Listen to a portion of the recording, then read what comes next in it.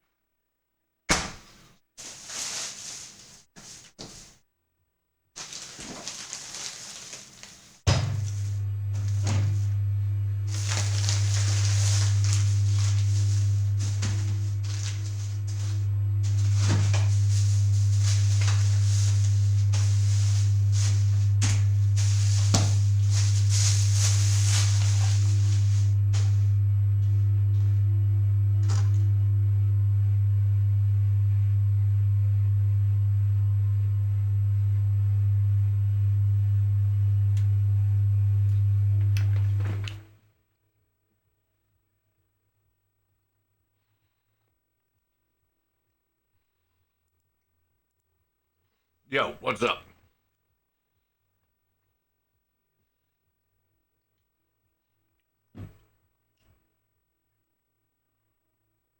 We're getting a little bit of feedback there.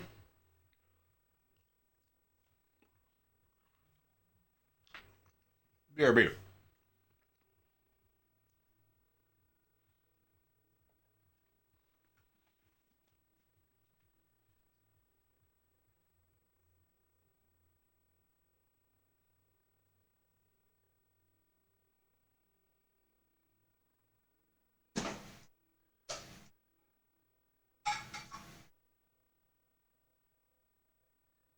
Hello there.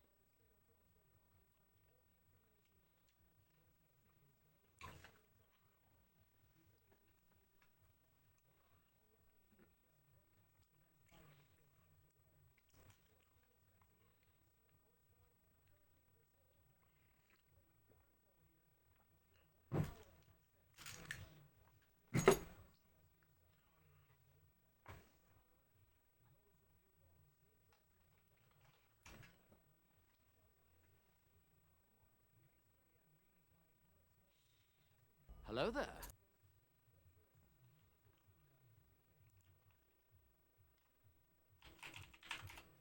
Are you ready to get down, get funky with us? He'd better be. That's what we pay him for, right, Slurms? Right! In fact, Slurms has to party all night, every night. Or he's fired. Rock on! Rock on! All right, how you guys doing? BRB.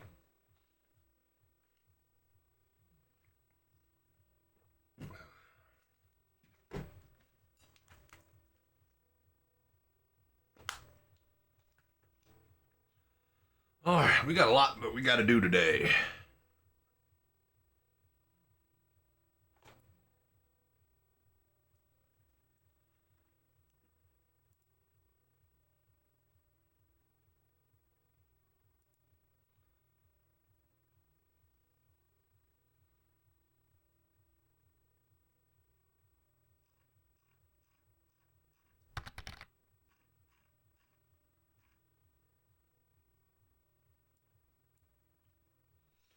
What's up, Timstone? Timstone? How are you doing?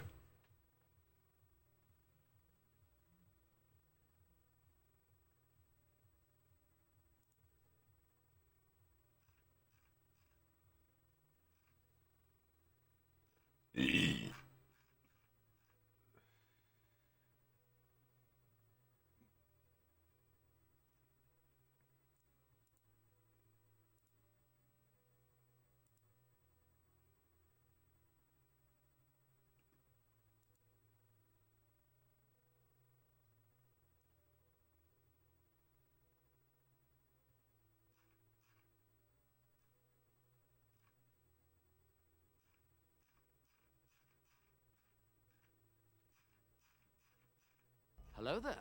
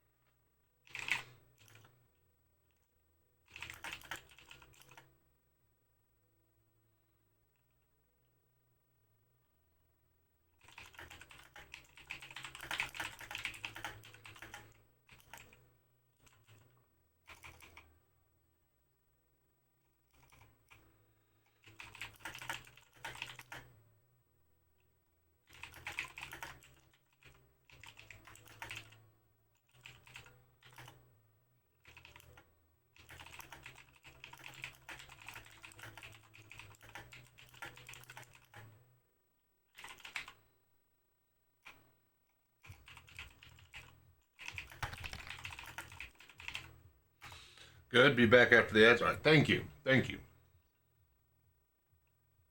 Hello there.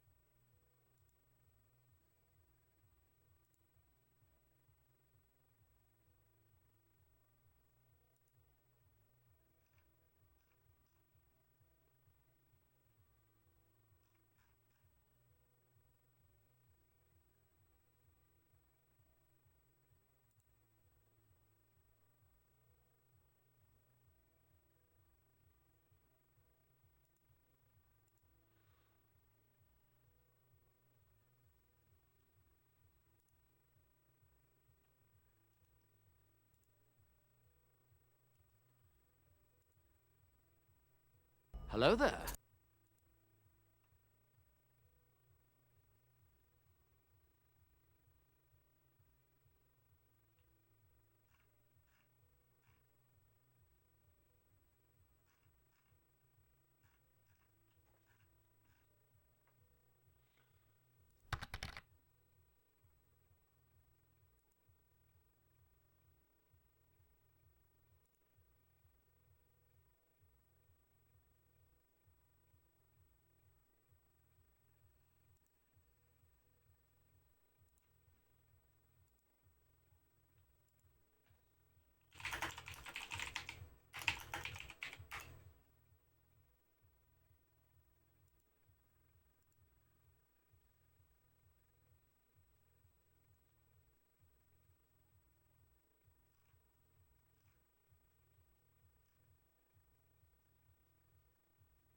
Hello there.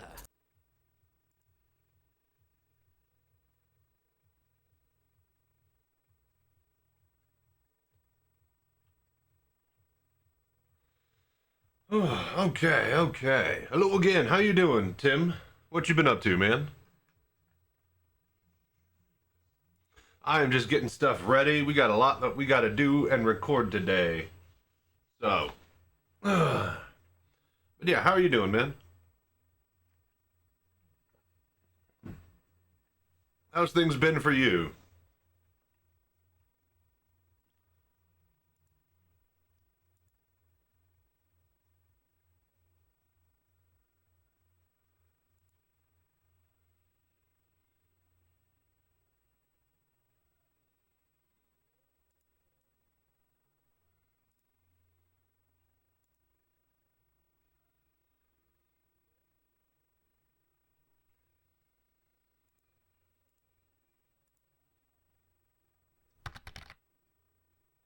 Waiting for Defense-Con? Nice. Yeah, I'm looking at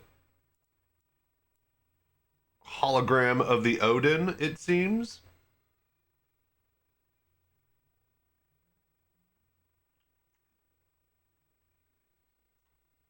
That's in the PTU for Defense-Con, so we'll have to go check that out. There has been haptic feedback system support in the experimental PTU release today. There's also VR updates. 3D crosshair now works.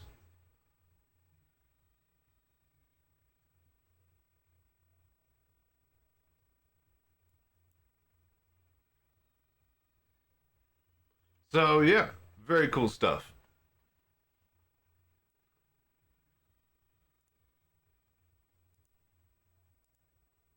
Oh shit, I could buy a Perseus for AUEC Hello in the there. PTU? That's cool.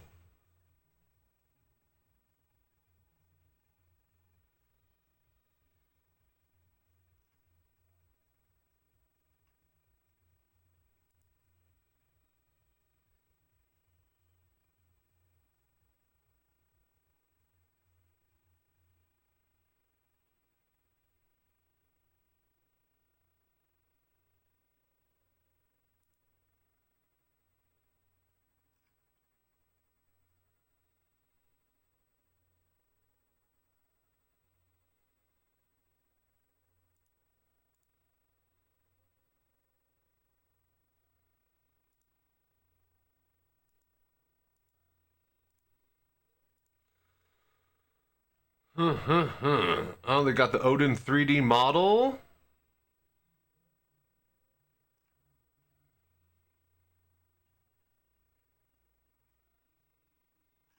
Okay. Very cool, very cool. Alright, so I got the haptic feedback, I got the VR support updates. I need to pull up, what was it, Thursdays. I was supposed to go online last night, but I just slept instead. The live Q&A video. I'm going to react to that.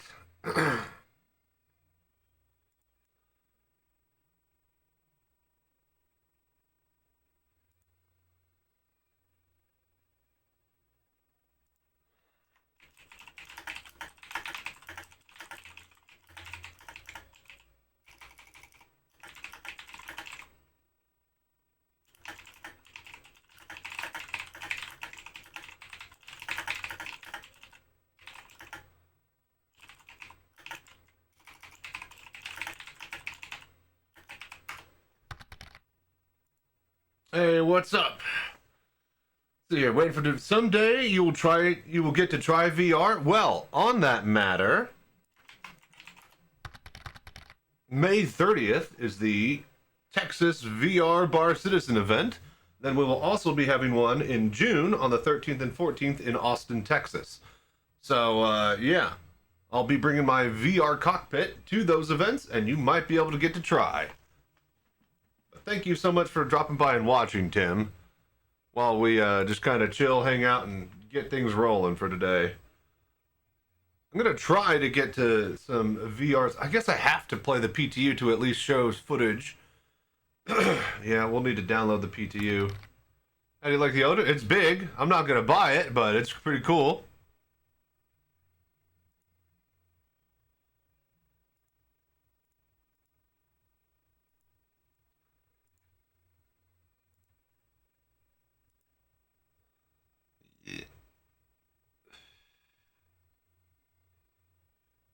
Hello there.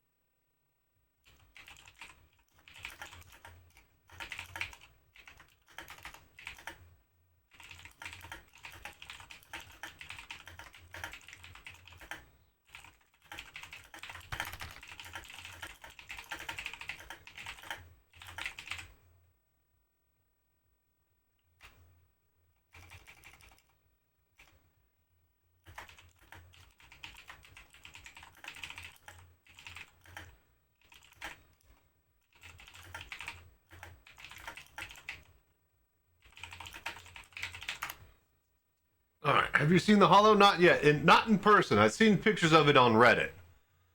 I guess if I had played last night, we would have been doing all of that.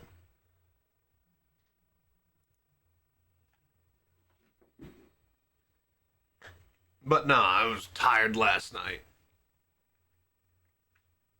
Wasn't feeling it, but woke up this morning and feeling it now. So we got a lot to do.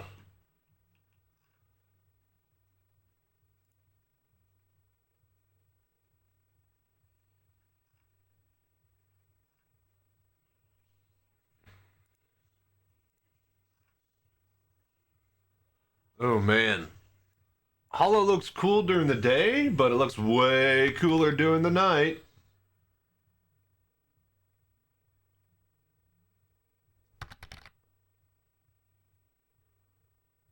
Yeah. The photo, it's like all its guns are stowed. It's got 3 size 10s, 3 size 10s. Like it's got some firing backwards too. Like there's a lot going on here. You're late. Yeah, no, day stream today in case I need to go to the hardware store and buy stuff. We're mounting cameras and getting things ready for the green screen room experience. But yeah, I send it. Dude, thank you for the 50 consecutive watch streams. And watch streak, buddy. Hell yeah, man. Thank you for the voodoo that you do, guys.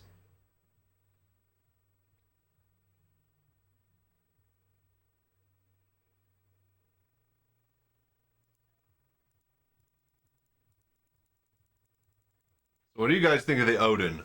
That Hollow viewer is way cooler at night. I must say.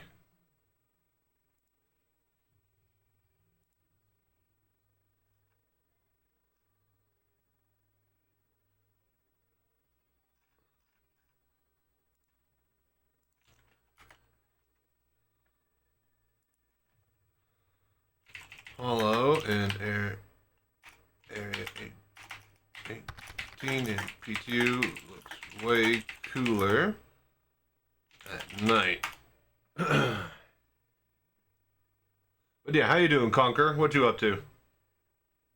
You getting off work? You about to pass out on your day off?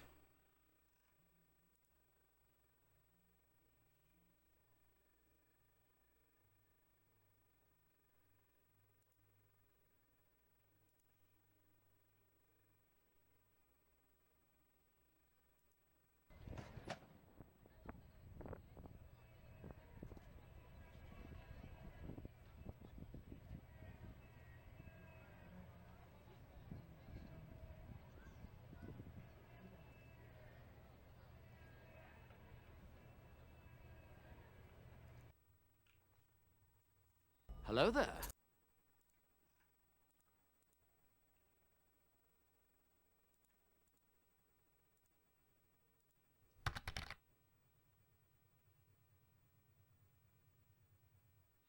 You just finished Intersect Rep? Nice, nice. Apparently, they're gonna be selling the Perseus for UEC, AUEC in the PTU. So that'll be probably one of the first big ships that I pick up with all the billions of dollars I have. Yeah, hundreds of millions.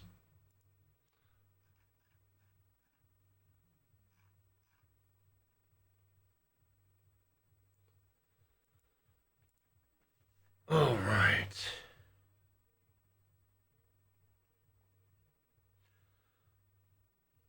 We're almost done chilling here. I'm gonna go get me another slice of bacon, and then we're gonna start with our reacts and stuff. I got a lot of stuff. It's gonna be a lot of filming today, then a lot of editing, and then just chilling at the desktop. So, um, at some point, I think we're gonna do reacts. Then, oh, am I downloading PTU now? Okay, 50 gigs download. Okay, so that's a big one. That's a big one. Wow. We'll do the PTU after that. So I guess we'll watch the Star Citizen live video then. Okay. All right, so we do some reacts.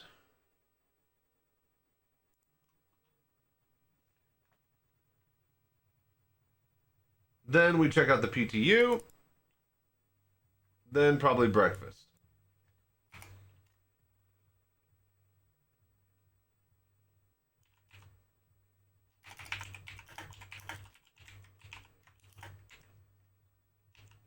Hello there.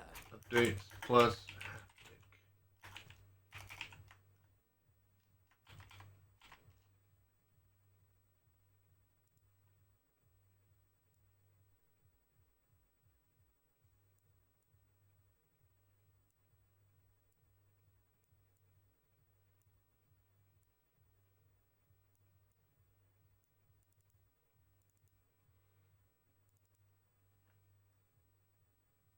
Okay, let's see here.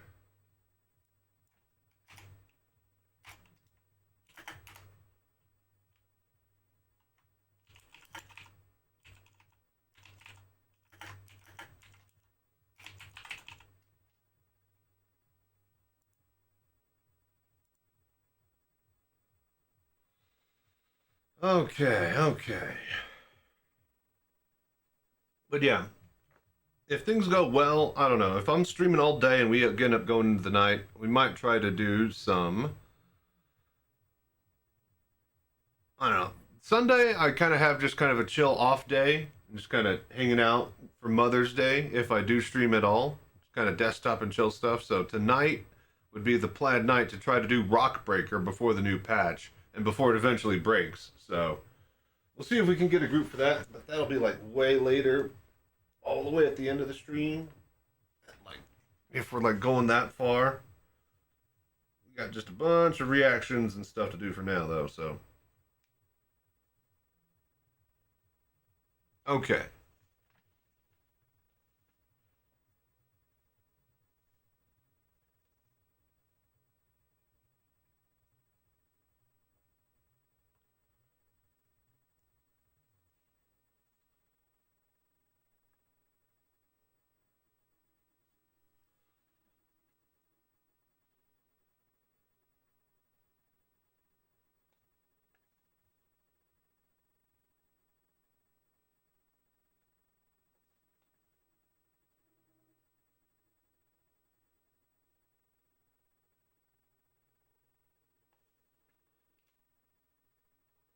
Okay. Testing. Hello.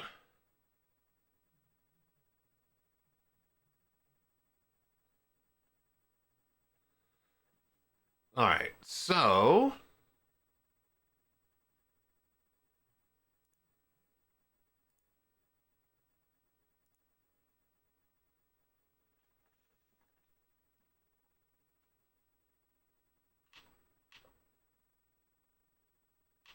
All right, we're gonna start immediately by filming some stuff. Are we ready?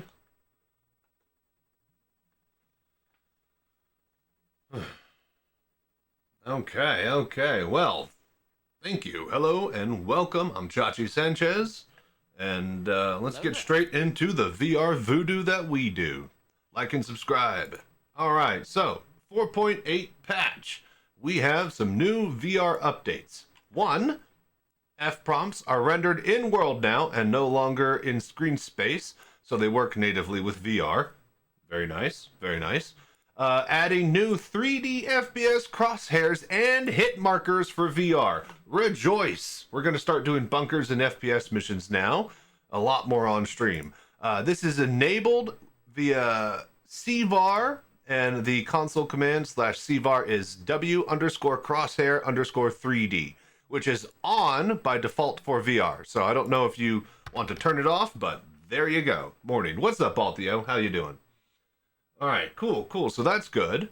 Next, let's see here. The new 3D crosshairs look very similar, albeit not identical to the 2D version. 3D version doesn't do any smoothing to it, which feels more natural in VR and is tricky to do in 3D space, so it feels responsive enough for FPS. Cool. Crosshair is aligned to the weapon helper. Like hamburger helper, and no longer in screen space. I.e., if you lean to the right, the crosshair rotates. Oh, okay, so it's physically tied to the gun's XYZ's axes. Okay. That is weapon helper, I guess? Hamburger helper, but with a weapon.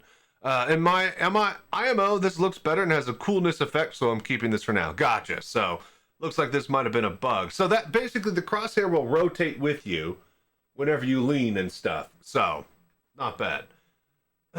Stopping for a hello and have a wonderful stream today. Will do. The Odin looks like it's supposed to be placed on water like it's a battleship. Yep. And if you're checking it out, check it out at night in the PTU. Looks way cooler in the hollow at dark. Anyways.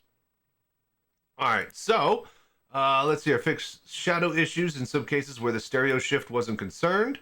Fix VR cropping with full screen theater mode.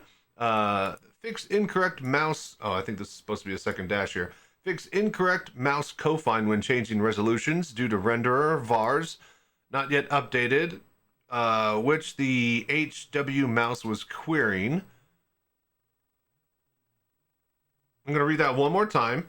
Fix incorrect mouse confine when changing resolutions due to the renderer VARs not yet updated, which the HW mouse was querying. Okay. So I was about to say, I know some of these words. So the mouse, you weren't able to actually use for the entire window because it's based off of a different resolution value that doesn't get updated in the renderer. Okay. Renamed IS stereo mode to is VR enabled to make it more clear that this means the theater mode can be active. Maintain resolutions across all VR modes when turning off on any mode. Theater to non-VR, VR to non, etc. Okay. Enable stereo strength scaling in editor without game mode if strength is smaller than 1. Stereo strength scaling in editor without game mode. Not sure what that means. I'll have to ask on some other sources about that. Disabled broken R_resolution scale in VR, okay, and disable the PL procedural recoil, enable head recoil in VR as it feels very unnatural and causes motion sickness. That's not the one where it attaches our flashlight to our head rotation, is it? That's a different CVAR, if what I remember correctly. I personally don't dive too deep in them for fear of breaking something with my stream and how it looks for you guys, but I'll let the crazier people test all of that out on the Discord. So, that's good news. FPS crosshair updates, F prompts, all that stuff is amazing. And if you guys are super VR fans, I decided to buy a Cockpit instead of getting haptics and stuff, but, maybe I should reach out to some haptic people and see what they have to say on the matter. So, Balt from CIG has given us haptic system support. I personally don't have any haptics, so I don't know how any of this works. We will have to probably make a new haptic feedback channel. In fact, I'm telling Reswald right now. Let's see here. Yo, we need a new haptics feedback channel.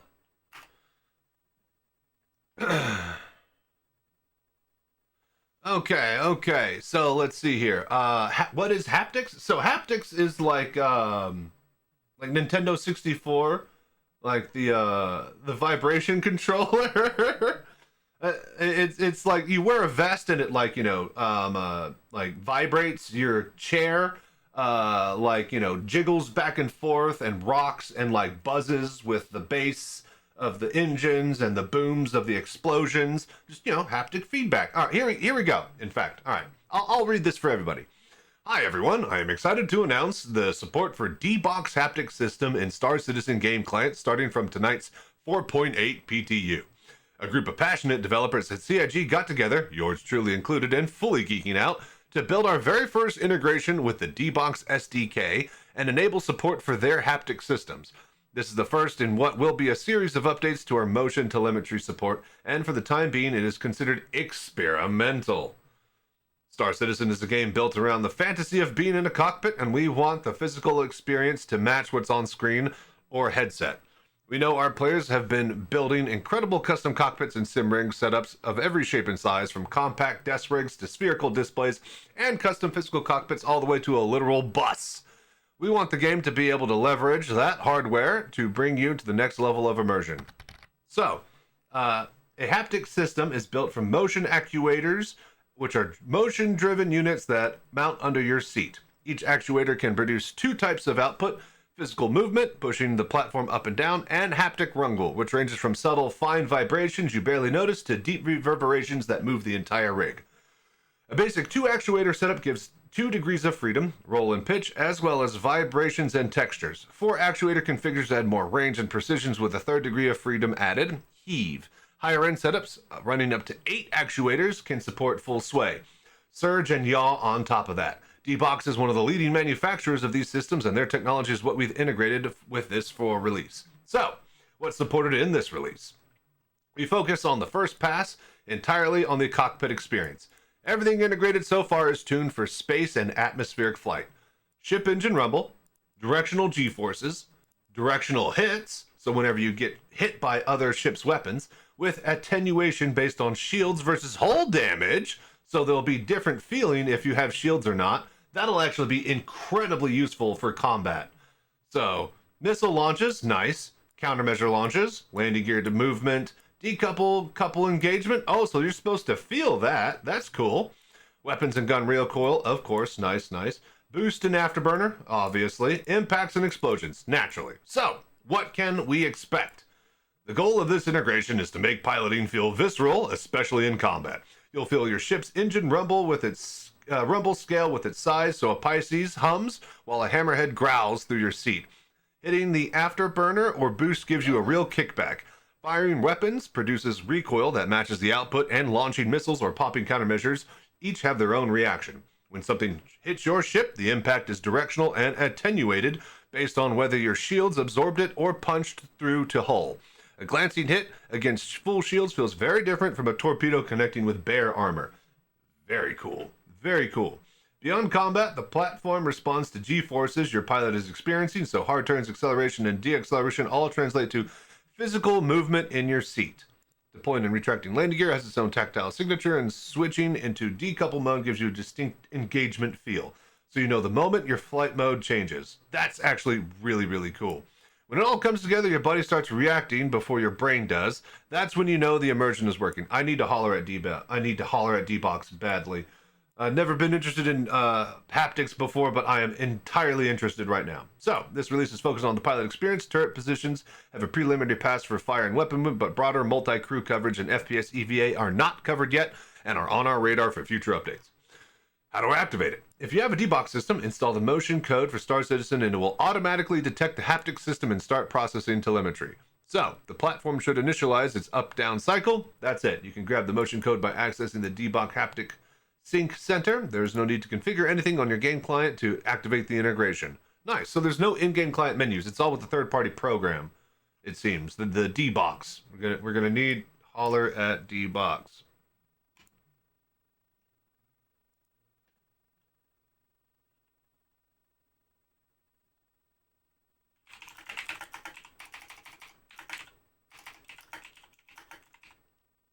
Yes, but I will be hollering at D-Box very soon. Things go well, this place might become the center for haptics on top of VR. There is definitely a Venn diagram of overlap between the communities, for sure.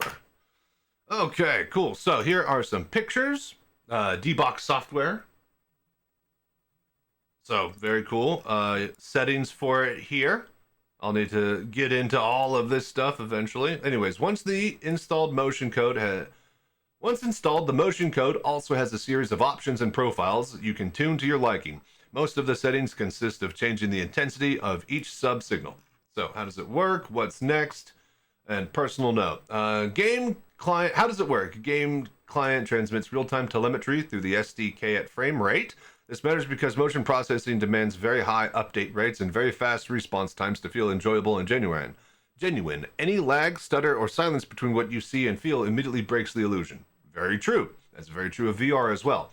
We build a data packet by pulling from the actor system, flight instruments, IFCS, weapons, and all the other game systems that power what you experience when you're flying your ship. The motion code interprets this data in real time to drive the actuators. Performance on the Impact game client is negligible since the telemetry piggybacks on the data the game is already computing. Very cool. So what's cool is that even though we submit raw telemetry data, angles, values, structures, the motion code interprets it using audio style signal processing and transforms it into frequencies.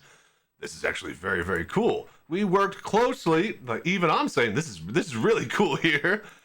We worked closely with the haptic developers at D-Box to build the motion code so that it models how each moment is felt, not just what happened. They can shape effects to match envelopes, impacts, ramps, transients from our telemetry, so the result feels reactive, natural, and not pre-canned.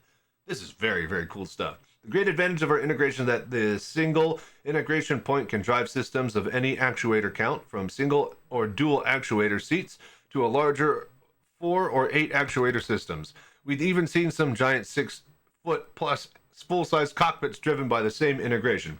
This means we can support a much larger range of products and setups while controlling and maintaining the quality of the experience across all of them. So if you want to go crazy with your giant cockpit setups and haptics, go for it. So, interesting. What's next? This is still an experimental release and our first pass at motion telemetry. Our objective is to give every major system in the game haptic expression.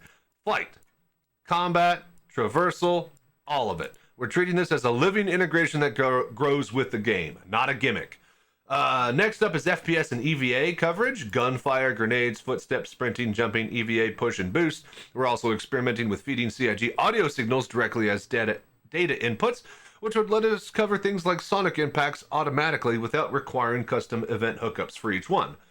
Nice. Beyond motion, we're also working to expand our telemetry data output to support other channels and integrations. We'll have more news on this front as we get closer to 4.9. How to contribute. If you have the material and want to contribute, please use the haptics tag category on IC for reports. We'll also pop up some feedback threads in the next couple weeks to engage on initial feedback. Personal note, building sim rigs is a huge hobby of mine, so this one hit close to home. Thank you, Balt. I've built a few rigs across CIG offices over the years, and there's a moment that never gets old. Watching someone sit down, take off from a landing pad, and realize they can feel the ship. Their whole expression changes. That moment when the game stops being something on a screen and becomes something around you is honestly one of the most satisfying things I've gotten to be a part of here. Add a VR headset, oh my god! Yes, Balt. We're here with you as well. While I'm only the messenger, a big thanks to all at CIG who supported this. Special thanks to Yogi. I really hope this is the first step in motion telemetry lands well with those who have the hardware. This is just the beginning, and we're excited to keep building on it. Still you all a desync deep dive post? It's coming, I swear. I was about to say, where is the deep dive? Where's the desync? All right. Very cool, very cool. Yeah, some people are already going crazy. Dang, yo. Dang. All right, cool, cool. And then, yep, chest haptic rigs and stuff for FPS. Very cool, very cool. So that's basically it. We have our FPS VR updates, and then we have our flight combat haptic updates. So very, very cool stuff. Maybe swap chair wheels with D-Box haptics. I can see it only in actual Simpix. Yeah, all experimental. The future is definitely opened up pretty wide, though, since they're actually going this far into it with their first pass, I would say. So, you know, if this is something that you were thinking about, I'd say keep your eyes on it and start looking into all of the tech and whatnot. Now is the time to focus your attention to it, I would say, if you've been on the fence, me included. So, very cool. But yeah, that's all the updates for me. We're going to watch the Star Citizen live next. We'll have that as a video on YouTube. With that being said, thank you for liking, subscribing, doing the voodoo that you do. And until next time, stay safe, fly right. I'm Chachi Sanchez. Y'all have a good night. All right, we'll also be playing in the PTU later, and we'll have the updates in hand to show off. But for now, this is just a general update video that people can kind of listen to in the background. So enjoy. Oh, yeah.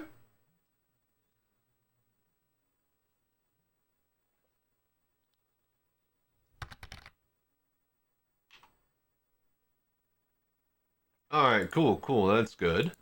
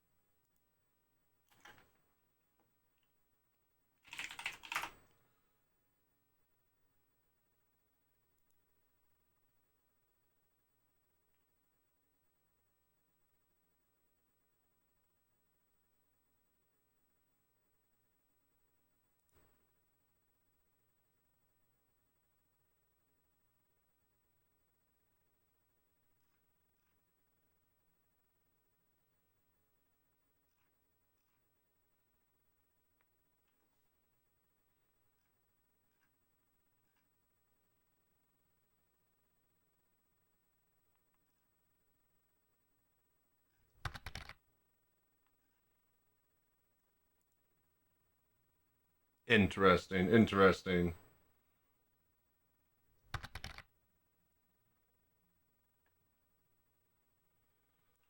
Oh, dude, Digi!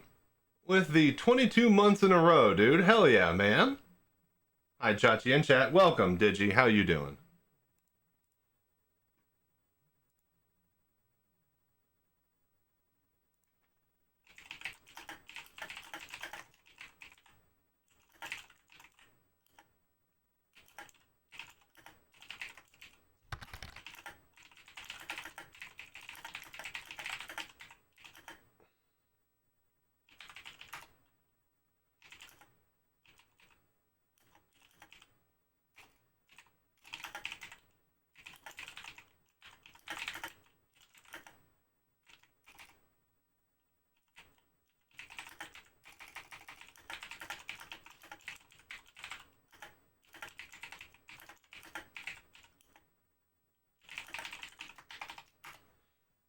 All right. Very good. Hope you are too. Yes, we are. I am hollering at Sylvan, seeing if I could get in contact with Bolt. Maybe get a hold of the D-Box guys and integrate for the new cockpit. That would be very, very, very cool.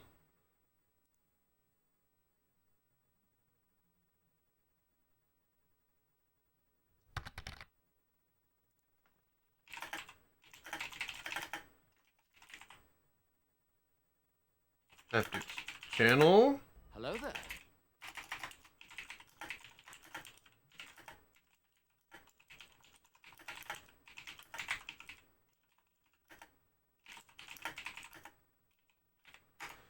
Okay, okay.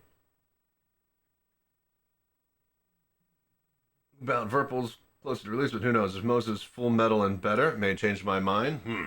Release is still going to be a while out. I think a lot of companies are going to jump onto the manufacturing bandwagon for peripherals once Squadron 42 is announced and released. But that's just my opinion. All right, cool. But yeah, Digi, thank you for dropping by, man.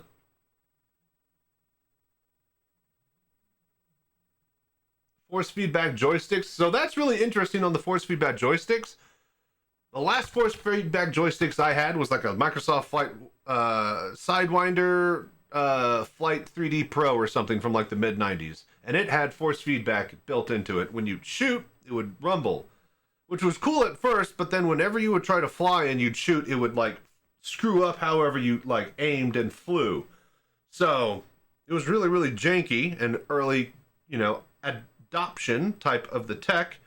So that's probably why it was very, very rough in general. However, the idea is pretty cool. Rumble packs, And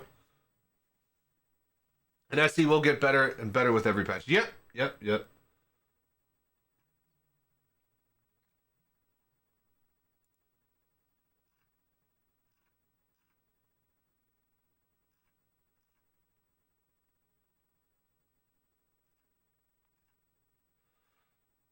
All right, we'll have to give Haptics a call or holler at them sometime. We'll see if we can get any official communications through Balt with them.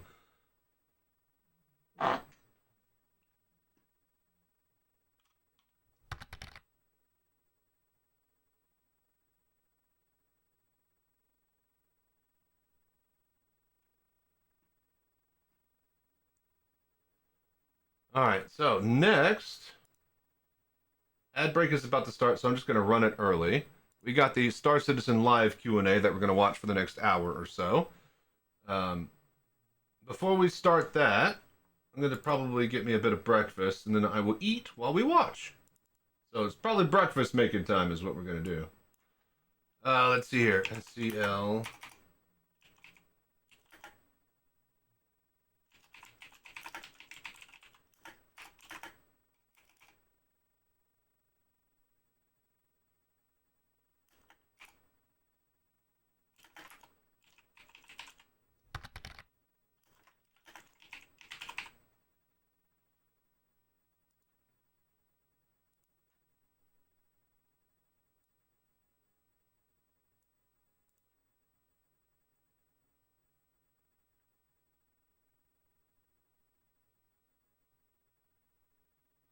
Most of the site says Star Citizen is supported directly. Very cool. Isn't that nice?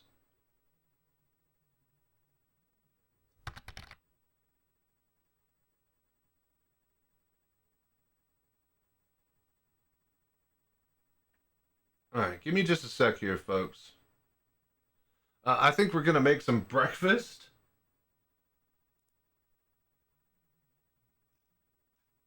Where is...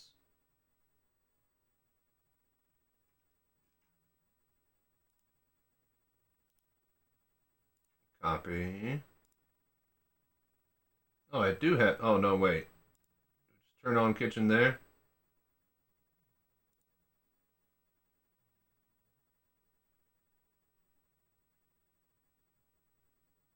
Hello there. Ah, right. Okay, so I think I just paste.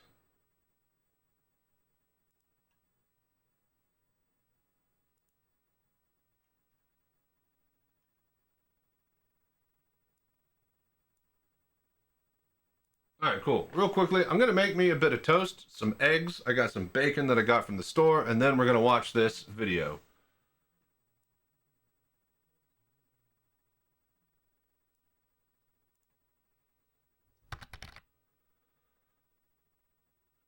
All right. You guys enjoy the music. One sec.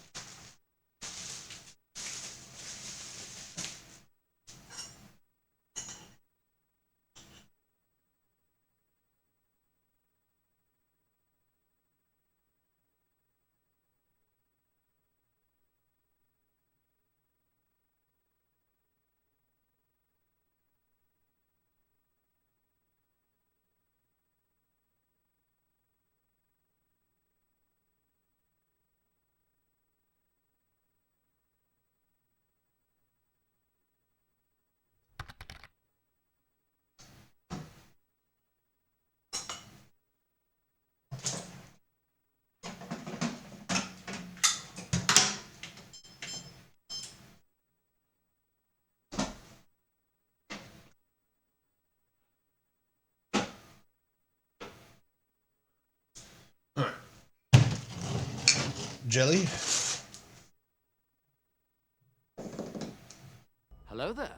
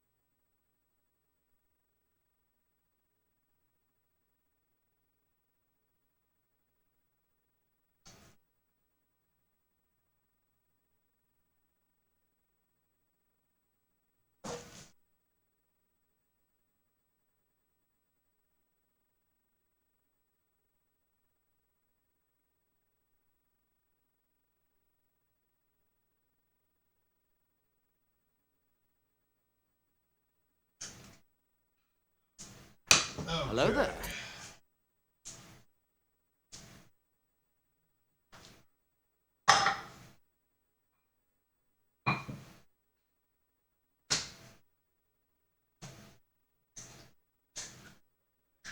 Couple of eggs, some toast.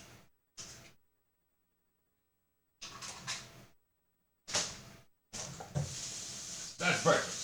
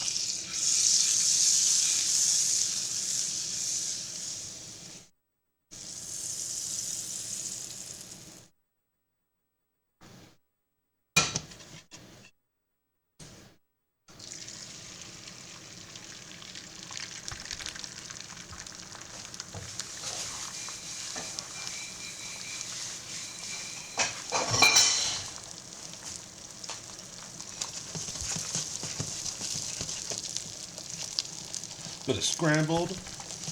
Hello there. Who doesn't love that?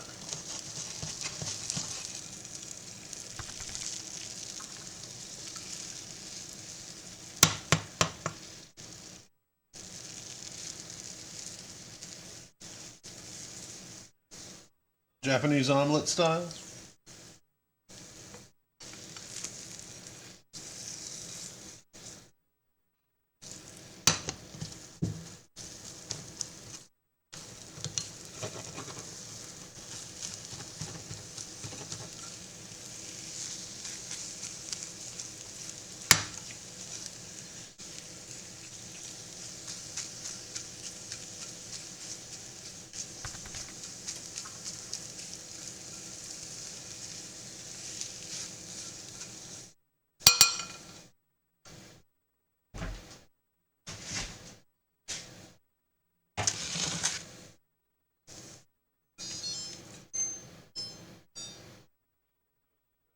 Toast is ready. Burner off.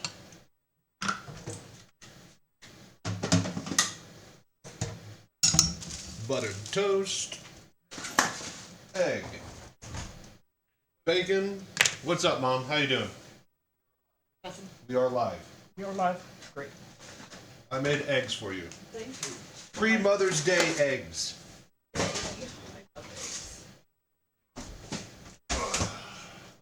You're my best son. Yes. I made me a piece of toast. I didn't know if you were going to be awake, so you can make a piece of toast now. I'm good without toast. Egg. Is that plate for me or is that yours? I'm splitting the eggs on the Okay. plate. Get your bacon. Yeah. You want cheese? Yeah, a little cheese won't.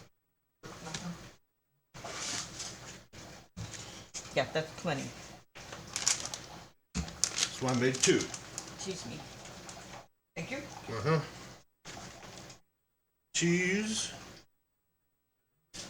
And then I'm gonna get some apple and grape jelly on my toast, and then I'll be good.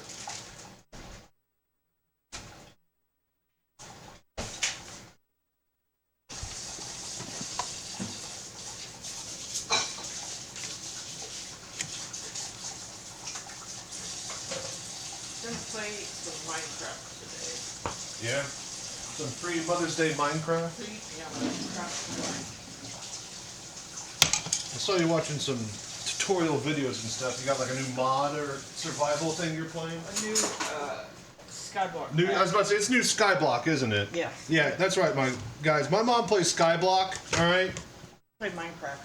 Modded Minecraft. She's got nothing. Or you got nothing on her. Hang on.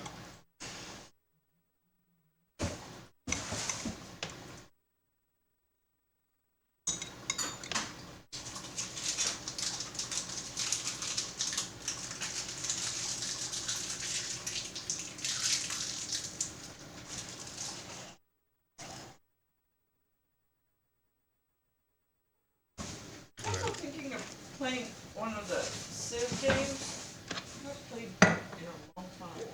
I honestly never play the Civ games much.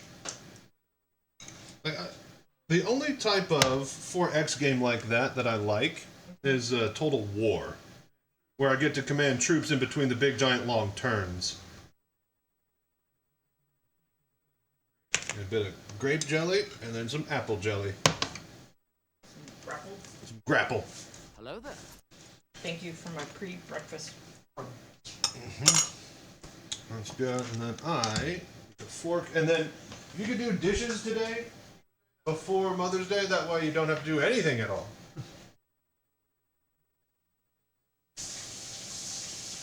And then I'll unload and do trash.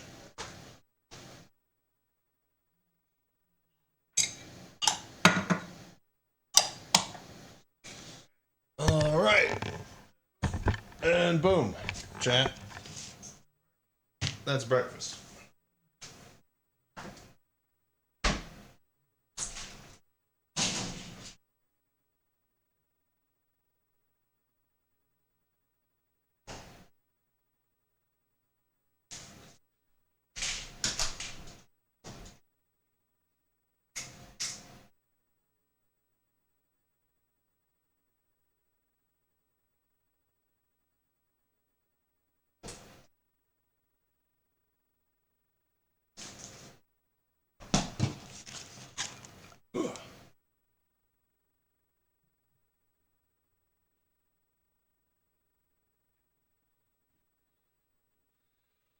Okay, and that's breakfast, chat. Let's eat and let's watch some Star Citizen live. If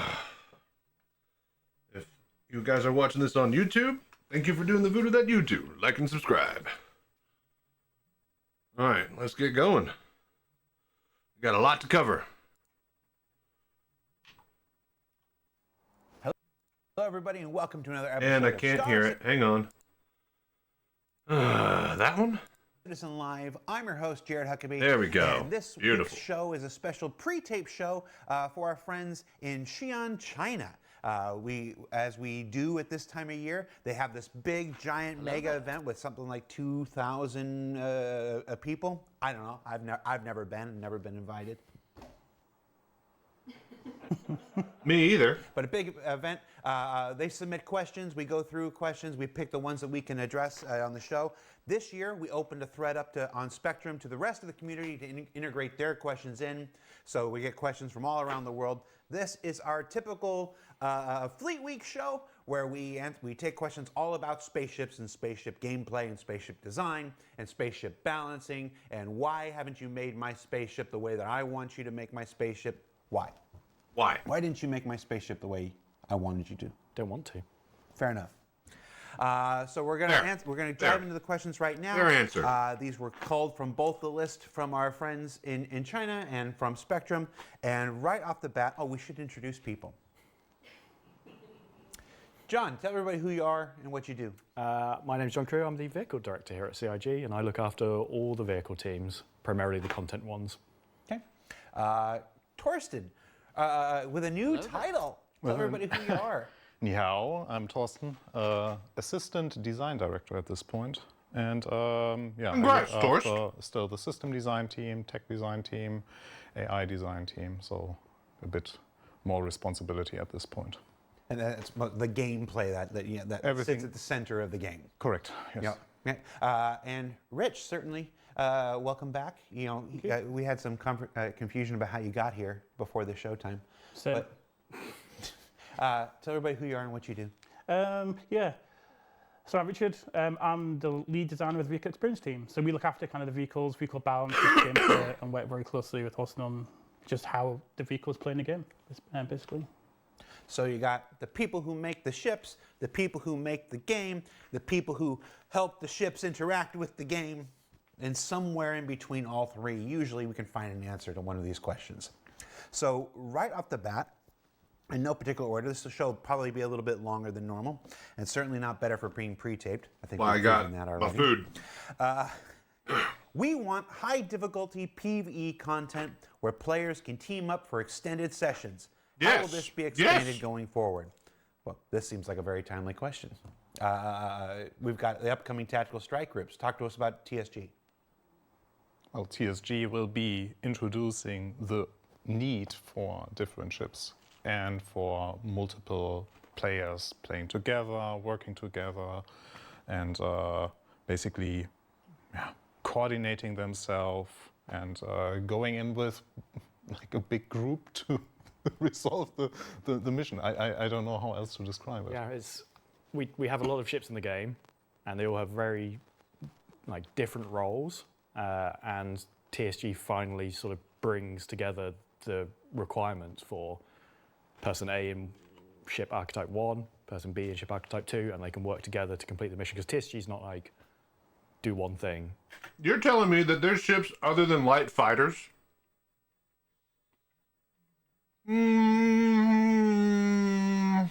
Not sure if I believe that. Mission done. It's a layered, staggered, also, sequential sorry, hang series on. of events that one ship is not. I'm the you worst. don't need I'm one focusing ship on my to do it, you need breakfast. multiple I'm types. just listening. Things. Using different types of gameplay, different objectives. We've had this concept. The PO's been around since 2015. That we're building this spaceship MMO where you need to bring together fighters and repair ships and capital ships and bombers and stuff like this, and bring them together for a coordinated attack. We've had this promise for a while, but a lot of our content. Goddamn I don't headphones. think I'm telling anything anybody doesn't know. A lot of our content tends to be very FPS focused. For this reason or that, as systems are being developed, as flight models are being tuned and retuned and stuff like that. Now, this is the first major step forward. We're not going to hit everything we want to do in this first thing, but TSG represents this first major step forward at these coordinated, extended PvE spaceship experiences for the game, and there's literally no content drop that I've been more excited about, which is why it was the centerpiece for Citizencon Direct last year, to see it finally arriving here at May and tied in with a big fighting spaceship promotion alongside. He's got a point. That is the Citizencon thing that they hit the mark on. Within 6 months, they got it deployed. Still waiting on base building. I wish we could take credit for it. That was entirely happenstance. Hello there. It's really nice. So it's a really exciting time for Star Citizen, and by the time this airs, frozen people mug will of be milk playing with my in breakfast. in PTU and stuff, and hope they're seeing the amazing work the team have been doing. With that, let's get to the majority of questions for a show like this, which is, why haven't you made my ship the way that you want me to make it? Comparing the RSI Perseus's in-game appearance against, I really didn't time that, against its original concept art, the original concept had a much cleaner look, while the flyable version features many irregular and unconventional design elements. How did the team envision this design evolution as you moved towards production? Okay, so part of that is just how things work during development. A lot of the older ships, so Polaris and Perseus, for example, the actual concepts of them are in 3D, but they're very low detail 3D, and then they have all the details painted over it in 2D in Photoshop or whatever. So when you actually come to put into production, you don't have any of that detail. You put the corridor pieces in, and they are just flat sections. And as any artist will tell you, that's not good looking. So you add these details, and the Perseus built on the lessons we learned from the Polaris, which we talked about many times before. We went with a sort of brutalist style approach to it, which we liked. Lots of people didn't like, so we wanted to sort of course correct a bit. Oh, hang on here.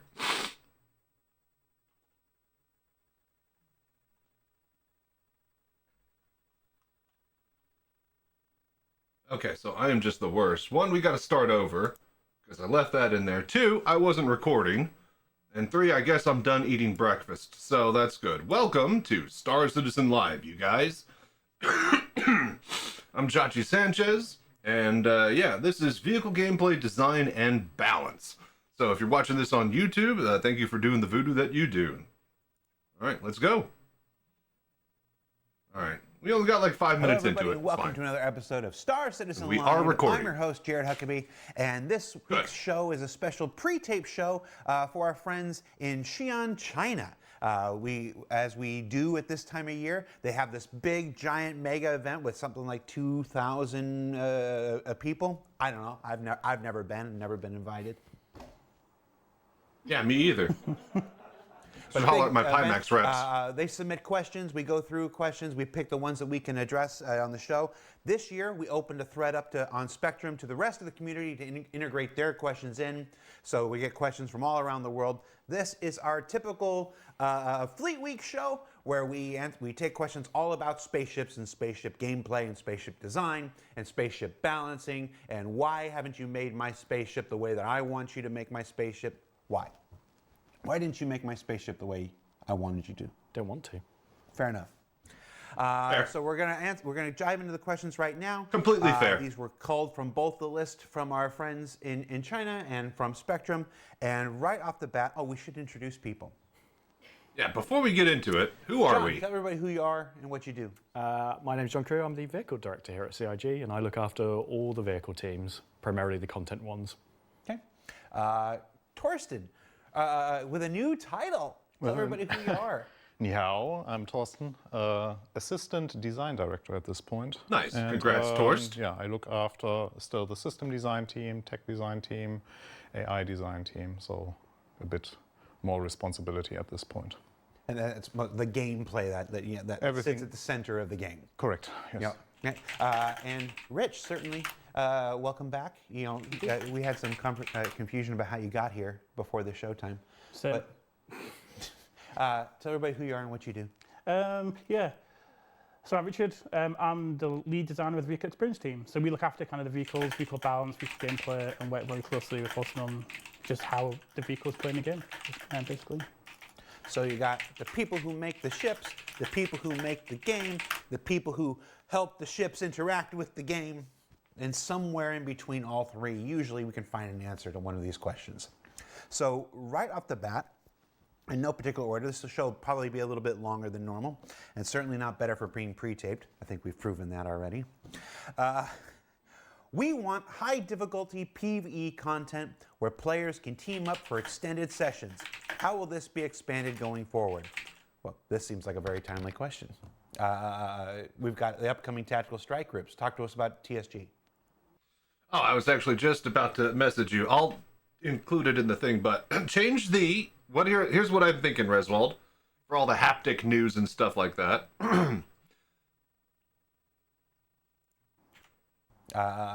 We've got the upcoming tactical strike groups. Talk to us about TSG. All right, give me 1 sec, one break. Yeah, I was thinking we change the motion touch help into motion help, and then we add a SC haptics channel in the SC discussion area. So.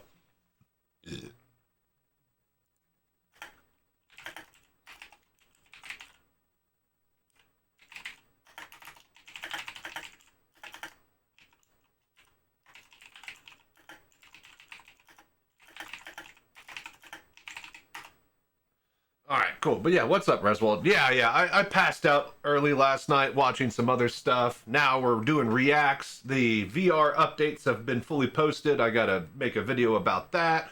We gotta look into haptics. They added the FPS, the FPS cursors in VR. So yeah, lots to do today. So taking the hold, and I need to be up during the day. We're gonna be working on the green screen room, mounting cameras, and getting all of that in order.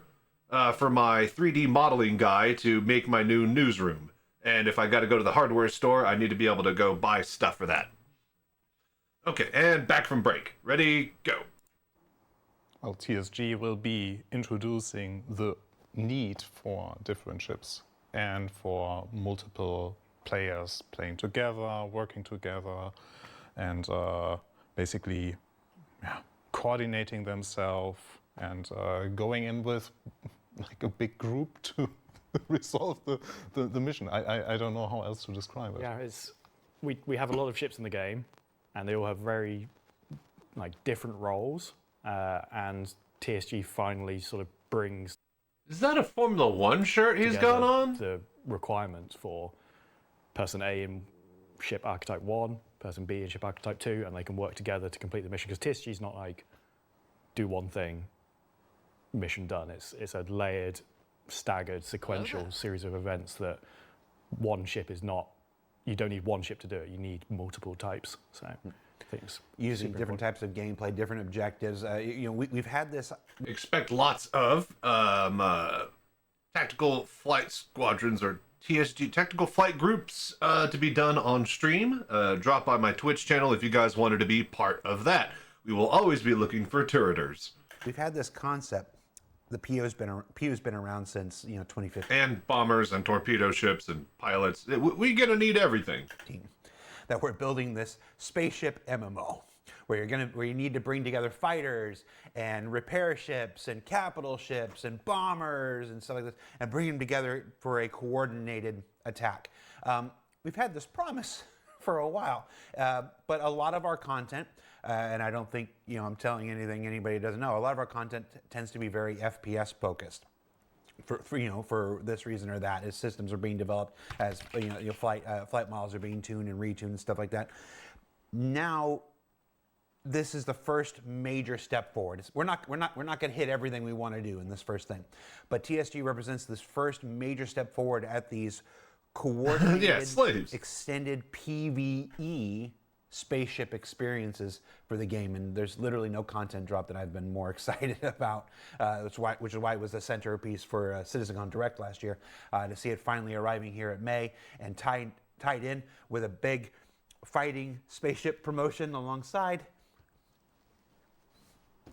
I wish we could take credit for it. That was entirely happenstance. It's really nice. So it's a really exciting time for Star Citizen. Very cool. Very cool stuff to actually be doing some sort of Death Star trench run as a group. The laser platforms were cool. The giant worm fight was great, but all of those were kind of like running, jumping, climbing trees, kind of shooting people with a gun type of thing in between the events, and hopping from ship to ship while doing FPS events. This is a pure stay in your seat for the entire thing and blow up a station. It seems like so. Maybe there might be some on-ground foot stuff to do in there, which would be cool and interesting, but I do like the focus on needing to fly through the superstructure and destroy the generator from the inside.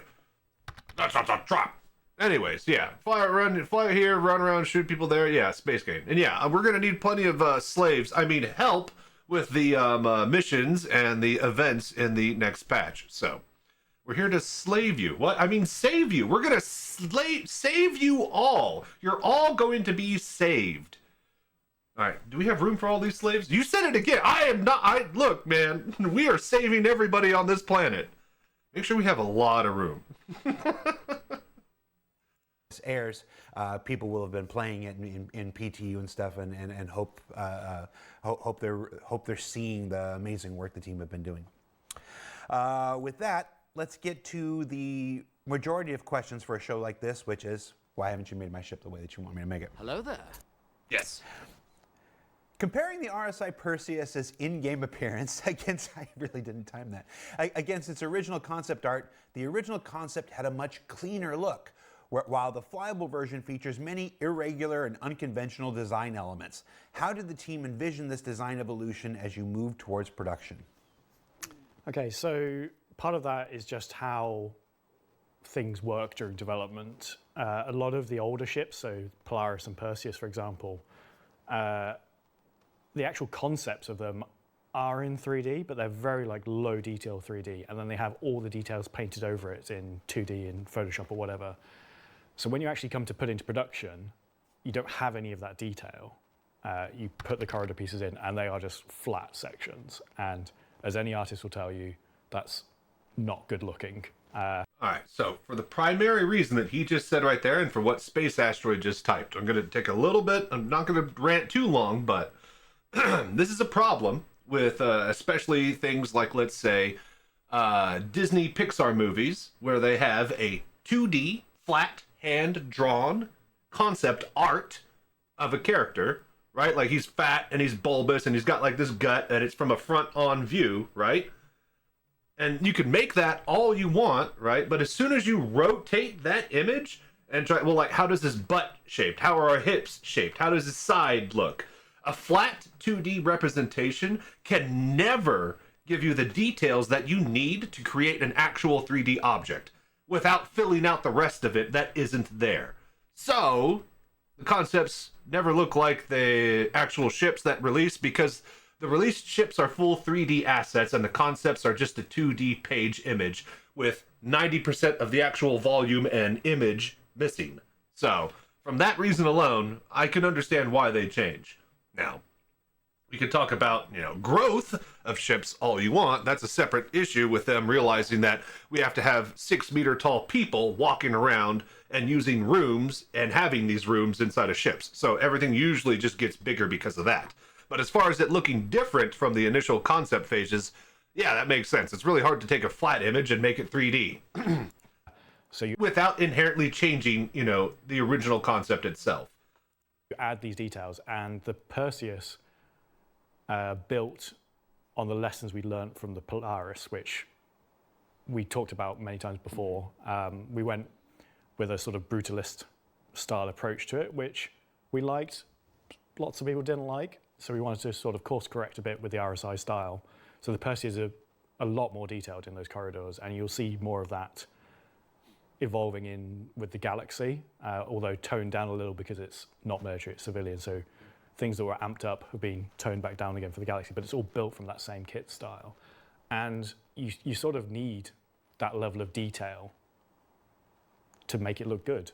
You can't just have flat walls that are the RSI trapezoidal shape. It doesn't work. So it's sort of as you're in there, you need to build and add layers whilst being mindful that it's not, here's this wall section that I've made as an artist, and I want it to be the best wall section I've ever made in my life, and it's going to look really great on my portfolio, and then it's repeated 30 times down the corridor. It just overloads everyone's brains and eyes. So it's sort of, you have that, and then you break it up with lower detail bits just to give eye relief. Yeah. At scale, you need more irregularity. Yeah. Otherwise, the repetition becomes far more in your face. When you have some of those corridors, it's less. Greebling, you can over-greeble something very, very easily, I would say. So At some point, it just becomes just static to the eyes, you know?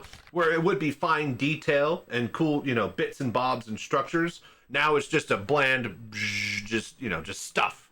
So, I just got myself a mole mining laser. Fault. It will not work anymore, and found some 98988 borax. Oh my lord, Zadozer. That's unfortunate. Have you tried turning it off and on again? Not sure how much else I could help other than recommend that. Less so the Perseus. Holler in server chat, see if somebody can hold the point for you, and you can go get another mole, or somebody bring a new mole, split the load. But still, you have corridor sections that are like at least 5, somebody 6 will get segments repeated. You need something irregular to break that up, otherwise it just looks copy paste all the way down. There's also something to be said about new people who have joined the project since a ship was concepted. You know, people come to the project and they come with new talents, new skills, new experiences. Technology improves from the time when something was concepted, and the idea that you just come in and just have to Control-C, Control-V something that was designed years ago, it's uninteresting to everybody. It's like we've all learned so much. We've all gained so much experience. Of course, we're going to apply that, you know, to these ships as we build them, and that means changes will occur. And I was looking at his Hawaii shirt, but it's hiding the Oscar the Grouch inside of R2-D2 shirt, which is also incredible.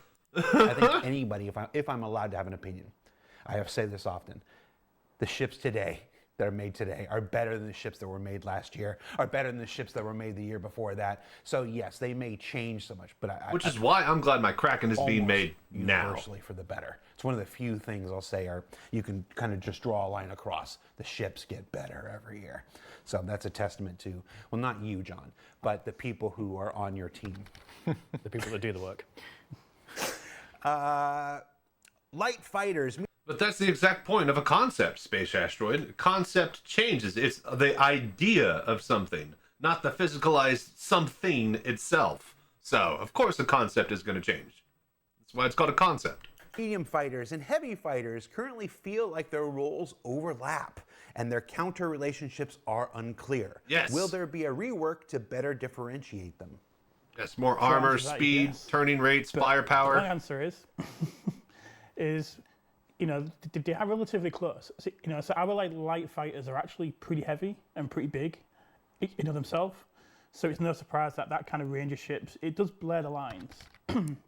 Yeah, and I was about to say, like, something like the Mark IIA is literally the size of, like, your heavy, you know, gladiator fighter. So, what is a light fighter? You know, we've been putting a lot. Any ship that they're about to try to sell to you that month that has more than 3 guns. That's what a light fighter is. Work, you know, over the past 12 months on the new flight model, and we're really working on how we make these ships interact with each other in different ways. You know, so there's different advantages and different weaknesses in each archetype. We've also been working with Thorsten on, you know, the weapon balance and the armor changes, and that's going to really, well, that's already started to have an impact on how these ships interact as well. Yeah, actually, it's something that we discussed a lot lately in the vehicle leadership meeting that we all have, where we, so we need to treat fighters more as its own bucket. But in that bucket, we also need to treat the fighters differently so that there is a huge, a clear identity between the fighters. And this is something that we have been working out. The new flight model that Rich and his team is working on is also moving us into that direction, that there's a better distinction between the fighters. But something that also came out from the feedback that we received with all the armor rework that we have been doing is because we have right now in the game, in 4.7, in 4.8, hopefully not anymore, this hard gap between heavy fighters and medium fighters and light fighters. So there's this, even a stop gap between medium fighters and heavy fighters.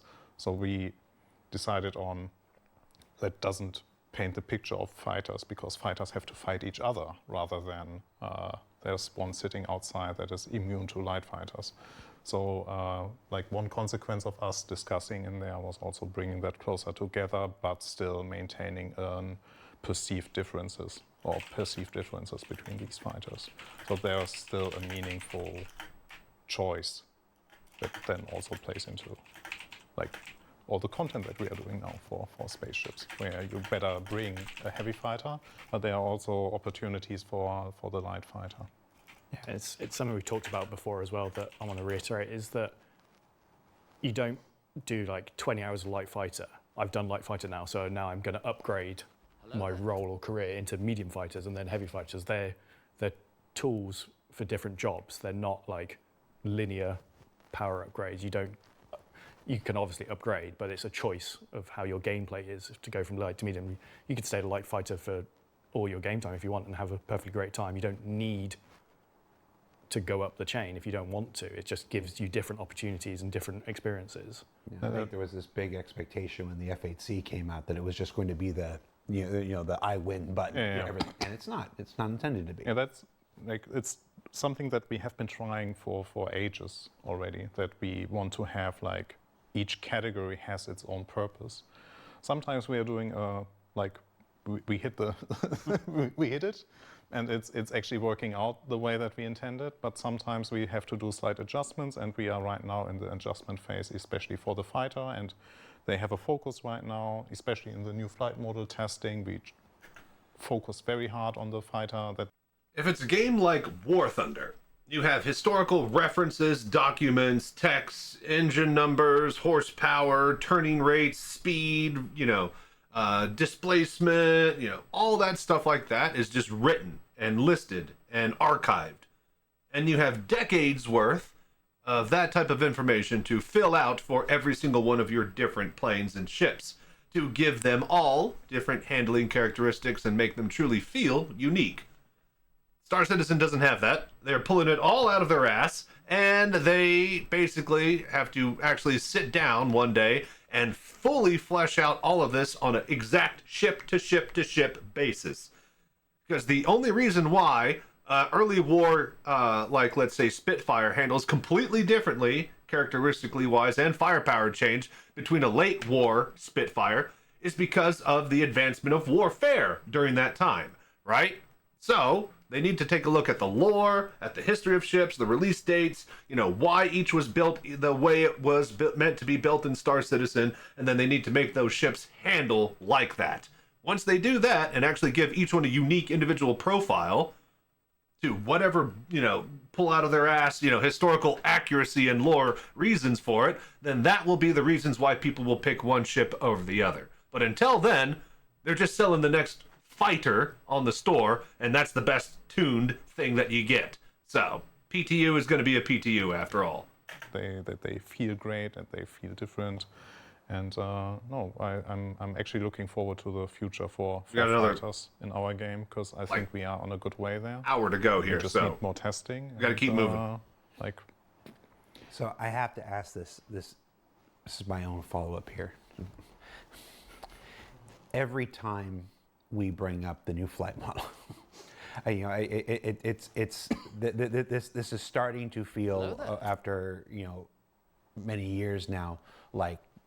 Like the Benny Hill song starts to play. When we talk about this new flight model is always right around the corner. It's always no, it's not. Well, we did that, it's and then there. it got us part of it. The flight model is never around the corner. The flight model is right when Squadron 42 releases, and we've all known that in our hearts. As much as we'd really hoped to get our hands on it in the PTU and help them iterate on it, whatever they fucking have in their hands that's ready for Squadron 42 is what the flight model is going to be. Not a moment before or after. As soon as that date hardline approaches where they have to just go with what they got, shit or get off the pot, that's going to be our flight model.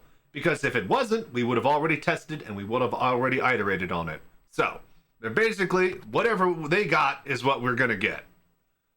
But then we learned more, that's part of having a testing environment in the middle of your development. We don't have to do it all in one. We can put a part of it out, test it, and go, okay, well, that's going to send us in a different direction.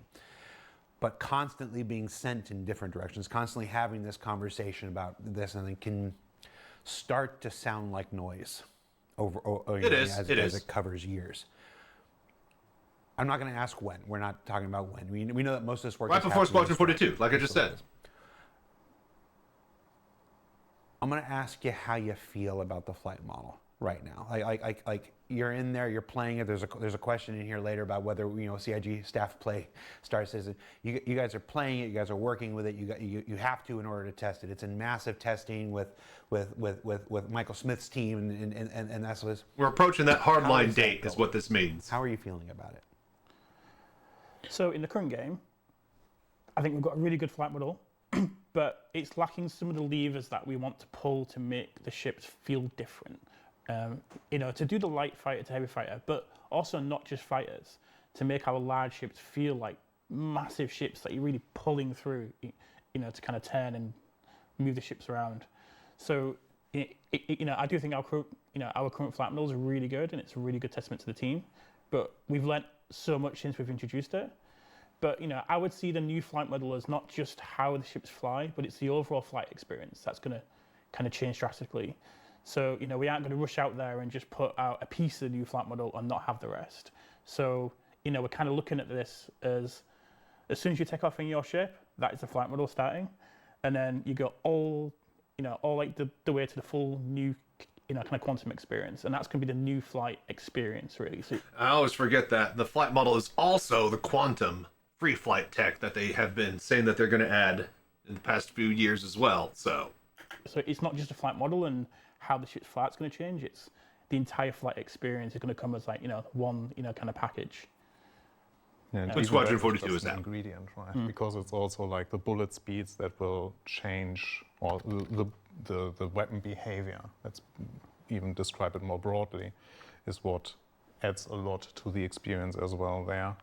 And there were again a lot of discussions just last couple of weeks around what we can do to actually improve the feel, because CR wants this very cinematic combat that we are now World War II style atmospheric flight combat in space.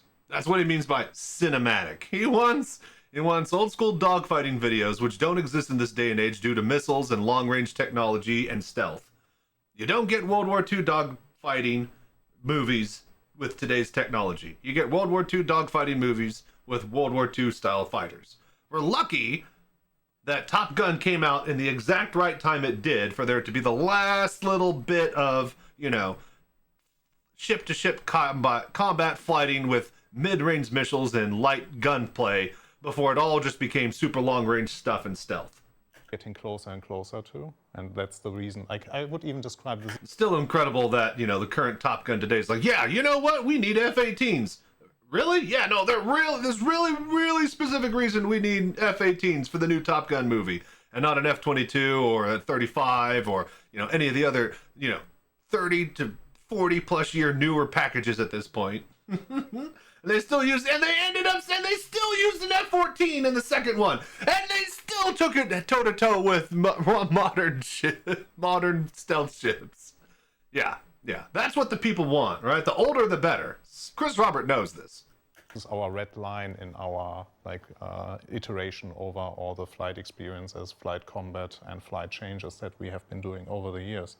It's like we always try to aim what CR was envisioning, and there were always some information that we get additionally. Chris Robert was envisioning Hell's Angels from Howard Hughes in 1935.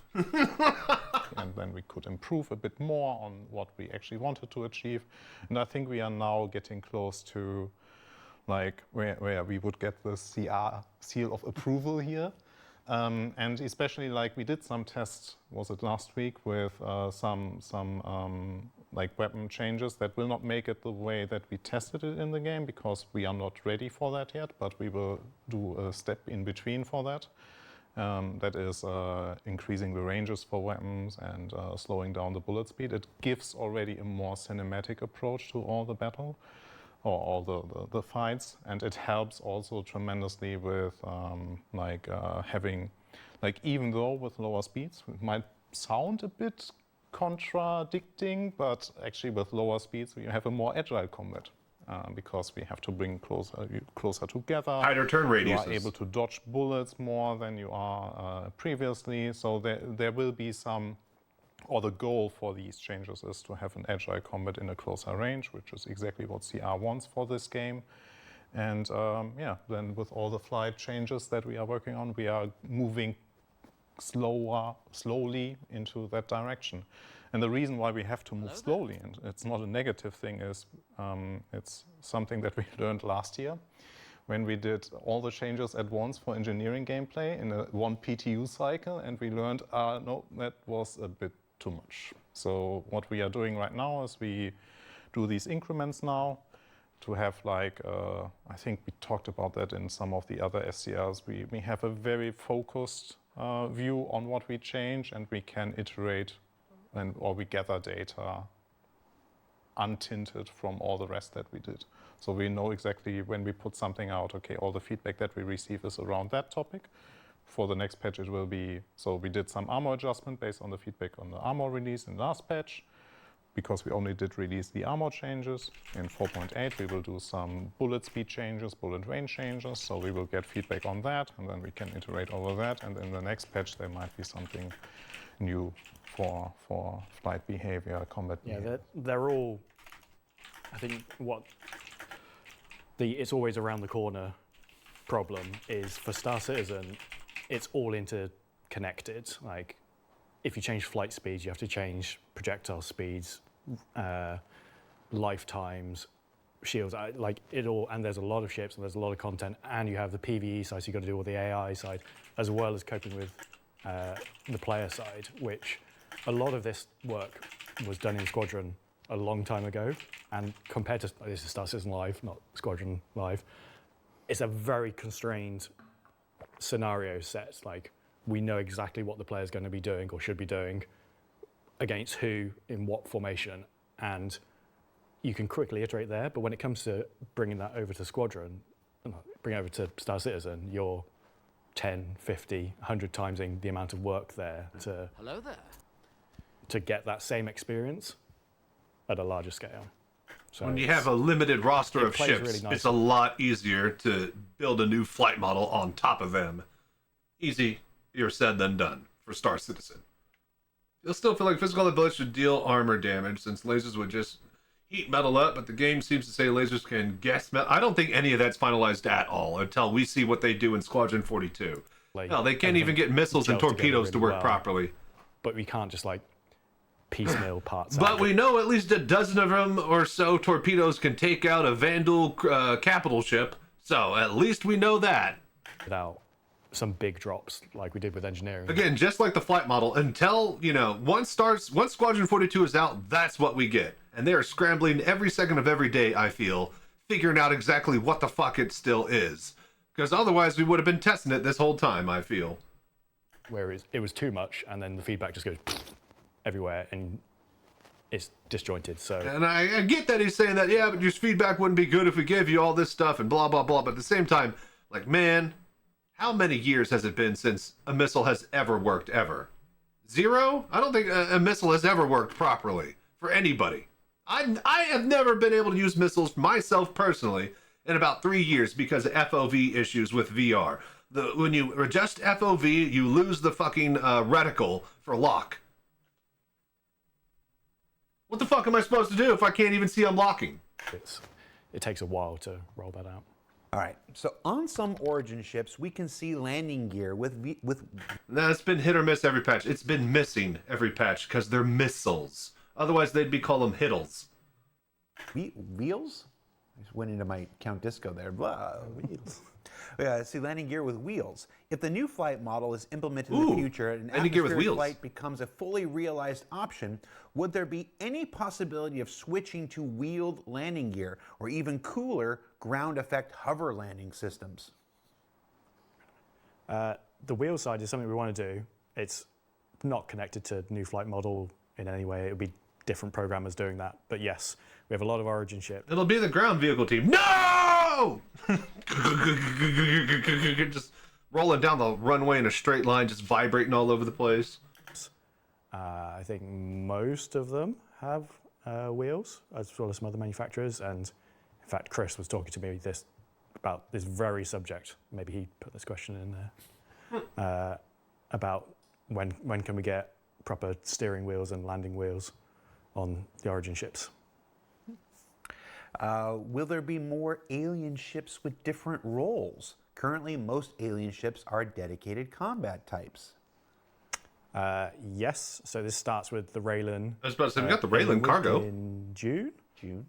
And I think we will see a couple more this year that are alien ships and not combat. Hello there. Maybe mining industrial ships? Industrial alien ships really interest me. That's cool. Torpedoes and missiles. Oh, okay, perfect. Torpedo missile talk. Ad break starting now. We'll be right back after it's done. I personally never use missiles unless I am in a Perseus. I want to dumbfire rockets. That's what I want to do. I want to dumbfire rockets. I can't do that. It pisses me off.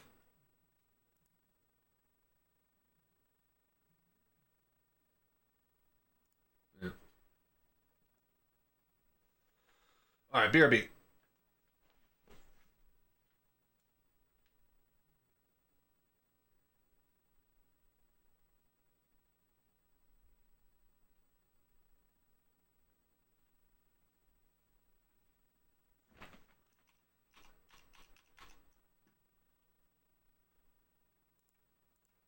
Hello there. I just leave it there. Torpedoes and missiles. Go, guys. Torpedoes and missiles sometimes have difficulty hitting targets. Their purpose remains unclear. I think their purpose is clear. I think whether they achieve it is unclear. And the reliability is...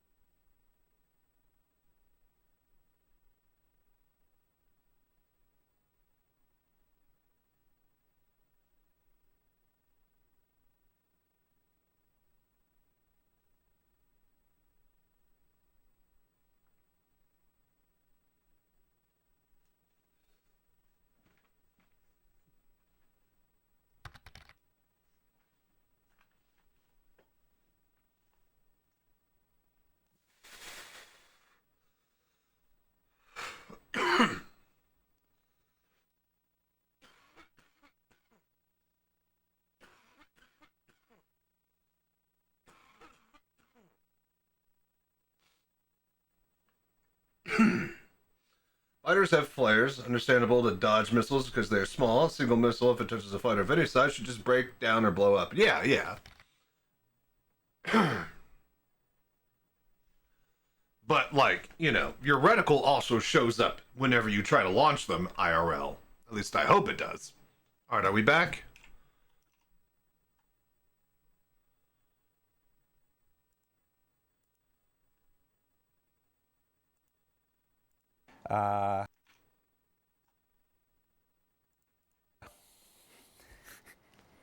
Torpedoes and All right, missiles. back. Just leave it there. Torpedoes and missiles. Go, guys. Yeah. Torpedoes and missiles sometimes have difficulty hitting targets. Oh, do Their they? purpose remains unclear. I think their purpose is clear. I think whether they achieve it is unclear. And the reliability is very worrying. Will there be improvements? So we have a big kind of missile rework, planned at the moment. Where See the Odin Hollow yet? Not yet. We're gonna check that out next. We got a lot to do today. the core aspect of what's wrong with missiles right now is just it's really hard to predict where they're going to land because they're so quick. What's up, Scren? So we've got problems with networking. The missiles are very small and agile. Like they're way more agile than the ships. So the inaccuracies you see sometimes are it's just how they are predicted to hit at the moment. And that prediction isn't hitting the mark all the time. But also it's desync. Let's just say it out loud. It's desync, right? Missiles are in one place on client. They are not there on the server. And in the fraction of a second they are needed to hit their target, they're already past it and gone. But also it's to do with countermeasures as well. So I would say we've got a linear relationship right now, which is you do a countermeasure and the missile misses, right? But that's not the intended really goal of how the missiles work. We want more kind of clear kind of readability of where the missile's coming from. Because at the moment, if you've got a missile coming at you and you do a countermeasure and you get hit, it's bad. And you don't know where it's coming from. So we want a much more kind of clear kind of readability of where the missile's coming from. But it means we've got to change the flight of the kind of missiles themselves. Because at the moment the missiles fly in a kind of fully decoupled way where they can change direction very, very quickly at the last minute as well. So again, it's that kind of predictability at the end where they do go suddenly doing flight test to you. But we want that to be much more predictable. So we want to slow them down a little bit, so you can actually evade them. But also that slowing down makes it easy to predict to where they're going to hit as well. And then we've got systems. We want we kind of want to do stealth gameplay. So you can do things on your ship yourself to make you less susceptible to missiles. But we need all these systems to come together, as one big package of how kind of missiles work. But that's where kind of Thorsten comes in as well. Yeah, actually we did some steps already to improve the missile gameplay. So not on the missiles themselves, there are issues that are even quite high on our immediate fix list for that. We don't have a feedback right now, visual feedback for that the target lock is completely done. So this definitely needs fixing. So we already started working on the UI improvements. There are there are reasons why it's not in yet. So we are still actively working on that, to getting all the changes across. But at least it will help for the initial missile gameplay that we currently have in the game. As Rich already said, the speeds of them are now with the updated bullet speeds for the normal weapons. They also unproportional again, so that means that this is definitely something we need to tackle afterwards.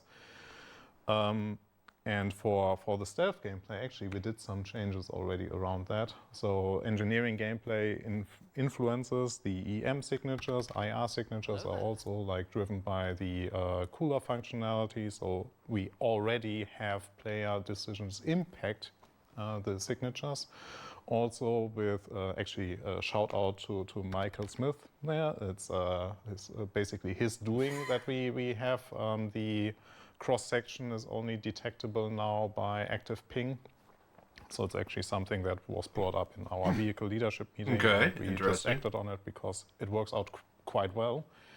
Has the downside though that the cross-section is now need an active ping. Not gonna lie, I was only half listening to all of when he started talking, thinking about missiles and D-Box and haptics and the VR rig and add-ons and future additions I might add. So I kind of only got a little bit of what he was saying there, but I like how he's saying it, and he looks great while doing it. So and there's also some visual indicators missing. So we have a list of things we need to improve, even for the missile gameplay that we currently have in the game.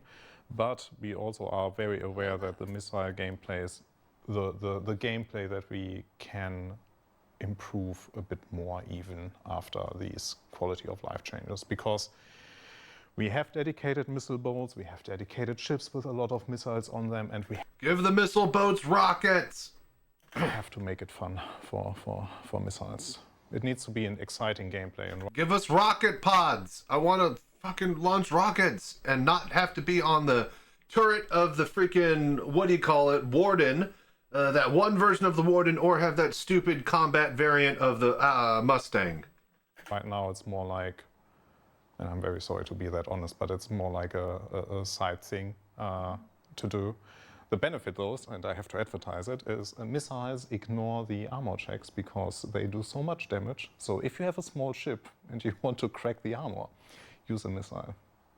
It seems like Just one use of the a more missile. difficult tasks, because if you have a ship with missiles, you want them to be amazing. You want them to be effective. You want them to be devastating, because they cost a lot to reload. CR is always on about you shouldn't be able to, replacing a missile or a giant S7 torpedo should cost you, a lot, just like it does in Little.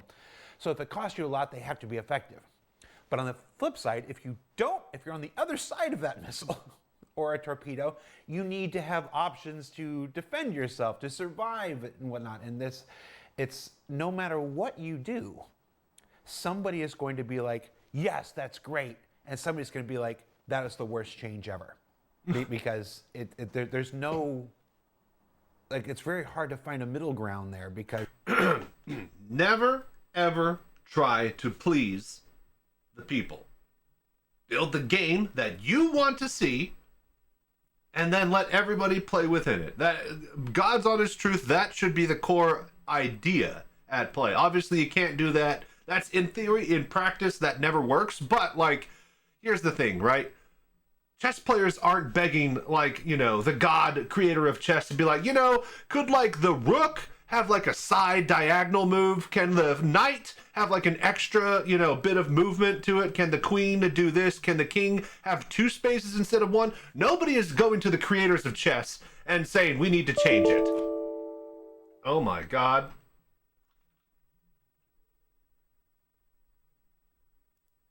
There's not enough disk space to continue recording.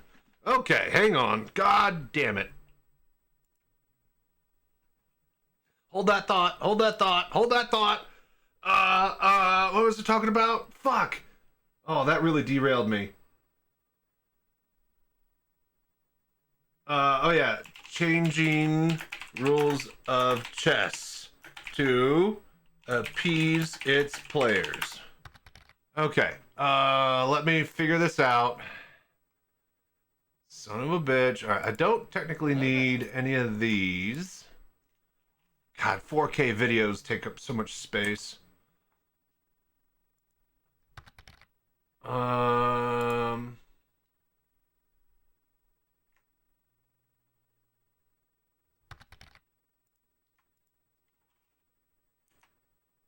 Get rid of those.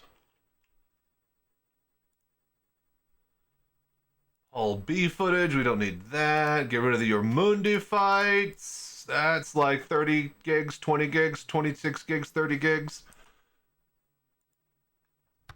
Okay, let's see. I don't even know what any of this is. It's probably ASD stuff, it looks like. It's just old and I'm not using it.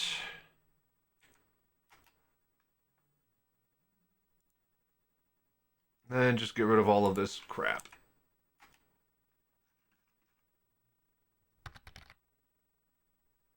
I need to eventually get a whole fucking, separate PC that's just networking, storage, and archiving, and then have a backup of that online. But that is not this day. if you get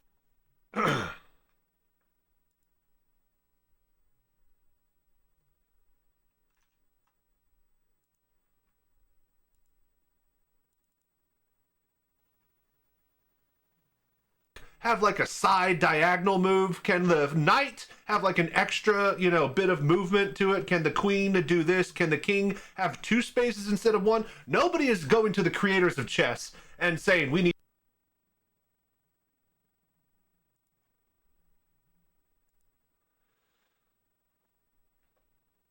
Okay, and we're back. Nobody is going to the creators of chess and saying, we need to change some things, right? The chess players play the game of chess. And if you are good at a game design, you make the game and the players play within the parameters of your game. Sorry, we ran out of hard drive space for just a bit there. I had to delete a bunch of crap and now we're back. But the whole point being is that, you know, the fact that they have this open game development and they're constantly taking criticism means that they can't just make the game and force players to play within its parameters. Halo comes out.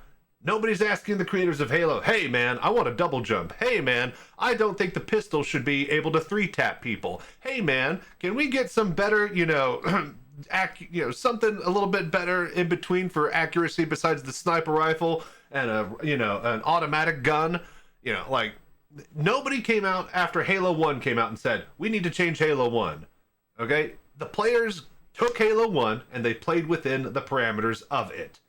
That's just basically what cannot happen with Star Citizen due to its open development cycle. So just throwing that out there. I've kind of thought about this in my head a little bit, so great opportunity to bring it up. It's very hard to find a middle ground there, because if you get killed by a missile, missiles are terrible. I should have had more. So what all this goes back to say, the missiles should be how the missiles are, and we as the players should deal and work around that. But because we the players have input on how missiles should be, there's this constant feedback loop of fuck. It's gonna, I'm gonna not like this. Oh, I'm gonna like that, and then the developers trying to appease everybody because they have to sell a new light fighter. So things to do. There are a couple questions in here. We've sort of hit all of them, so I'm not going to ask them. Where there's no lead pips on shooting down torpedoes and stuff. We wanted to make it easier to shoot down the torpedoes, but if you do that, then torpedoes become less effective. So this constant gids. See, exactly, is just.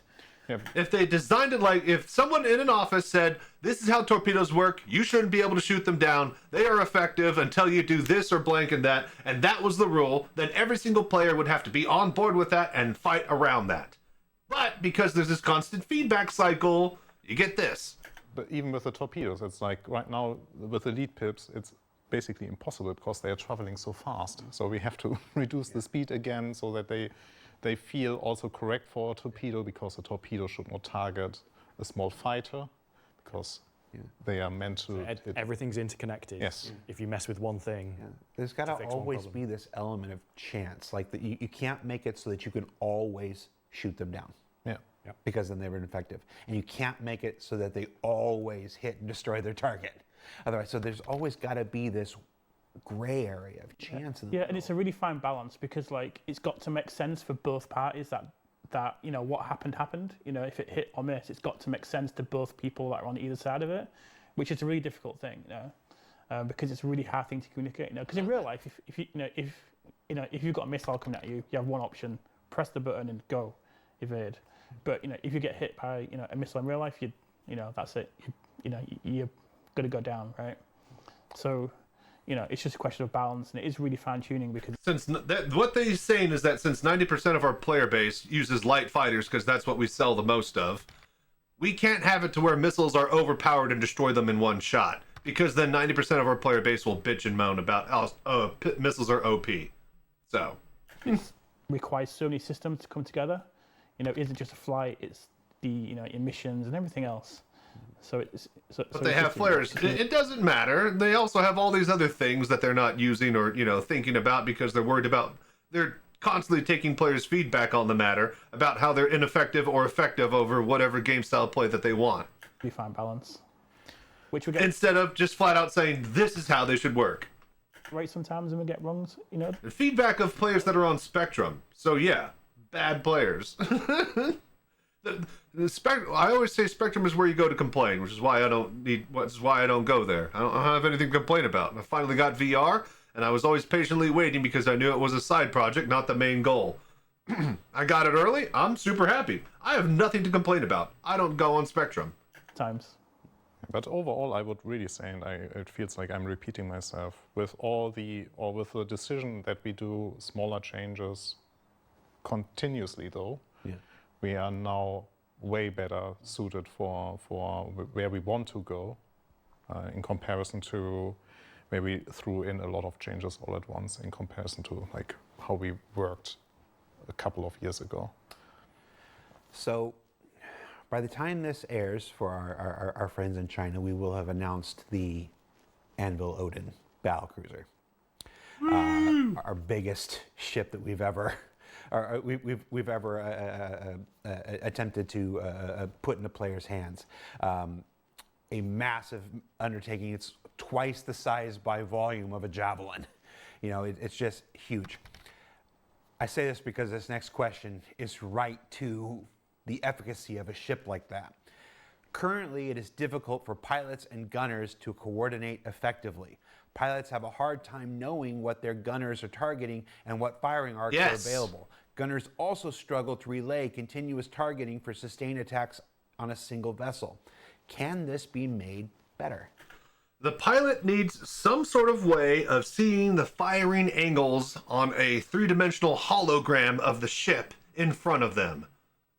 Or just use third-person camera, like, you know, F menu on the, like, you know, like, remote turret, except it's like remote drone that has these overlays of firing angles for the turrets. Not just that little tiny little ship, you know, mini HUD that has little tiny lines. We need way more detailed than that. And the pin mechanic is there, but is it though? So there are different endeavors we have around that. So there's different endeavors. You hear that, guys? Science ship is out early. 2 versions. We got separate variants for the Endeavor.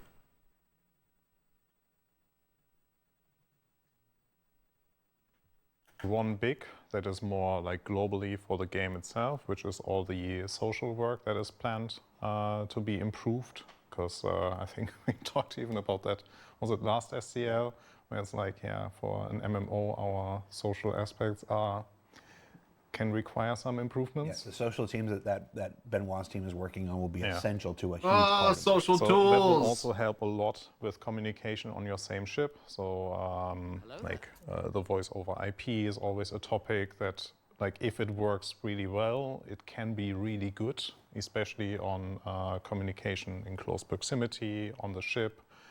So that should help. But there are also like issues that we are aware of, and they sadly didn't get prioritized yet. But because of all the content that we now have targeted to multi-crew purposes, multi-group purposes, like the sharing of markers and helping at least communicating where to aim at, these are definitely something that we have on the list. There's also like all the marker improvements that have been discussed at this point for 2 years. That we are still working on. Also, like, as with a lot of things. Ship comms would be nice when playing with the pug who was in voice chat with you. We were doing Siege of Orison that one time with a bunch of pickup group guys on stream. And I ended up leading like, a dozen or so guys straight all the way, halfway through the entire event with in-game comms. And then the in-game comms broke and nobody could talk to each other. And then we all had to scramble to, join a Discord all in one, it took like half an hour basically of doing this. 1, realizing the audio broke. 2, figuring out what to do. 3, getting everybody in one place and then continuing the event. So just a big, huge disruption of, gameplay and flow of the whole event. So yes, having this all in game would be great. Right? There's always a clash of priorities. There's always someone coming into the room and saying like, no, this is the highest priority now. So we have to shuffle things around a lot. But it doesn't mean it is forgotten. It is at this point just not today. Gone, but not forgotten. Tomorrow.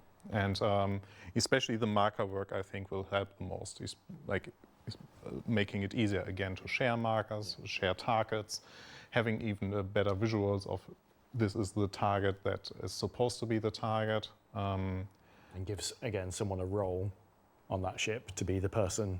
Yeah. Do this. Absolutely essential for these capital ships, the Idris, the Javelin stuff. We've seen these images of the map table and stuff. Having there be a role that is, all right, that's our new target. Being able to click it and the Gary Oldman Admiral role. Every single capital ship he has, he's right, has one of those gigantic hollow fleet view tables that they said you're definitely going to eventually use those. So Trust me.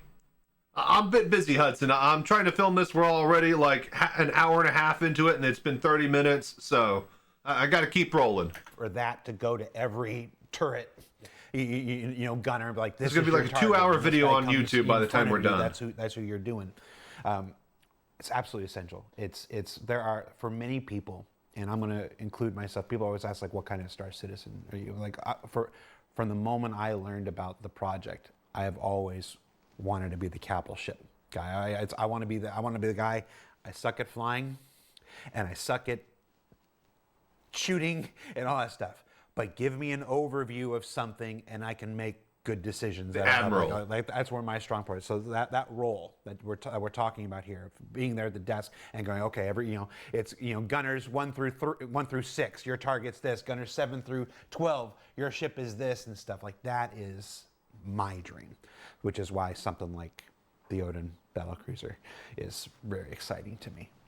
I just have to live long enough to. Yeah, especially for that, we even have like very, very clear long. Even he knows it's going to be a long time. I think we briefly mentioned it in our Road to 1.0 discussion from Rich Tyra, where it's in the Road 1.0 stuff. Yeah, so where we have this fleet management as an opportunity for you to do tactical decisions on your ship. Yeah, and the social tools and stuff. It also just takes forever trying to crew these things. Right now we've got the Idris out there, and everything, but finding enough people and getting your positions and stuff. Even on that, we have like some like improvements already in the works. That like what? The teleport.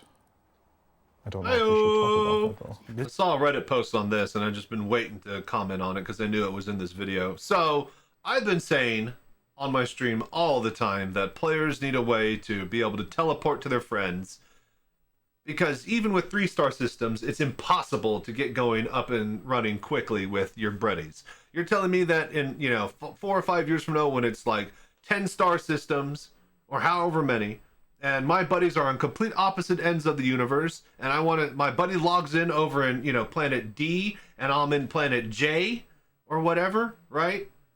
And then it takes 4 fucking hours just to get from one to the other? No, that game is a fucking no sale, dead on arrival. Nobody's going to play that MMO if it takes that long just to team up and party. There has to be a way for some sort of quick travel to get players and friends to just be able to team up and play. Whether it's Jaegering, NPC body avataring technology, instant teleporting into your crew member's ship without your, the gear and just a blank or something. Something needs to happen so that players can fucking play this game and not just ride around for 4 or 5 hours to get to where they need to play with their friends. I don't care about solo, any of that. When you log in with 6 to 8 friends and their time is limited on a weekend and they have one Saturday to do it, that couple of hours should be really special. It should not be spent flying to the next location to wait to be able to party.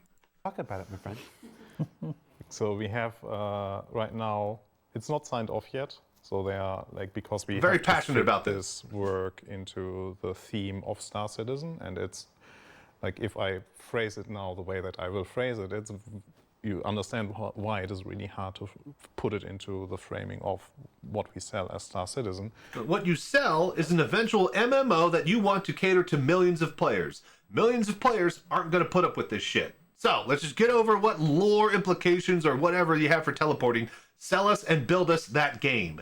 It's the teleport to party leader, where we want to allow players to, in certain situations, be able to quick travel to your party group or your party hangar, and then be able to go on a mission. So we want to reduce the time for you. You're passionate because you know what it is waiting of the Daymar Rally. 1,000 people to get to the start line across 6 servers takes 3 hours. Half of them don't even actually go when the start line goes because the servers break. One server is entirely hit by,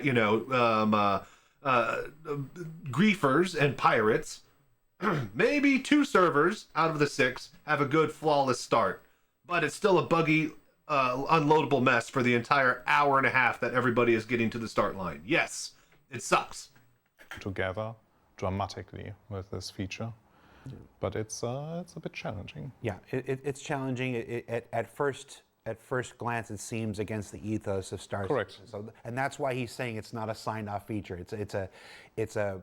You've heard me say it. We have the same conversations here that you guys have out there, just 3 months earlier, and probably just as contentious, to be honest. But we have to explore those things, even if we never do it, even if a teleport feature never comes into Star Citizen, and it may not. Guys, we still have to discuss it. Yeah.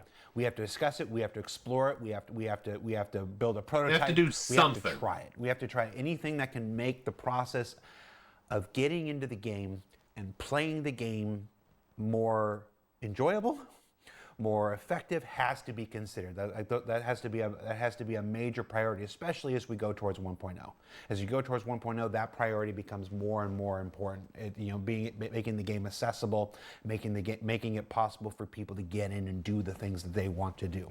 So there may be some things here and there that are like, well, that makes it less like a space sim. Good. But it makes it more like a fun game that more people Yes. can play. Oh So my God! I'm glad to actually hear it coming from Lots of someone's people mouth. complain about lots of things, but one of the common ones is just Look, man, I'm the VR citizen. I am #1 all about immersion. But at the end of the day, you have to stamp your foot down and say, I'm playing a game. There needs to be some sort of gameplay here.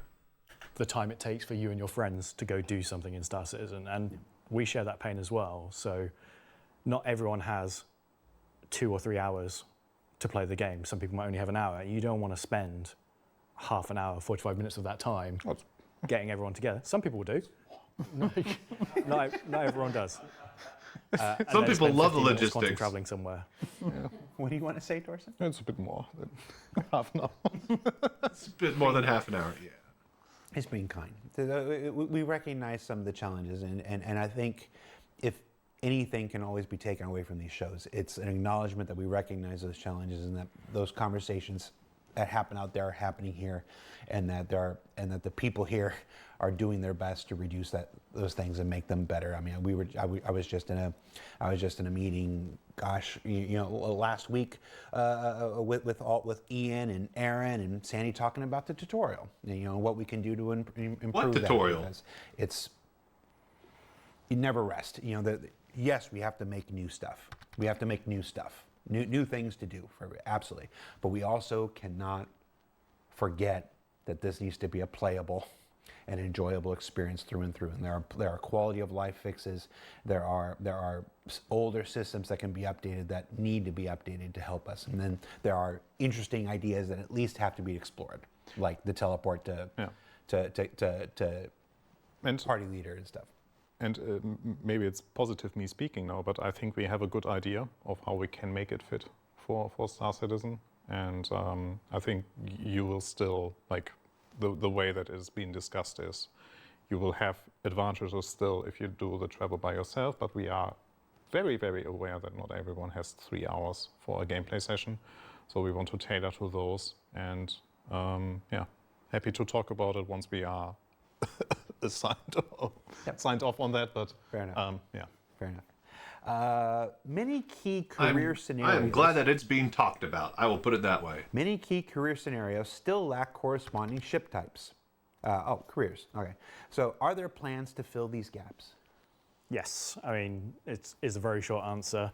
We've talked before about we have a huge matrix of size, class, manufacturers, and we want there to be options in every one. We don't want there to be a singular, like, if you want to do, let me check size and role, this is the only ship for that. We want there to be a pool of ships to pick from. So even though we have gaps in some areas. What would that be? Because it's not like a standard matrix, like an XML spreadsheet where you line up X and Y. It'd be like X and Y with like a bubble of ships. Is there a special type of graph that would be? I'm trying to think. Areas that we will fill, even ones that are filled, we will still expand it. So I don't know. I guess an Excel sheet with lists in them. No. Let's pick heavy salvage. That's the Reclaimer at the moment. The Reclaimer is not going to be the only ship ever that fits that category. If you don't like Aegis, what are you going to do? Do you want something maybe RSI or Argo? Drake? they do the same job. Drake but Heavy people are Salvage? very attached to that manufacturer aesthetic and lore. You gotta look cool. You got to look cool doing spaceship stuff. You gotta feel good about your spaceship. Like you have very polarizing fan bases for manufacturers, like a Drake ship and an Origin ship that are doing the same role.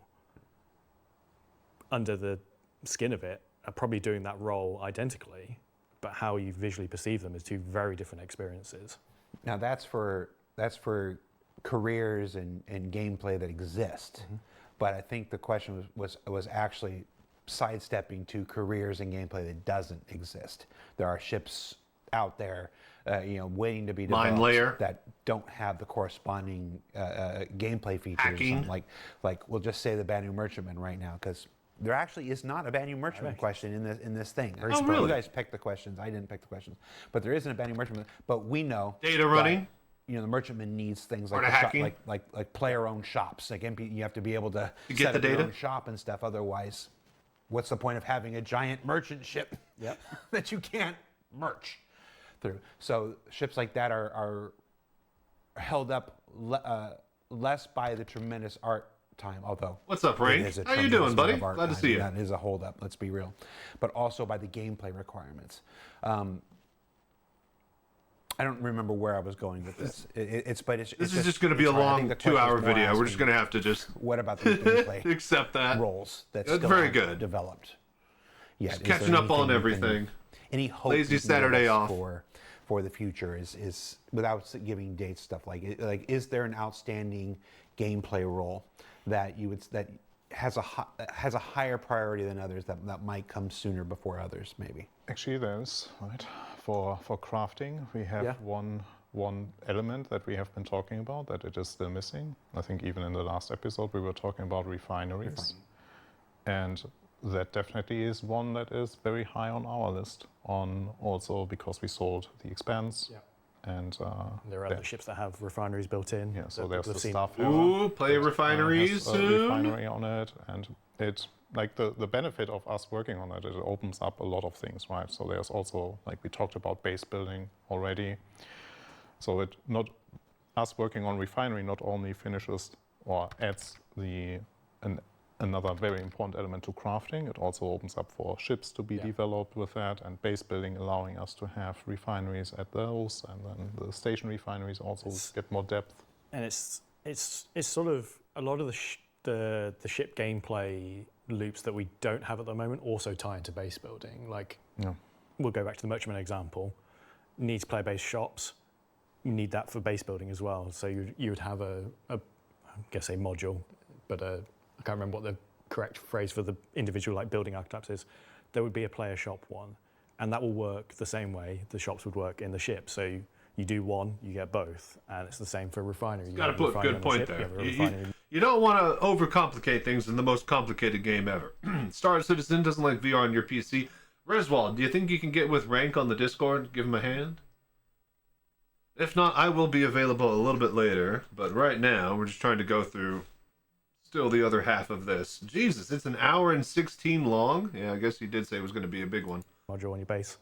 Ground extraction in a ship, ground extraction at your base. They sort of build from each other and adds like, maybe I don't want a ship to do this. Maybe I just want to have a base set up to do all these things. You're not forced one way or the other. You have multiple options. And especially with all these features, right? So refinery is definitely very high on top of our list of priorities that we work through. Like the shops is also like, because we see the interest also with crafting, that there's this high interest on allowing players to comfortably trade. The player trading is the resources. So that is also like quite high on our priority list. There are things that are now impacted by the feature work that we have been doing and what we observe in the community, where the urges are like higher or lower, and the benefit of us like being a bit agile in these situations, we can adjust some of our priorities. We still have like a plan for until 1.0, what we have to reach, but within that plan we can shuffle things around a bit at least, and priorities one thing over the other. But also like the repair gameplay now with all the engineering gameplay work and so on and so forth. Right now it is very exclusive to the hand tool. Now with 4.8 we have the in-hanger repair for the capital chips, so that's also like a small addition already. So we now have that for as a gameplay feature for ships. This is Monday. We're testing repairing, rearming, reloading inside of the Hello there. the Iron Chad. Yeah, isn't that what the big PTU for Monday is going to be? Yeah. But there's also the dedicated repair ships. I personally try to avoid as good as possible, and John and Rich can confirm in the vehicle leadership meetings. I try to avoid that because like we have some plans and I really would like to invest some time into that. But right now it's like with all the, like I really would like to finish the crafting stuff first before we tackle into that. But that is me saying that. That doesn't mean that like at some point someone says, no, we now need a repair ship and then I have to shuffle things around. Torsten always tries to avoid all the repair questions I give him, but if we talk science module for the Endeavour and research. I still... Hey, Endeavor question. The Endeavor came up. What do you know?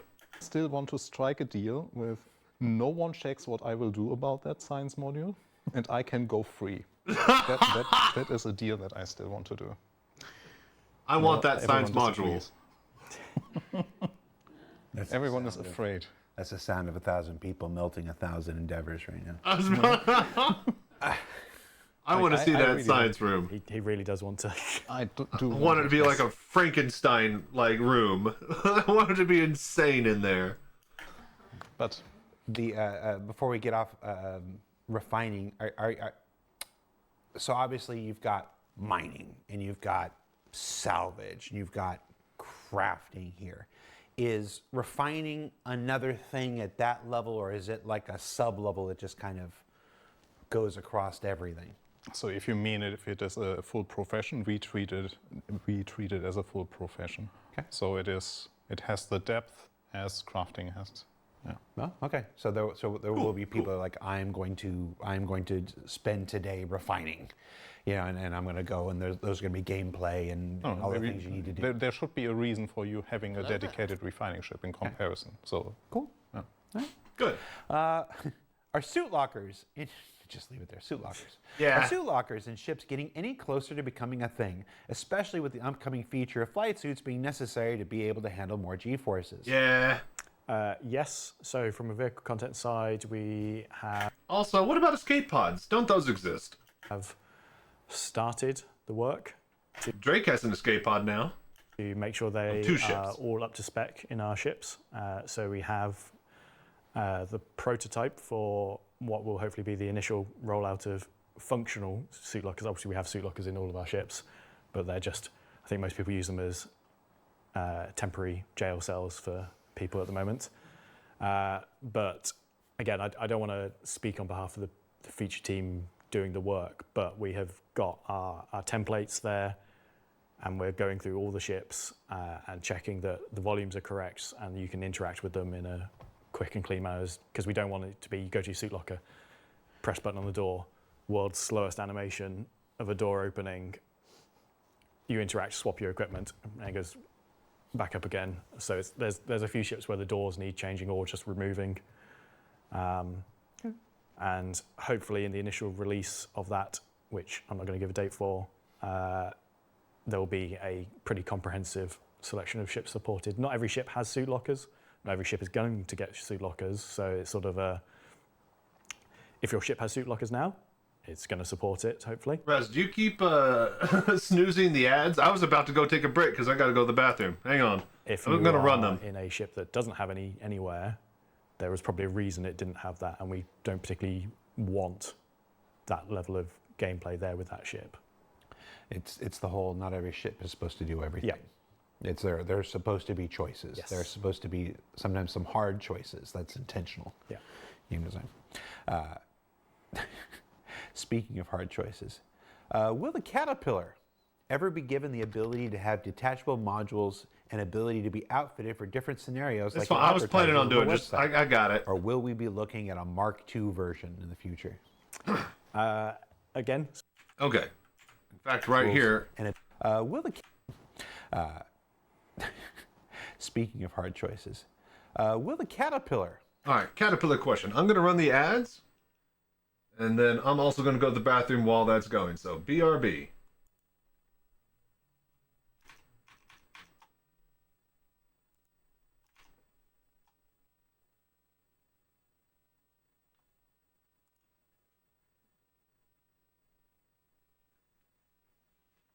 Get my phone.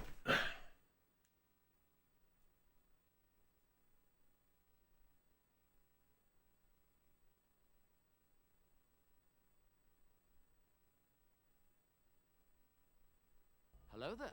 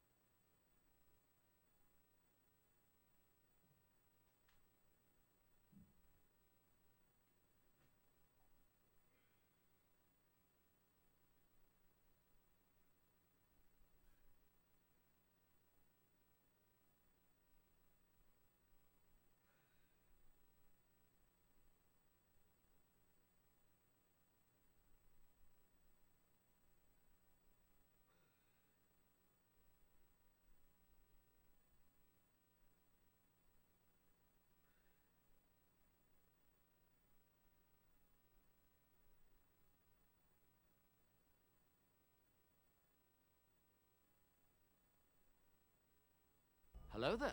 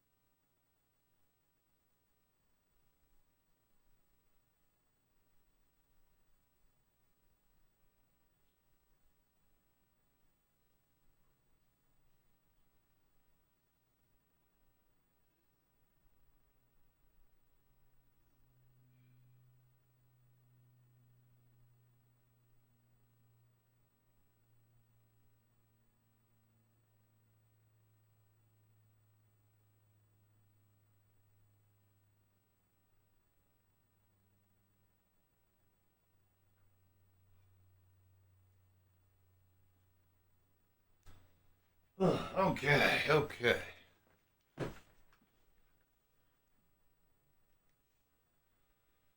All right, ad break's over. Good, good.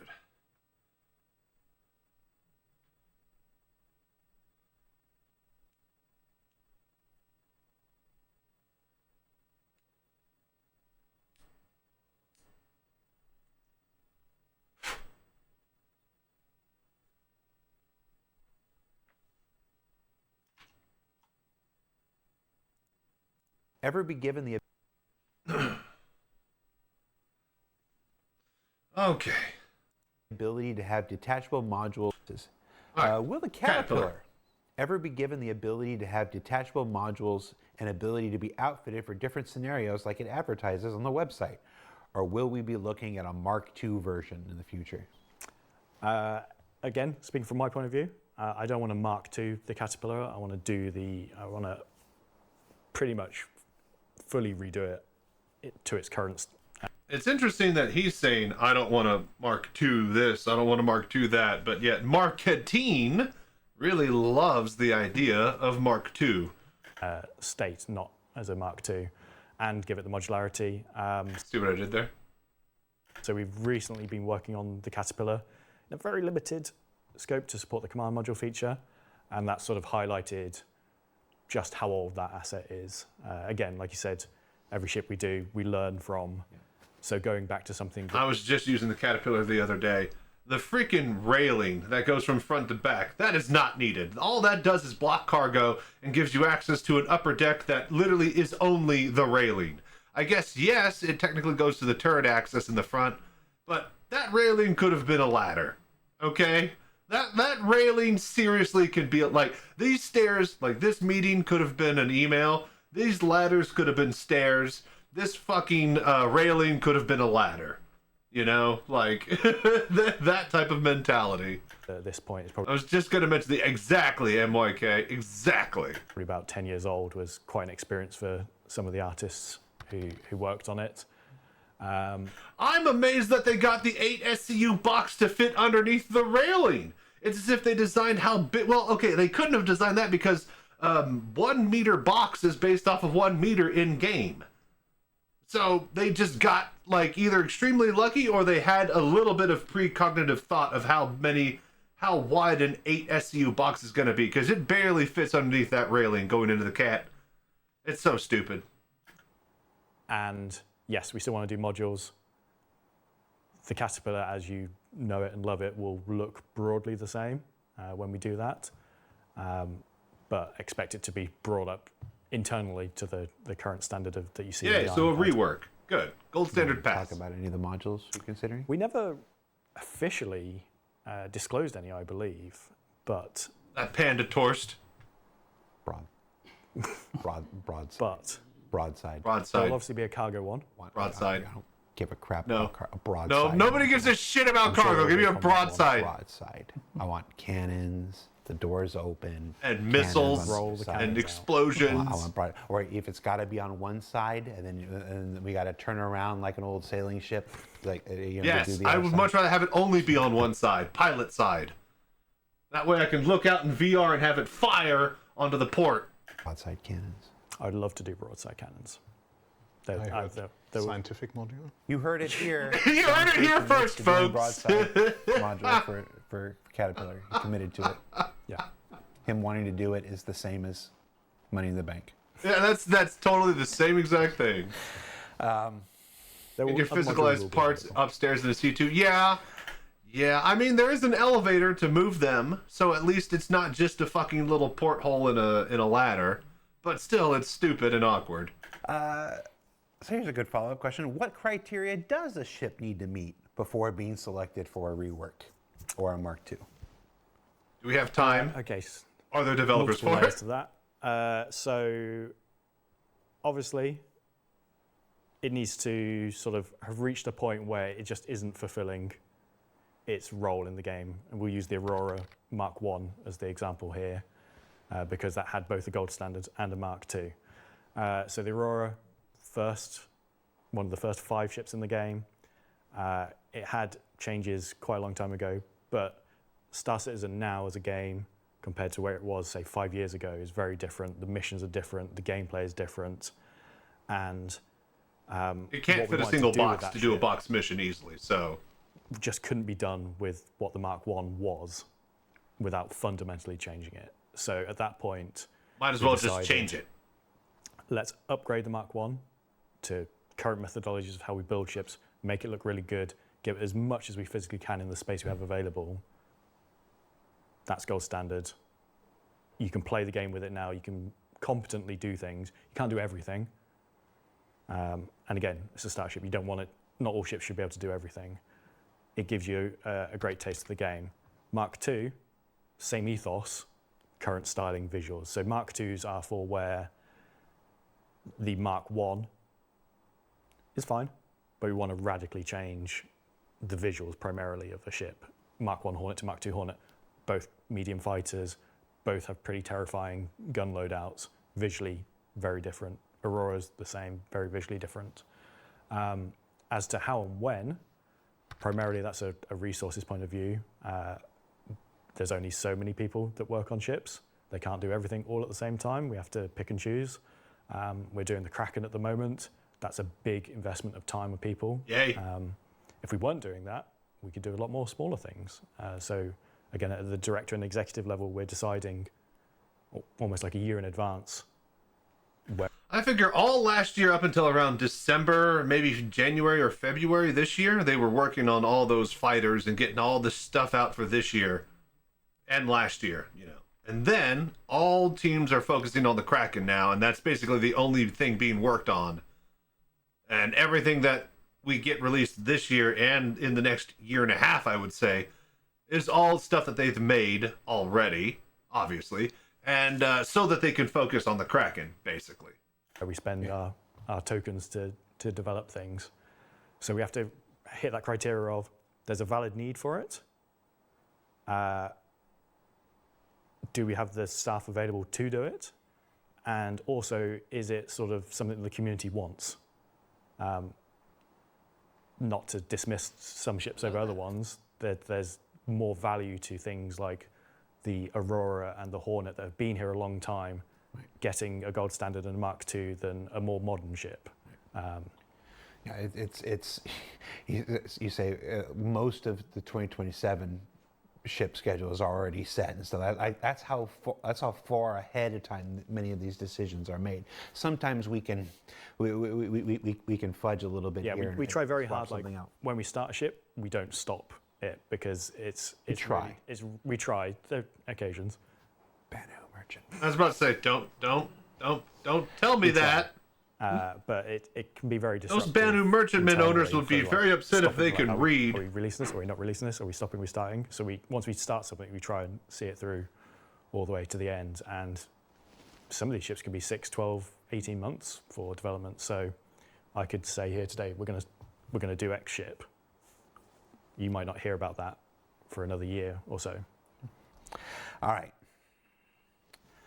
Please improve gamepad support for Star Citizen. Hey, there you go, Reswold. PlayStation controller key bindings are completely non-functional, and Xbox controller key bindings and curve settings also have significant problems. The controller configuration and overall gamepad compatibility needs to be completely reworked. Did you write this question? Now, this is one of those things. I remember we did the holiday live stream, not that one. A different one in 2015. Everybody has their bad holiday that they don't want to remember. On a gamepad. CIG does. Star Citizen. Star Wars does. I play Baldur's Gate 3. Now I play it on PC. I still prefer to play it on a gamepad, even when I'm playing on PC. It's for some people it is just. I still haven't checked out Baldur's Gate on a controller. What, if anything, are we doing to support gamepad? So. Again, for Squadron, because like you say, tons of people play PC games with controllers, and I do it myself personally, is that I connect my DualShock controllers up to my PC so I can play it, and then when I go to my PS5, I'm not having to muscle memory relearn everything. So there's been a lot of work on the Squadron side to improve that will come back to Star Citizen. Again, it's not just oh, why doesn't someone just copy the file from here to here and make it work?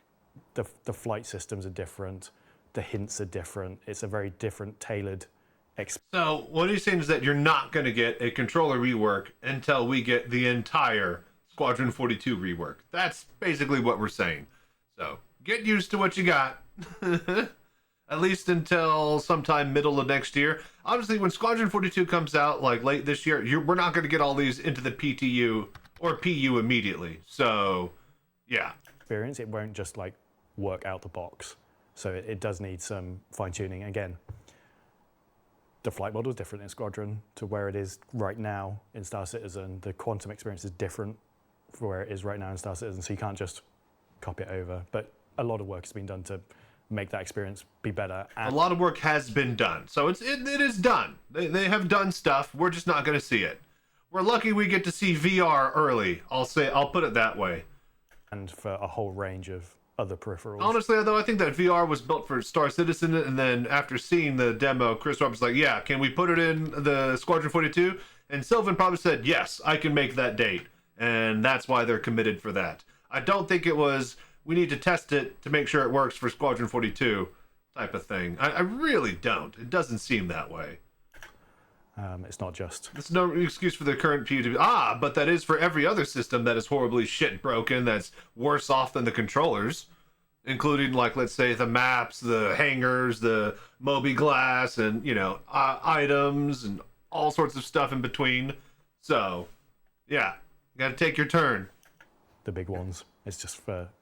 If you can say one thing, is like Star Citizen is very supportive on all the different peripherals that exist. Yes. Yeah. I think as long as, I mean, Chris is a champion, of course, but I really, it's Benoit.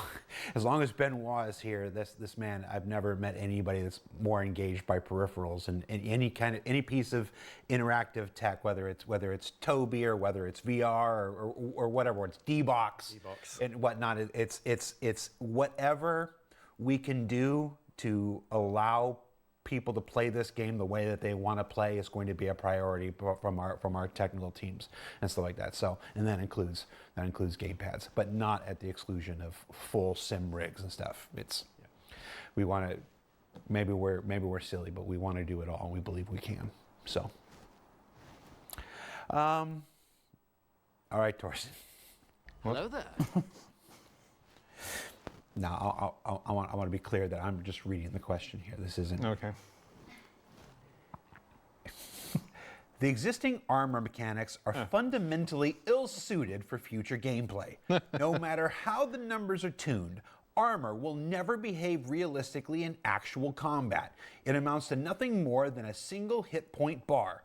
Armor should be diversified, for example, providing immunity against ballistic weapons size 4 and below, while energy weapons size 2 and above could deal heavy damage to armor. Thank you for listening to my ideas. No, he didn't say that. That.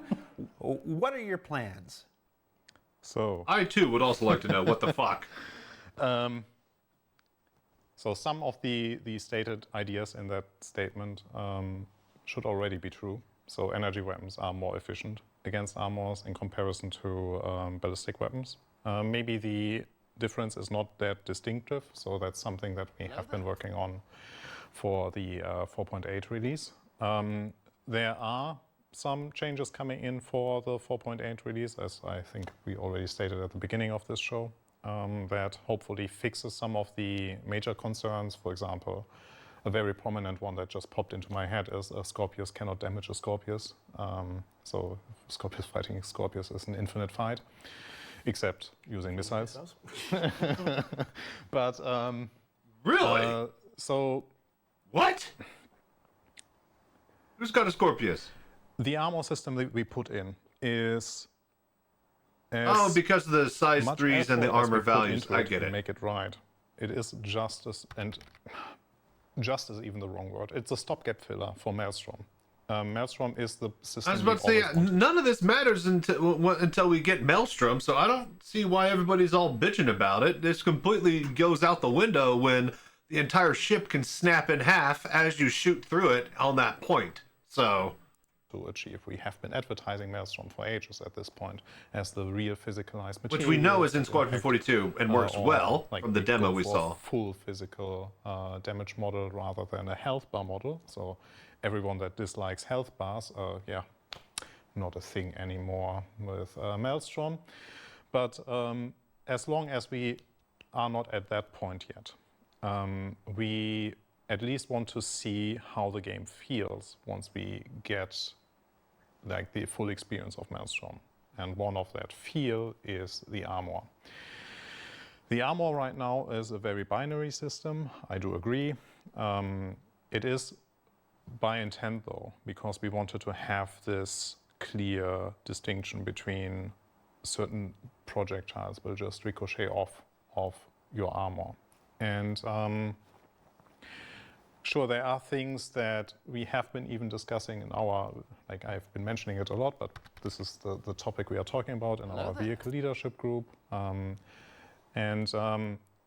As with all the other things, we don't want to overdo with changes, right? So for 4.8, we want to iterate over what we got.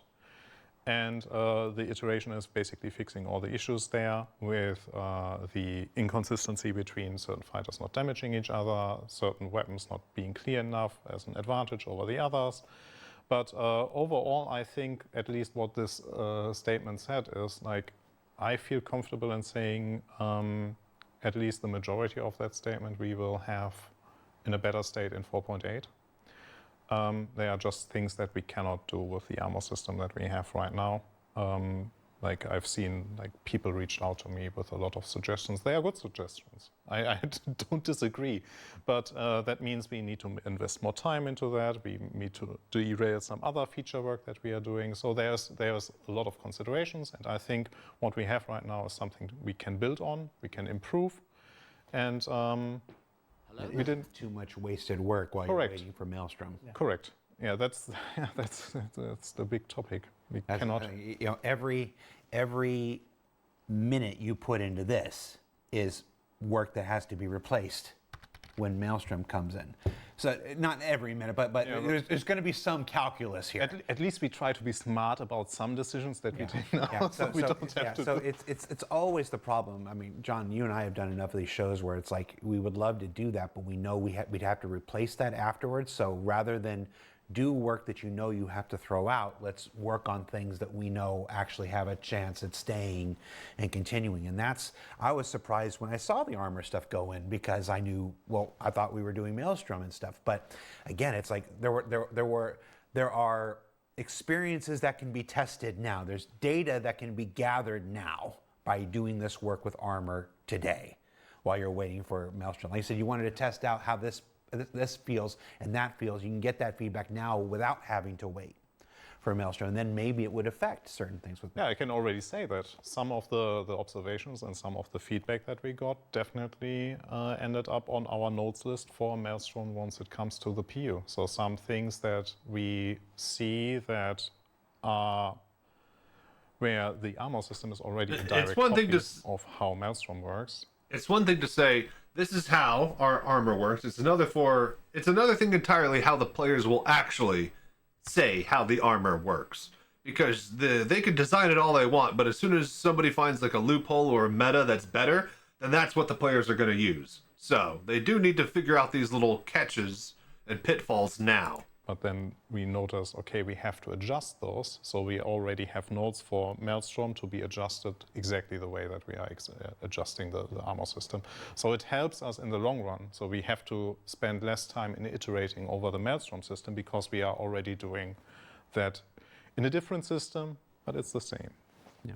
And for those who might take this like, well, if that's how it was, then this must not mean very good for Squadron. Again, single player, curated experience, massively multiplayer online, space game. The distinctions are night and day. It can work wonderfully for the curated experience that we're building there, and just not here, which is where all the additional work comes from. Kind of sounds like the now that ships in PDCs, Squadron 42 are going to point handle and defense, they're fly point and defense shoot turrets, and differently try to than their call them counterparts PDTs, but it's hard in to Star really find Citizen. something. Now that PDTs with automated combat functionality have been implemented, will the auto turret drones deployed by something like the Aegis Nautilus work in similar fashion? So drones are a big topic for us. And Really? that is base building. So Oh, base building. I think we talked about that in Citizencon. Where did we show? A little bit. Yeah. So no, drones are a key or an essential part for base building. And the moment that we have that tech, that opens up all the opportunities for, again, right? So many ships. So many ships. So it's basically, again, like from crafting, base building, into drones, into opening up for all the features that we have ships with. Yeah, So- and for that very specific Nautilus turret mine example, yes, you would have the drone side of it, but also the turret on it would function how PDTs work, but there's also things we want to do to PDTs between now and then to make them better. At the moment, they're very binary. Hang on, he said something. They're powered, they do whatever. So Nautilus drone mines. So not explosive mines, but drone mines. Okay, cool. So now they've actually defined the role of the Nautilus mine layer as a drone turret layer. Very good. I'm a lot more happier now because mines in space are stupid. We want to give you the control of like, maybe don't auto-engage immediately. Maybe wait for me to have confirmation. Only target select things. Ignore this. Like, don't target fighters. Don't waste your ammo on fighters. Only go for torpedoes or change. Internally, they have a fixed threat order of like, do torpedoes first, then do missiles, then do ships, then do other things. And maybe you don't want that order. Maybe you want to have ships first and you don't want to have them, like we want to give players that control. And when you have that on your PDTs and then on a drone, and then in the Nautilus, then it's a much more compelling experience. The minute you give me the ability to set my target priorities for my PDTs, I'm just taking something with like 15 some odd PDTs, like theaters or whatever, and I'm setting it only for people, and I'm flying over Jumptown, and just being like, bye. I'm just gonna fly upside down, right over Jumptown. Just be like, no, of course I'm not taking my Idris upside down, but you get the idea. 890 jump has a lot of PDTs in it, doesn't it? Kraken full of MDTs. Oh yeah, Kraken with the MDTs, with the MDCs on top, or yeah. What about that? That's Rich, anybody, ground vehicles. Like honestly, my I guess favorite this is the subject. question. Just ground vehicles. We talk about ground vehicles almost as long as we've talked about the next version of the flight model. Yeah. Like, So the two things are connected. So we wanted to complete what we think is the new flight experience first before we moved our resources onto the ground vehicles. But also, how about roads at all in any way, shape, or form instead of just literally everything being outdoor cross rally racing in every way, shape? Like even if you go into the fucking city in New Babbage, there's no roads there. It's all just snow in between the buildings. There's no roads. It's ridiculous. well, it was like 3 years ago now. We did do a There's no foot traffic at all.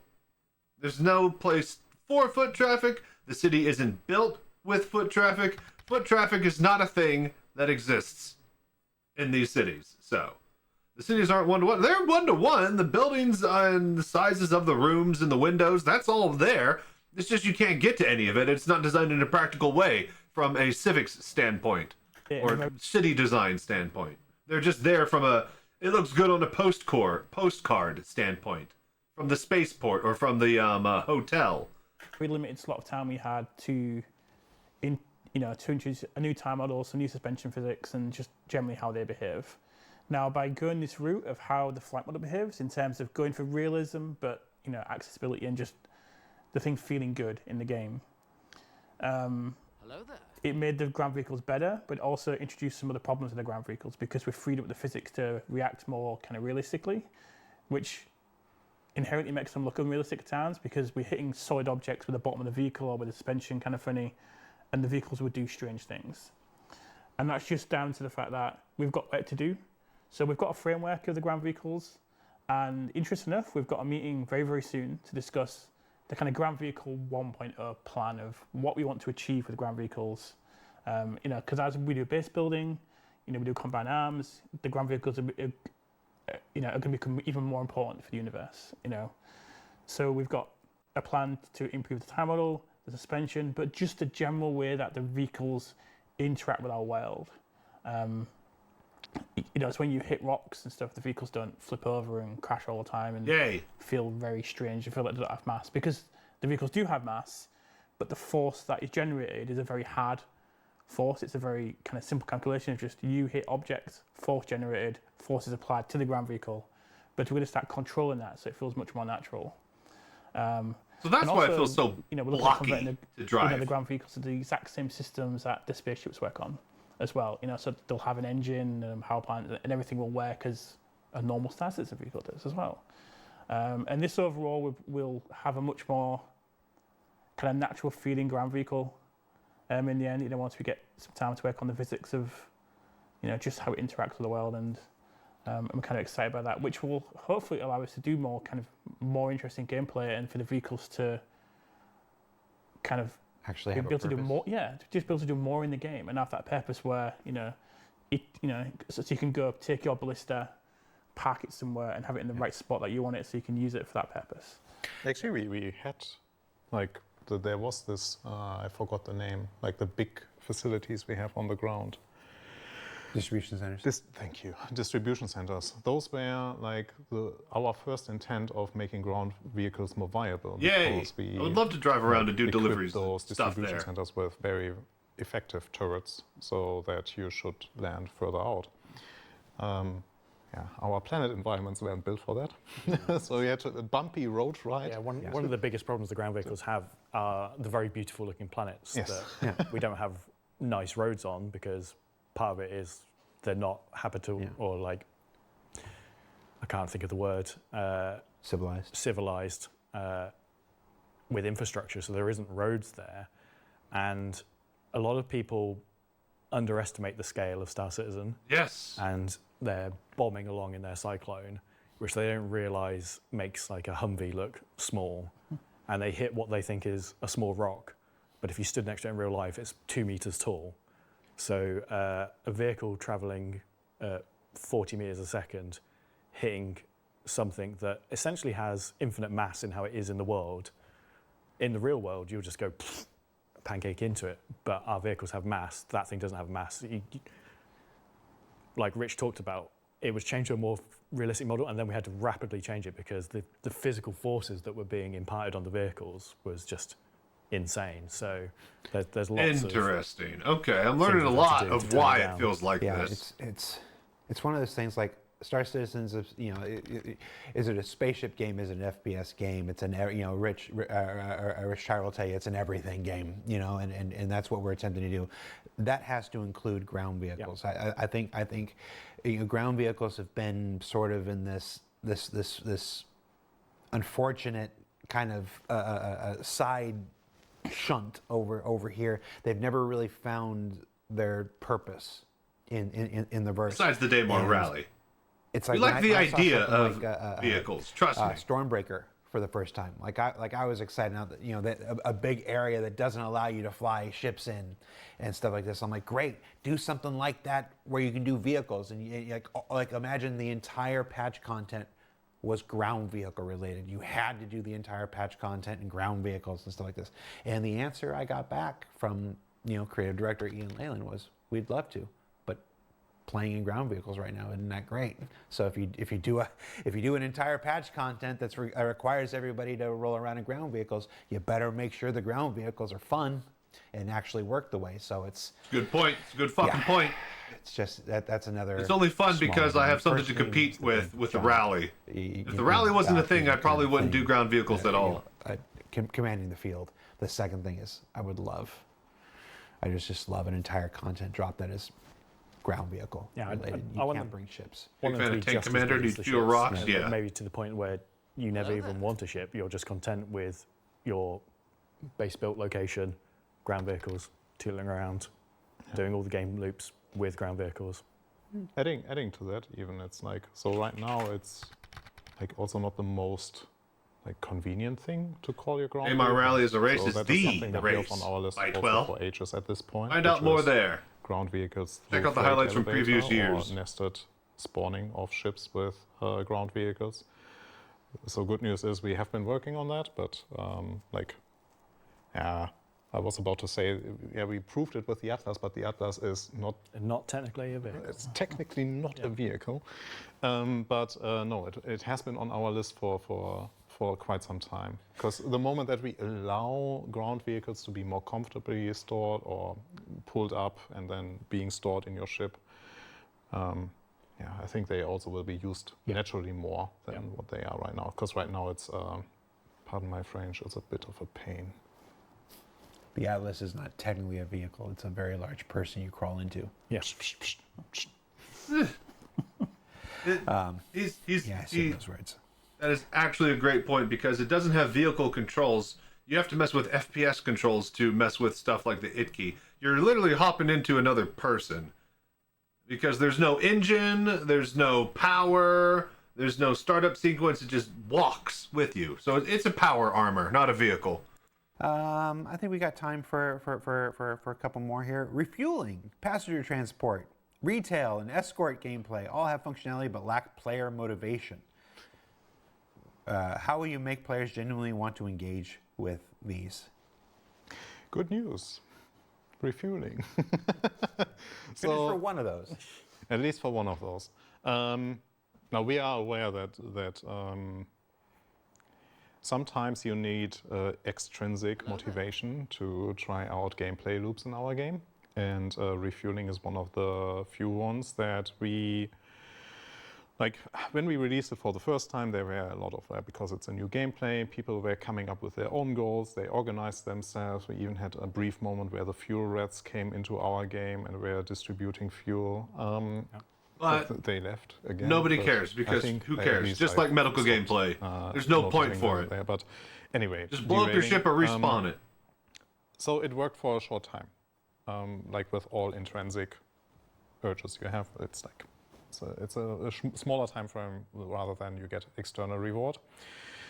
And for the next patch, there is finally some external rewards for that because we will introduce refueling missions. So that will be all the owners of starfarers and other refueling ships will be allowed to refuel stranded NPCs. So if I'm really interested an in that. NPC We might actually pick up ran a out of Starfarer fuel, and check it they out. will pop up a mission, and you in your Starfarer or fuel-giving ship will be able to head over there. Or and refuel fuel-giving them. ship. So there is suddenly a purpose on You and your Starfarer or fuel-giving ship, Or other ships. other fuel-giving ship Yeah, that might have seen a sneak peek of in the weekly newsletter last week or the week after. Well, it depends on when you're watching this. I think this episode doesn't air for the full community until the 14th or something. Well, we have the Starfarer Gemini. I just don't want to say the Gemini.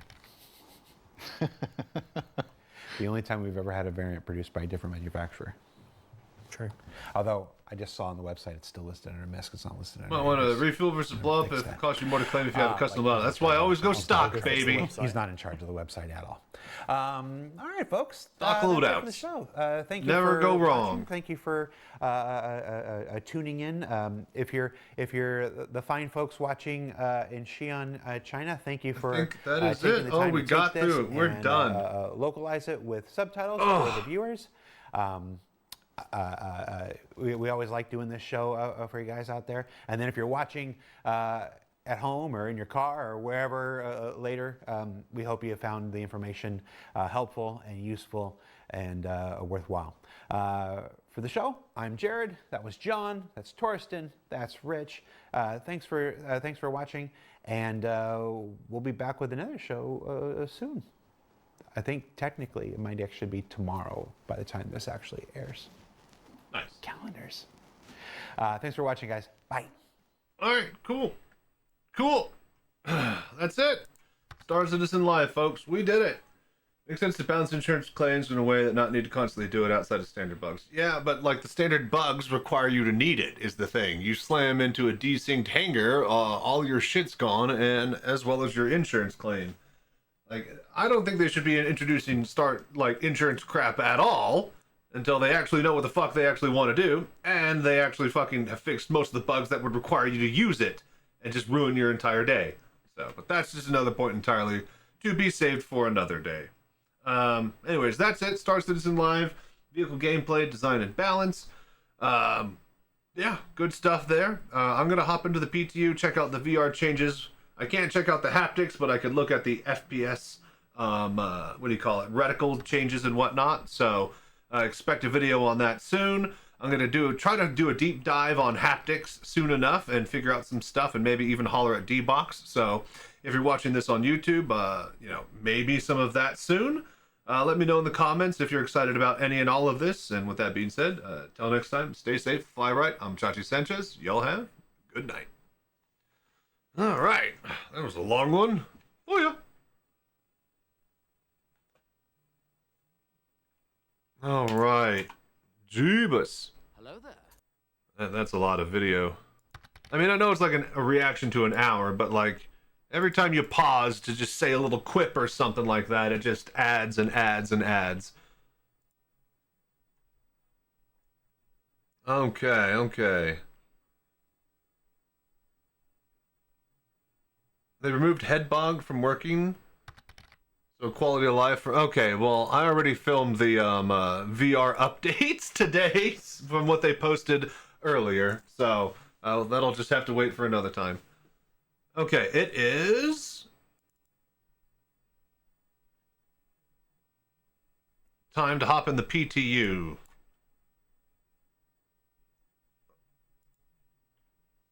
Alright, we're going to check out... what do you call it?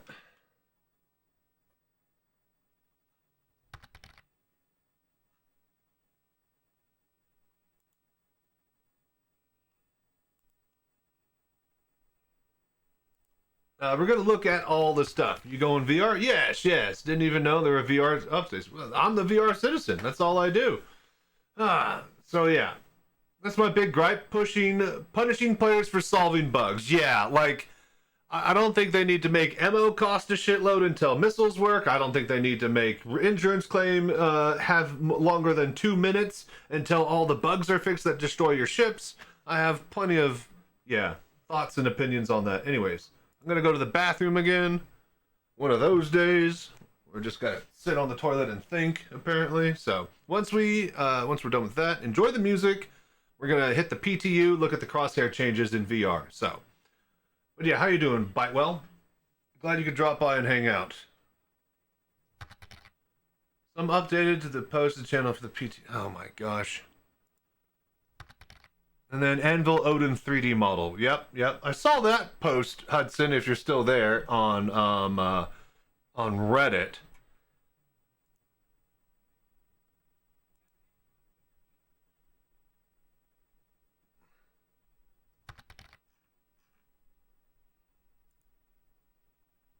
Reply to Bitewell.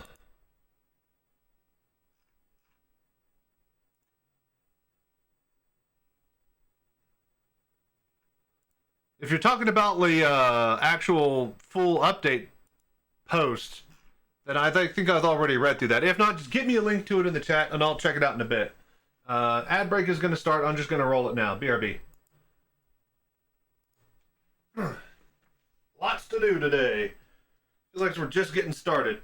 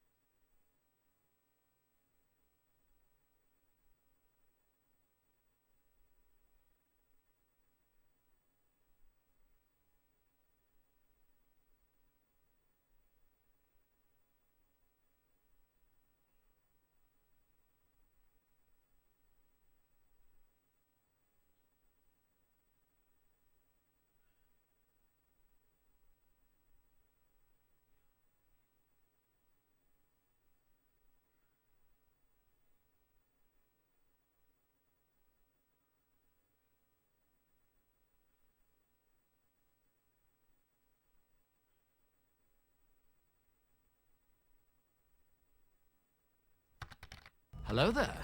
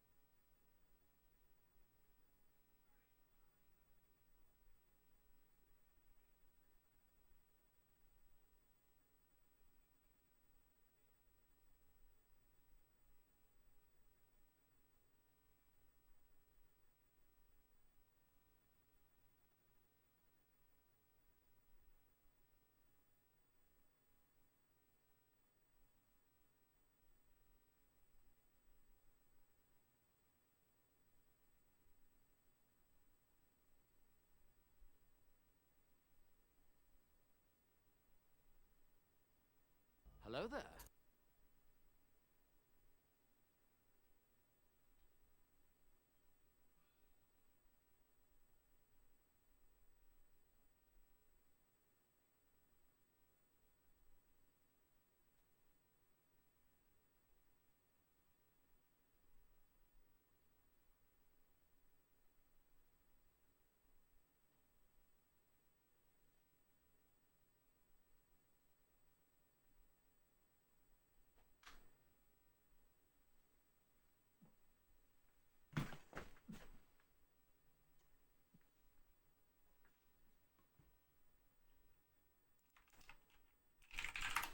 Are you ready to get down, get funky Be right with back. us? Let me get some He water. better be. That's what we pay him for, right, Slurms? Right! In fact, Slurms has to party all night, every night, or he's fired. Rock on! Hello there.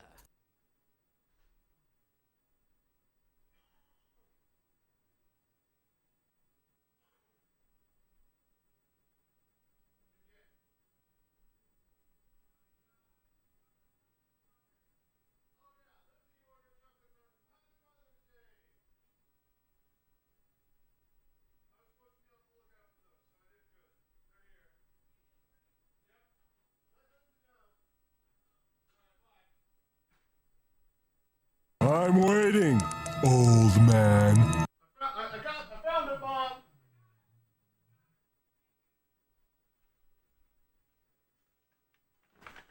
Mom. Waiting. Okay.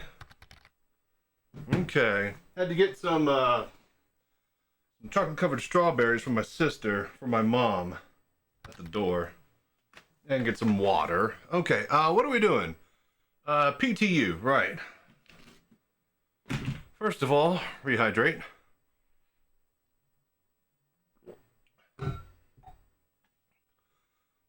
Alright, second of all, alright, Sylvan does not have any contacts for Bolt. So let's just holler at Bolt through Spectrum then. Oh, Jarsky, hey, Voodoo Man, I'm now also a VR Pimax OLED and Joy of SE. Hell yeah, dude. Did you be sure to use my referral links? Get as much discounts as possible? If not, I could retroactively apply them so you get some money back saved. If so, thank you so much for your support. And dude, how is VR? How is high quality VR, man? The OLED? Oh, very good stuff.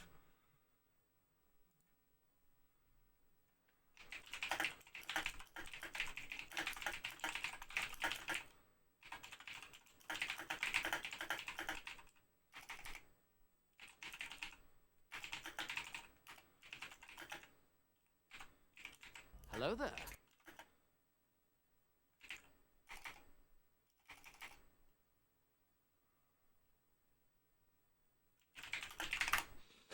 Oh, but yeah, congrats, buddy. How are you enjoying it, Jarsky?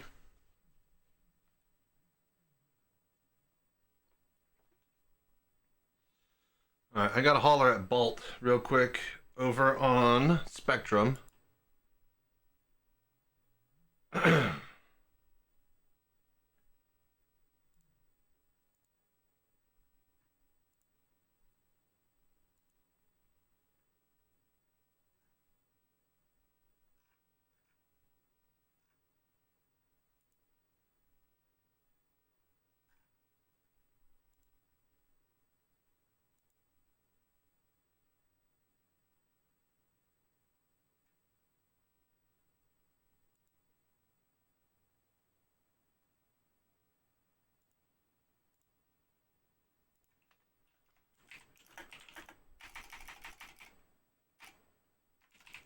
Hello there.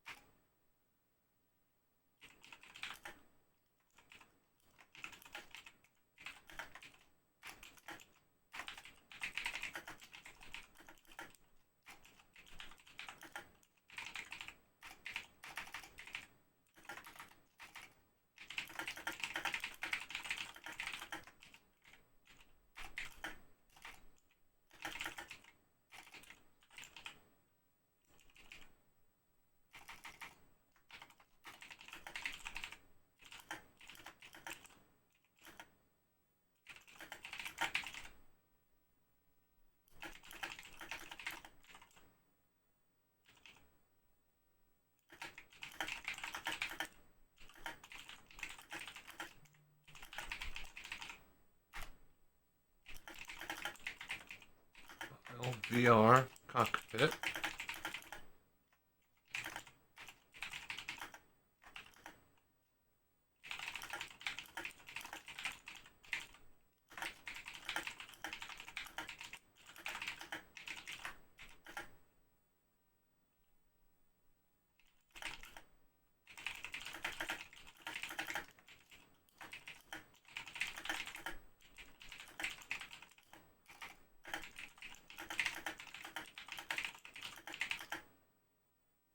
Or was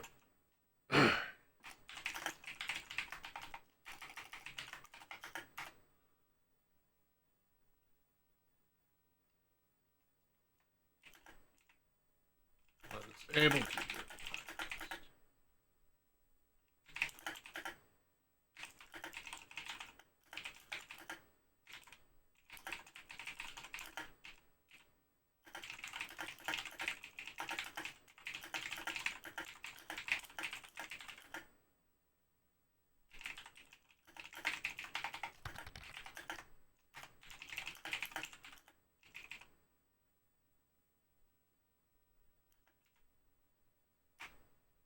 Thanks for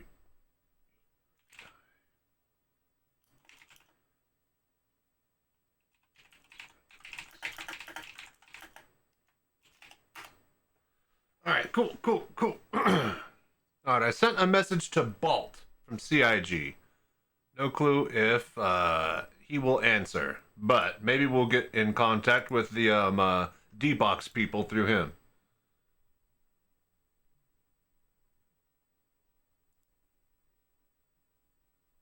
Okay, now.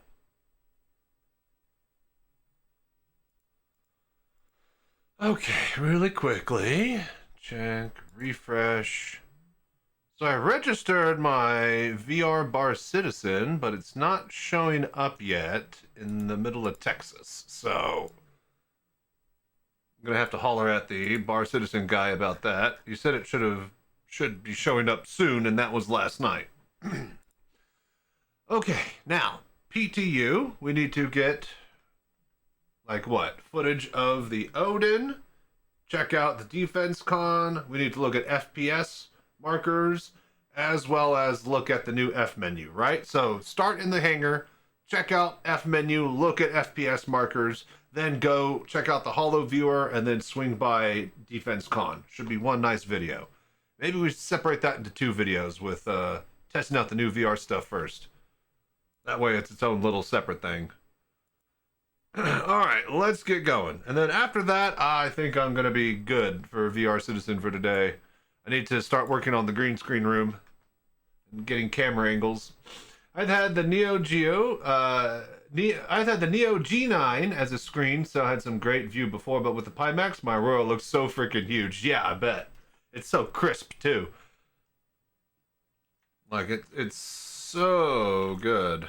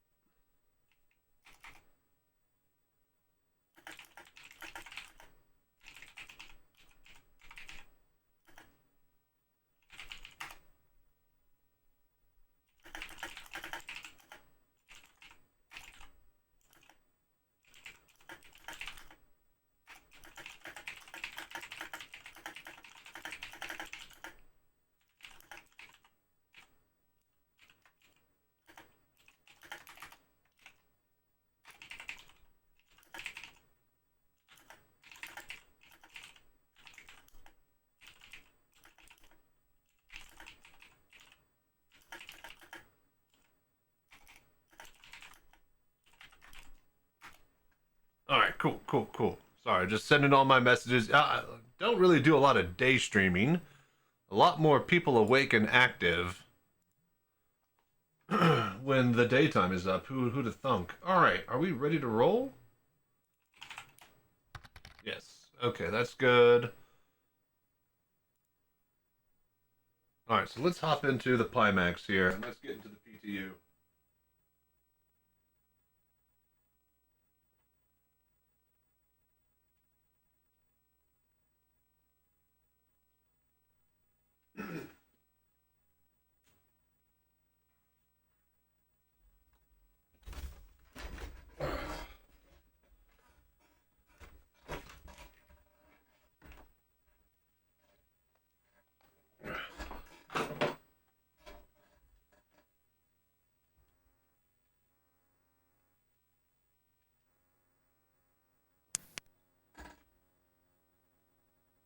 Okay, let's see here.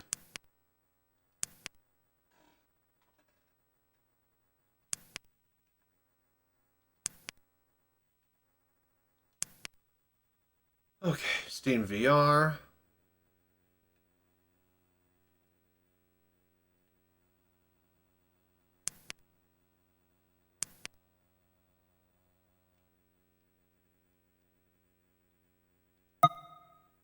All right.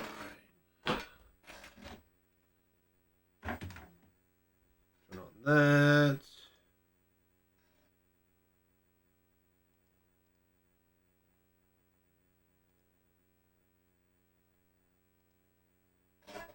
All right, how are we looking? Oh, Jesus. I almost dropped you, chat. All right, we good? Somebody type something. All right, I got chat rolling there. Yeah? Yeah. Okay. That. All right, start recording. Don't forget this time. Let's get in the PTU.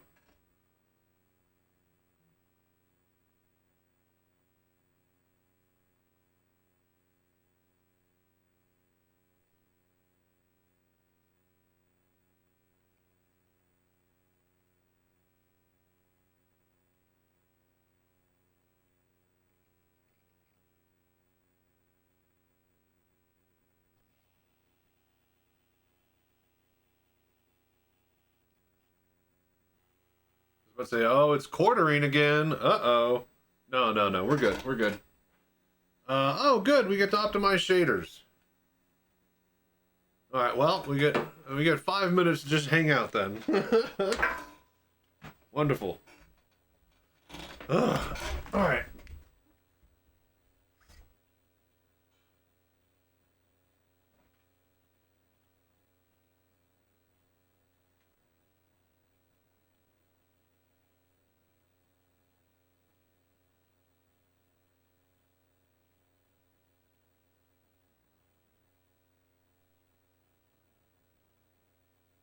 Okay. All right. So let's see here. We are. Whoa! Shader's done optimizing. Whoa! What? Did it finally? Is it finally fixed? OMG! I gotta try again. Go to medium.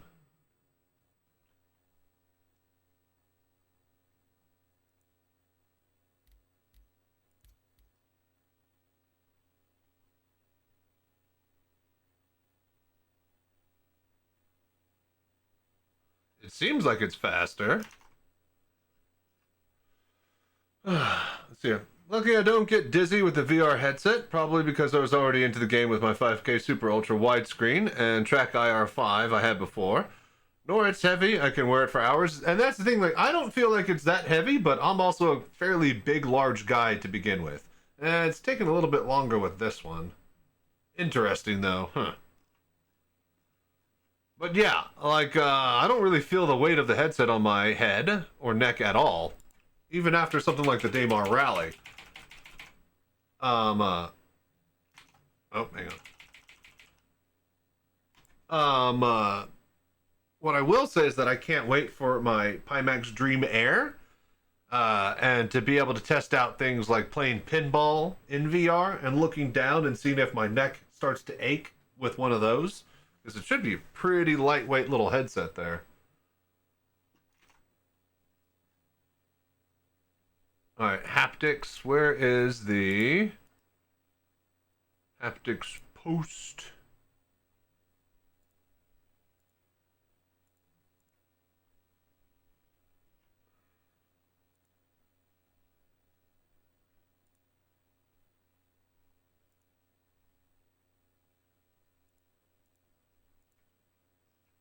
VR equipment questions.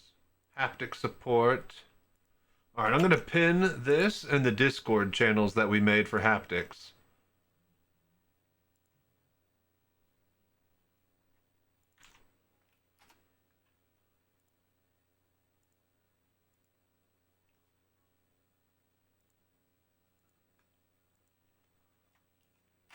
Haptic players, rejoice! Yall.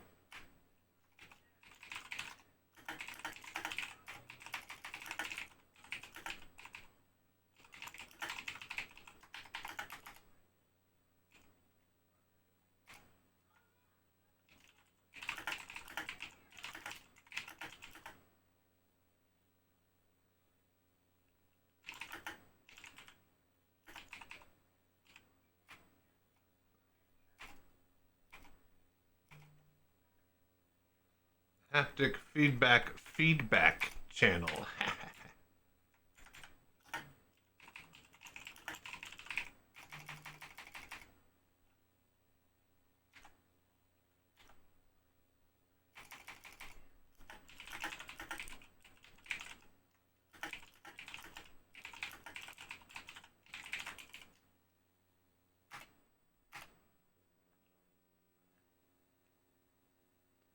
Alright, cool. Let's say Nor. It's light to me and I instantly don't feel I wear it. Yeah. It's one of the better things to have as far as, you know, a good headset goes. Alright, let's just swap it back to Ultra. And then let's get in there.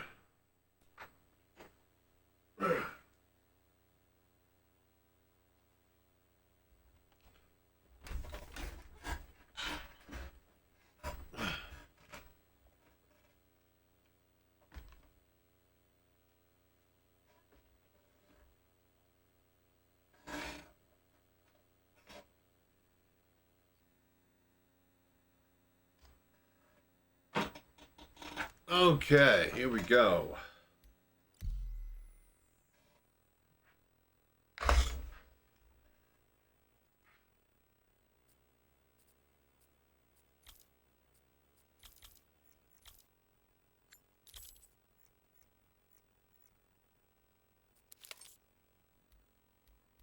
Skip tutorial.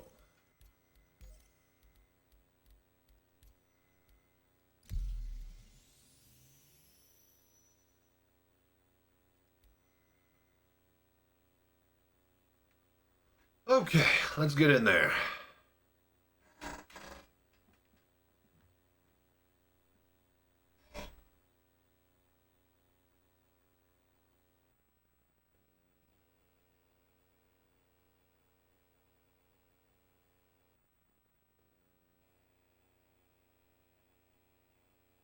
Hello there.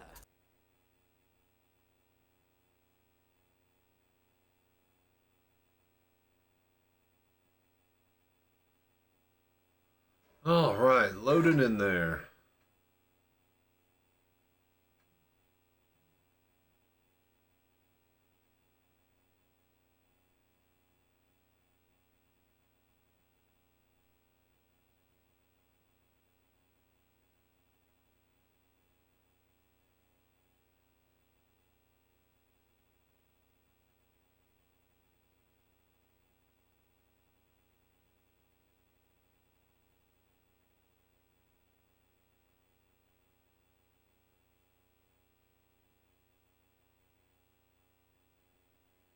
Oh, I like money. Oh, dude. I like money, though. Oh my! I like Digi money. with the Can't 5 believe you gift like subs. money, too. Dude, thank you so much for all the support, man. Dude, that's incredible. We got Bitewell, Rocha, Carico, OS Human Fu, and Archangel, Shadowhand, and Redstone Steel. Guys, enjoy the subs. Thank you so much for the voodoo that you do. Loading screen shortener. There you go. Let's say, there you go, Bitewell. You get access to the sweet emotes and VR headsets now. Congrats. All right, are we filming? Yes. Recording? Yes. Yes.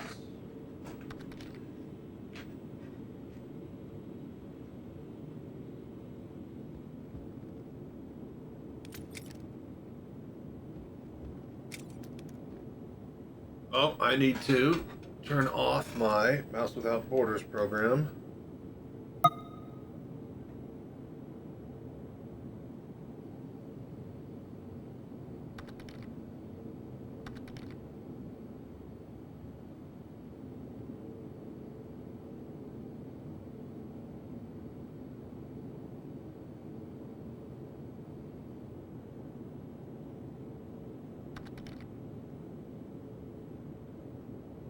I see VR runs pretty well on your computer using virtual desktop. Probably need some time to spend optimal. Yeah, there's always tweaks to be had when it comes with VR.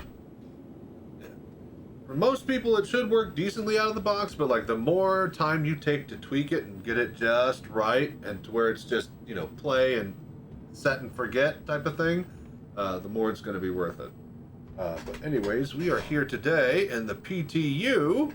And we are checking out all the new VR updates that I just listed in the video beforehand.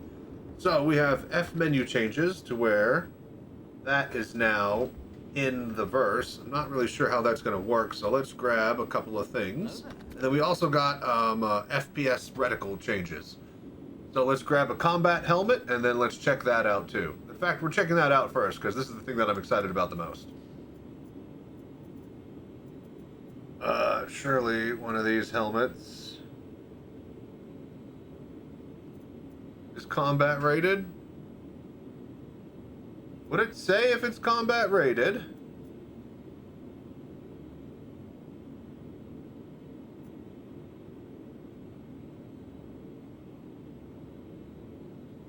Omni-Roll Combat Series Armor. EVA rated suits. Yeah, that's gotta be it, right? Surely that works. Okay, pretty much anything not the starting helmet, but like all I have is access to like the teddy bear helmet and like this alien helmet and the helmet with the eyeball. So surely those aren't combat helmets, right? Either way, we need a gun.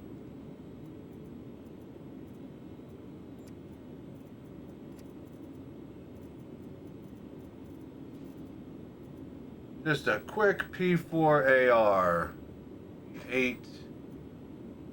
P4. There we go. Boom. All right. So, should have combat helmet on.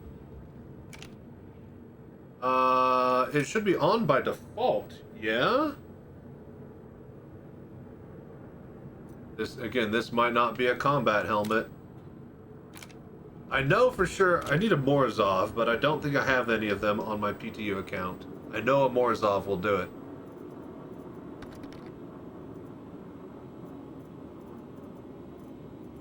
Yeah, you say grab a heavy, but like this is what I got, man. Like what I got is what they gave me, not what I should have. Oh, wait a minute. Riptide Overlord. There you go. That should definitely have it. Yeah, and all of them are flare helmets that are never heavy armor because CIG doesn't want to give you heavy. You always get like a light or a medium bullshit. Alright, let's see here. Heavy armor. Okay. And I'm not really seeing a reticle here.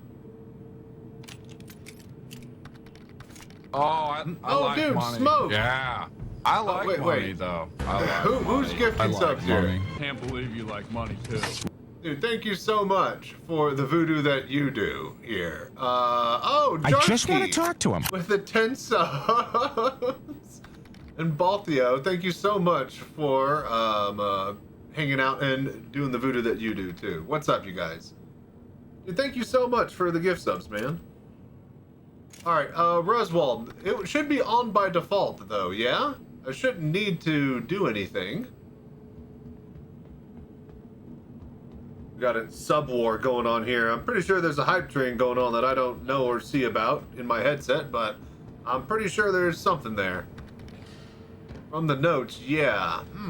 Merci, indeed. Don't thank me, but the voodoo man. Oh, you guys are way too kind to each other and to me especially. Okay, I was really excited to test these. Theater mode, theater scale, just automatic switching, IPD, monitor mirror, fill left. Smoothing, after DCF, FBA dominant left, recenter FPS no. Visor and lens enabled, yep. Aspect modifier, Y scale, height, 3D cursor, size, sensitivity. Cursor follows head. Oh, I like money. Yeah. Yeah. I like money, though. I like money. I like money. Can't believe you like money. Can't believe you like money, too. Dude, thank you so much, Jarsky. I appreciate the support, man. That's incredible.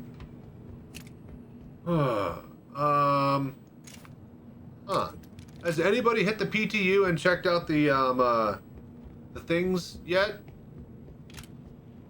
They don't seem to be working for me. Been looking all morning. How's the SC? Tried some PTU this morning after doing more BIOS tweaking. Managed to get 100 FPS even with the logging. At least till hundreds of people flooded the server and crushed it to 30. Yep, it's always going to be server dependent at the end of the day.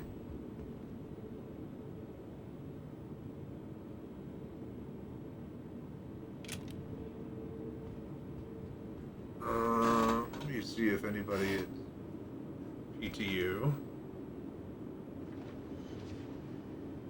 Yo. Anyone here testing VR as well? Hello there. Y'all getting the FPS reticle markers to show up? Because those do that new stuff ain't.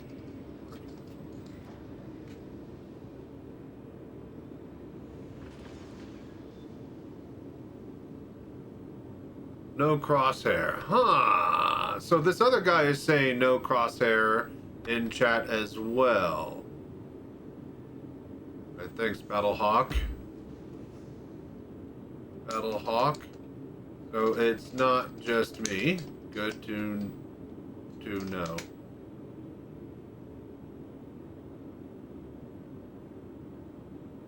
I always give subs away, but I hardly sub. Well, there you go. Now you got both. Thank you both for doing that sweet voodoo that you do.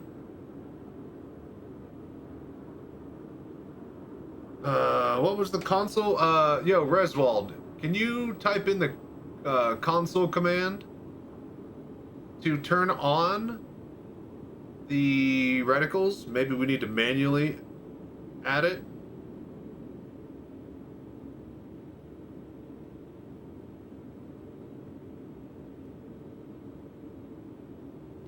And then, if not, we need to start looking at the other stuff. VR interaction.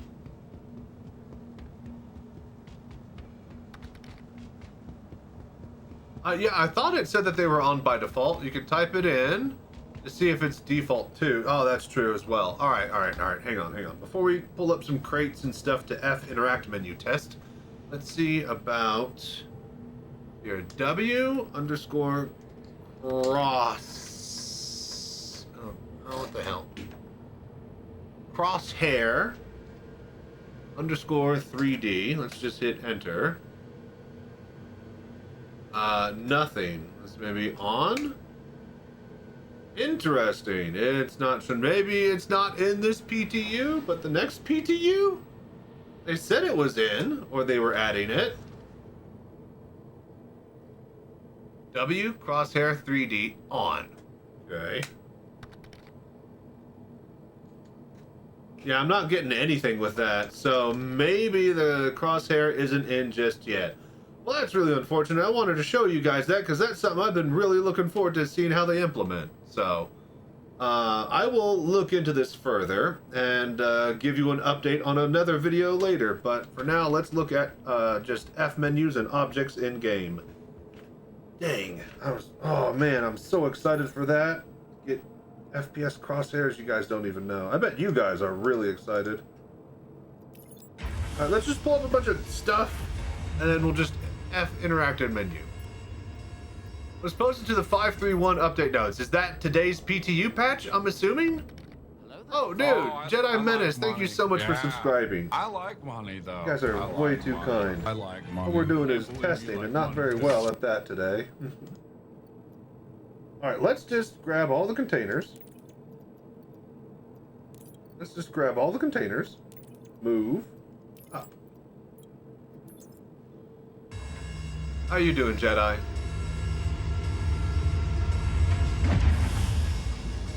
Okay. So, there should be some F menu changes. Of course, I don't actually have a multi-tool, so I can't move these off of each other, but... Alright, so the F menu is now not rendered. I mean, who's to say that those changes aren't in the game as well? Wait a minute. This does indeed look different.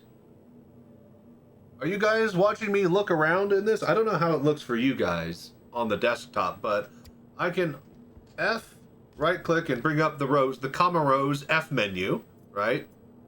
The resolution of it is different, and it's now a window that is sitting in front of me that I can look at the edges of. Beforehand, it was the entire screen, yeah? So that implies that this is indeed different. So, interesting. Right, so I should just put anything down on the ground, like my helmet. Here. Drop. F menu. Okay. Oh, okay. Get it. Oh, no, I don't know. Okay, well. Did anybody play Super Hot? When you grab the helmet and put it on? Kind of reminded me of that there. All right, hang on now. That's interesting. That's a little bit better of an idea of what the new menus are like. All right, so just hold down F. Okay, look at it. Get your marker on it. Hold down F. Okay, now when you have the little... Okay, now that it's finally synced up with the client and the server, see it has that little carry icon? That definitely looks a little bit more 3D and like it's hovering over the item, so that's nice. Hold down F. Boom! I don't even need to right-click now. This menu pops up naturally, and it's its own little window pane. So, that's pretty cool. However, I can't see my reticle in the F menu. I have to... Is that how it is in desktop? Because I don't really think about it this hardcore. I just kind of use it. Like, I move over to carry, and then I move over to equip, and I only know by... See, it's hard. I go down to inspect instead of over to equip because I don't have a reticle to tell me exactly where I'm aiming this comma rows. If I had a thumbstick, I would just down and right to hit equip, but using mouse without an actual aimer is a little bit difficult.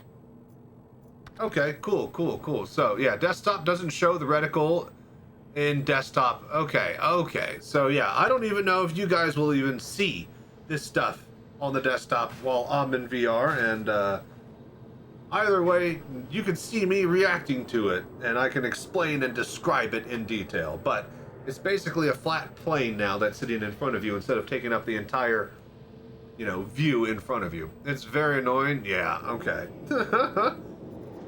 So you guys don't get the reticle either in desktop. Okay, so hopefully they change that. Obviously, this would work great with a thumbstick. We just see the menu, not the F menu, not the reticle. Yeah, I don't get a reticle either. Okay, hopefully they'll change that. We'll get some sort of aimer for those that aren't using a controller or a thumbstick. And speaking of, they seem to know that thumbstick and controller stuff needs fixing from the latest Star Citizen Live. But yeah, this is cool. F. And then, yeah, carry. Oh, why is that? Oh no. So I put sticky duct tape all over the important keys, so that way I have something to feel in VR, in FPS mode when I'm playing. Unfortunately, the tape on the F key has worn off, and me holding it down has slid it, and now I got sticky duct tape residue all over the key and my finger. So I'll have to figure that out later, but... that's F menu stuff. I really wish that I could show you more with the FPS stuff, but I can't get my actual helmets menus to show up. Can we... No containers. Can I just put it on? How do I actually... Alt H. There we go. Boy, that's a little bit weird if you're just off center. Alright. I had some sort of reticle there. Hello. But not the FPS cursor marker. Alright, well, unfortunately, until they actually get this implemented, that's all I got for you on those two. Hopefully soon, I'll be able to have some more reticle FPS improvements in the near future. But until then, just hollow sight, laser pointer, you know, no more than a ×1 or 2 times scope. And that should be the best way to get about aiming and shooting on the ground for now. Till next time, I guess I'm going to leave it here. You guys enjoy. Thank you for doing the voodoo that you do on the YouTube channel. Till next time, stay safe, fly right. I'm Chachi Sanchez. Y'all have good night. Alright, let's go check out the Odin and head over to the Drake Defense Con next. Oh yeah.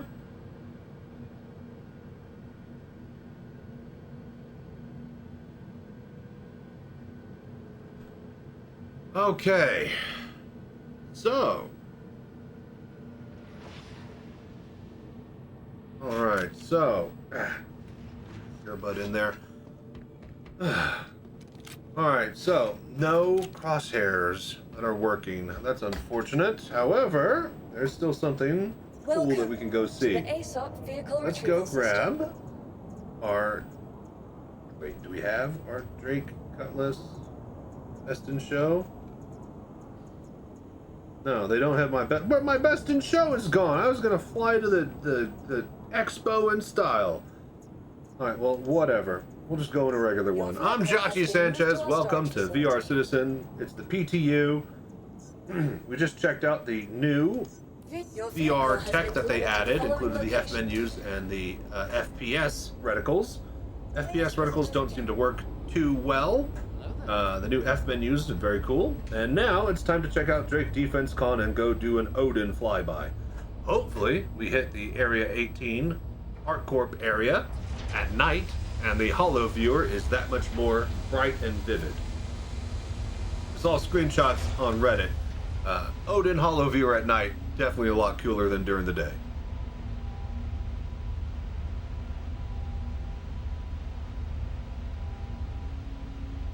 Oh, you do the same, double-sided tape, but just peel one side. Nice. Sticky residue is the Chachi guarantee. Look, man, somebody's gonna get messed. All right. That person should feel blessed and better than the rest. Now let's put this Odin to the test. Like and subscribe.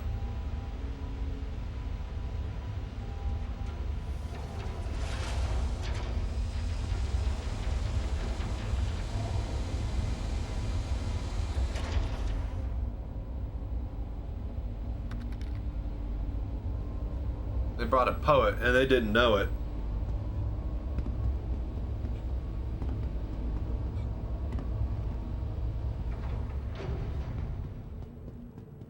Okay, we'll pull the Cutlass out of here and we'll go head over to ArcCorp and we'll quick skip hop in a quantum jump later.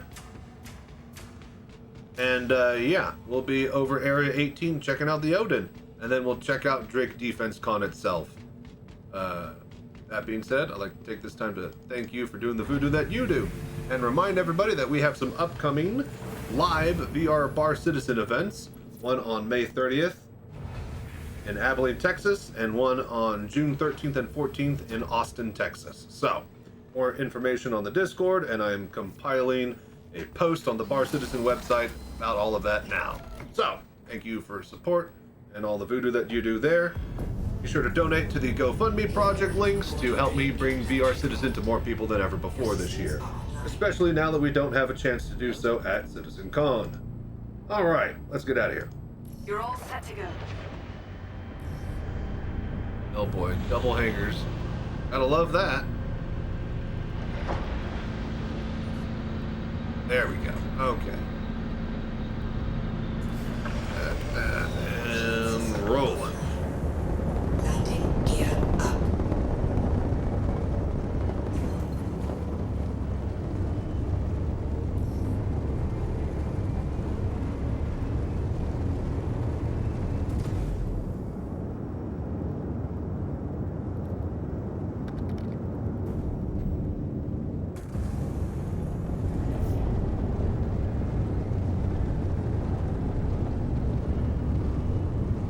Enjoy the gift subs, you guys.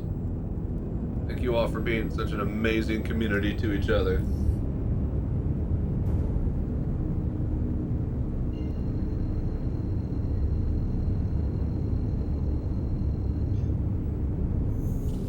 Quantum drive is now on. Quantum drive is now off.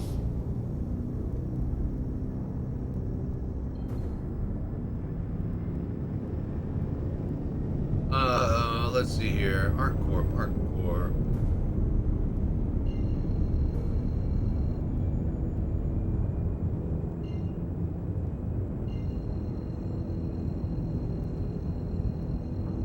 Okay.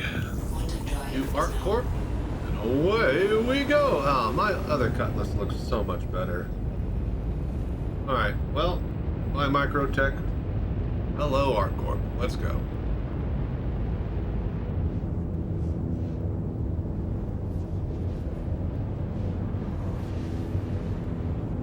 But yeah, are you guys excited for this next week? Are you guys excited for Monday? Who's got some business with their, what do you call it? Ironclads on Monday. Who's, raise your hand if you're an Ironclad owner. Gonna be checking it out in the PTU.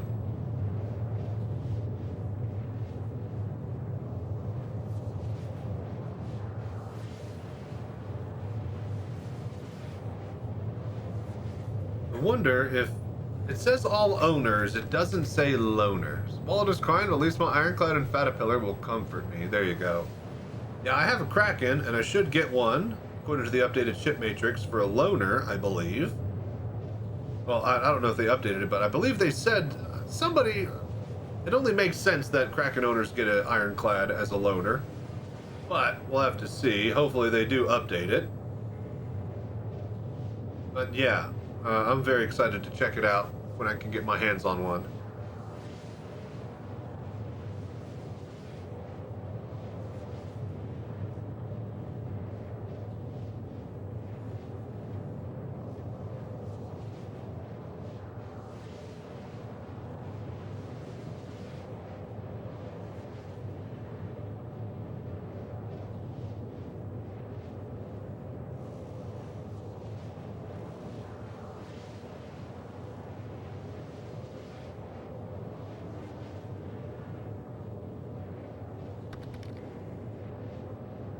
Probably CCing Hammerhead to a Tiburon. That laser is cool as fuck. Also, I have no friends. Yeah, it's a lot harder to use a Hammerhead than it is to use a freaking shark with a laser beam attached to its head. I agree. Turret platform is way harder to pilot than shoot laser beam out of face.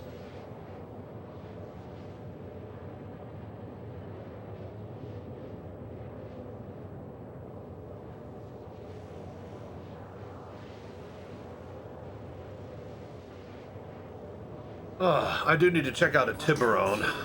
I wonder if I have access to one. We might make 3 videos today.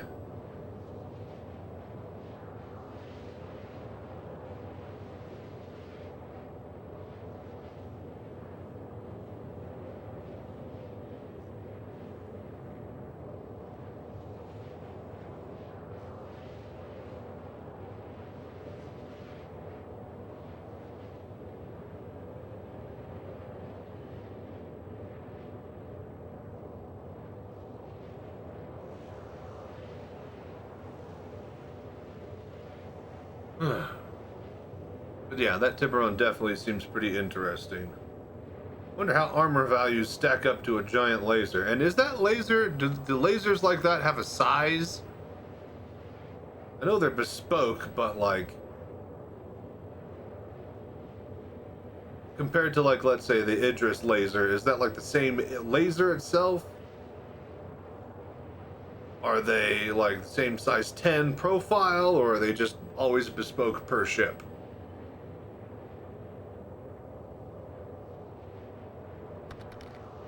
Laser on the Idris has a size. I was like, wasn't it like size 12 or something stupid? Because it's the same size as the railgun, which only has just the one size.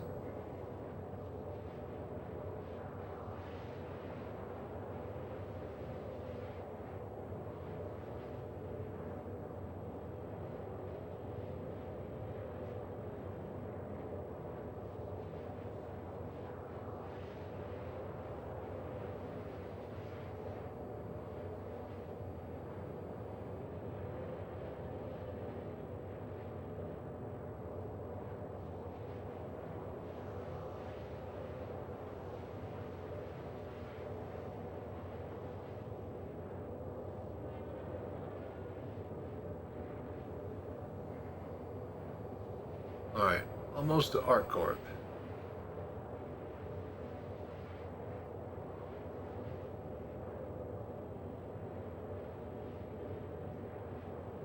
Quantum fuel.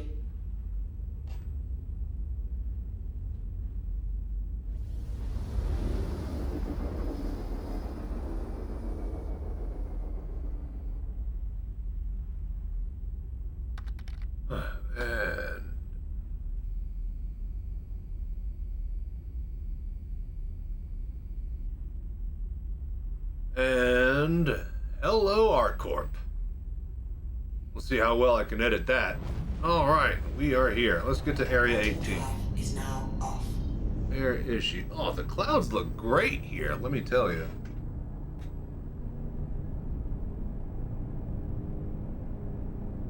Bright and poofy. There we are. Oh, is it night? Oh, it's night. We get a night shot. Very wonderful. This is going to be cool looking. Oh, I'm so excited. As if I planned this. I didn't at all. Exodus 10 laser beam is the size 10 vehicle beam according to the wiki. So that's for the Idris. Does the one on the hammerhead have a name? Well, I love how the shadows are cast by the clouds themselves. And how the clouds have inverse shadow from the city light below. Oh wow, we can see it all bright and lit up here. Clearly that's it, right? One of the areas? And it should be fairly obvious where the spaceport is this time. Of all times. Let's see. Okay. Put a desync loading in.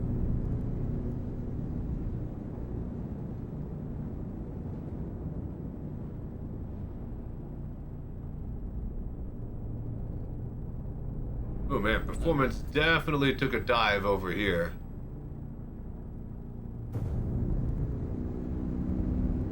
Okay, here we go. Alright, there's the spaceport. And downtown is right in front of us. Okay, so let's go see if we can find a big gigantic hollow of the new dreadnought. Where's that Odin at?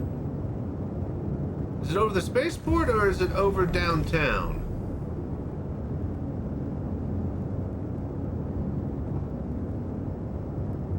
May have bored yourself. PTU ArcCorp was crazy before, was crazy broken for last night and not so great this morning. Yeah, I saw a picture of somebody with a 30K looking at the observation deck of the Odin area. That's just a Idris.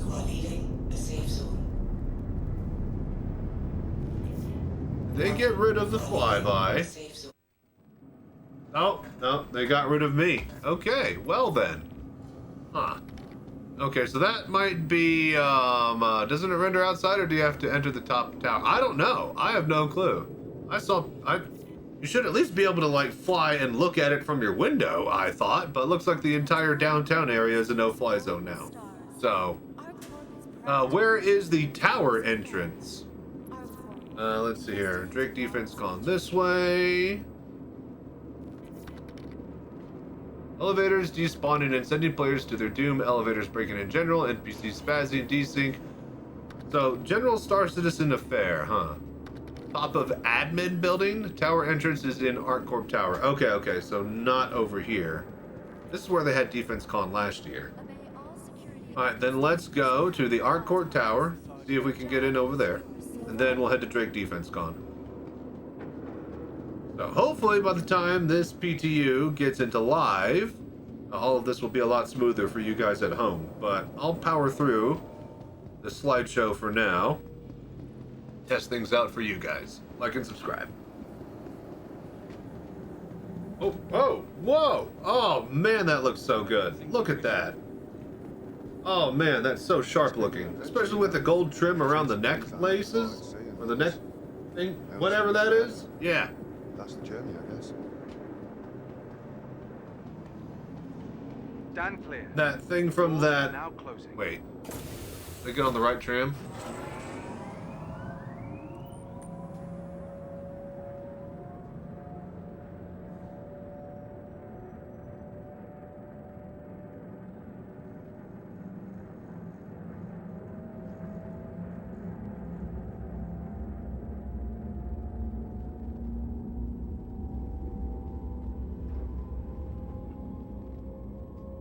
Right. Oh yeah, they've added actual traffic here and not just sprites of ships that don't even exist. And they're all flying in the right direction now.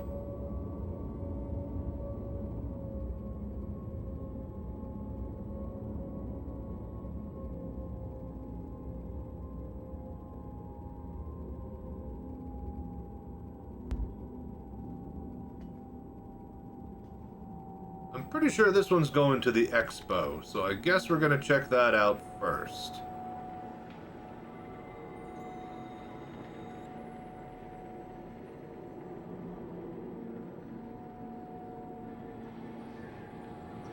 No, okay, this is downtown. We're in the right spot. Nice. Okay, cool. Alright, let's check out the tower. And then we'll head to Defense-Con.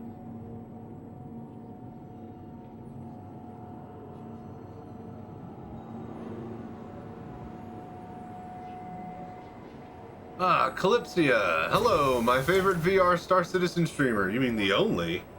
Are there others? You guys aren't cheating on me, are you? But no. Thank you for dropping by, man. Yeah, we'll just follow everybody running. It looks like they know what they're doing here.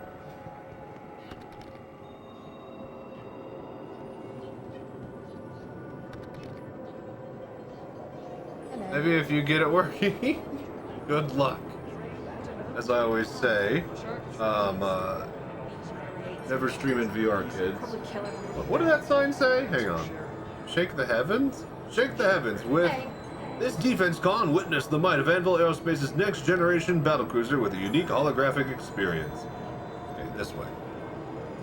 Funny that they're advertising for. Oh, no. Yes? That's the tower. Is the trade? No. Trade division is in the tower.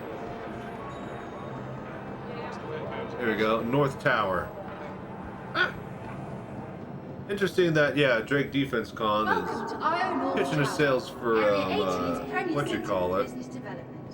Please consult any of our associates for help or rental opportunity. For Anvil.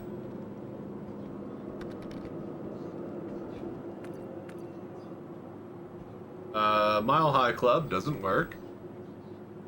Look up. Oh wait, is it outside? Can we see it outside? You didn't look up. Well, I'm not. Like you just look up normally. You need a sign to tell you to look up. Welcome to IO North Tower, Area 18's Premier Centre for Business Development. Please consult any of our So associates for yeah, help or Windows rental era. opportunity. Yeah, I see a blue light up there. Are they having a DJ concert or something? Is Armin van Buren playing? Oh no, it's broken. Yeah, I think that's the next unfortunate thing we're about to find out here. Hell, if it dries up, I might just go pull some crimes and kick it back up again. You Ain't that interesting? involved with the project? Can I just say, love not being able to use these. Thank you. Thank you. Okay, let's try the other one. There are a lot of servers and errors. Yeah, this might not be that good of a highlight. But we're gonna try. Let's see, this elevator's over at Center Mass. Alright, yeah, okay. Alright, well. Good to know that that's where you can experience the holo viewer of the Odin when it's there. Let's head back to the trams and let's go over to the Defense-Con event. At least that should work and exist, yeah? Hey there. Oh, hey me.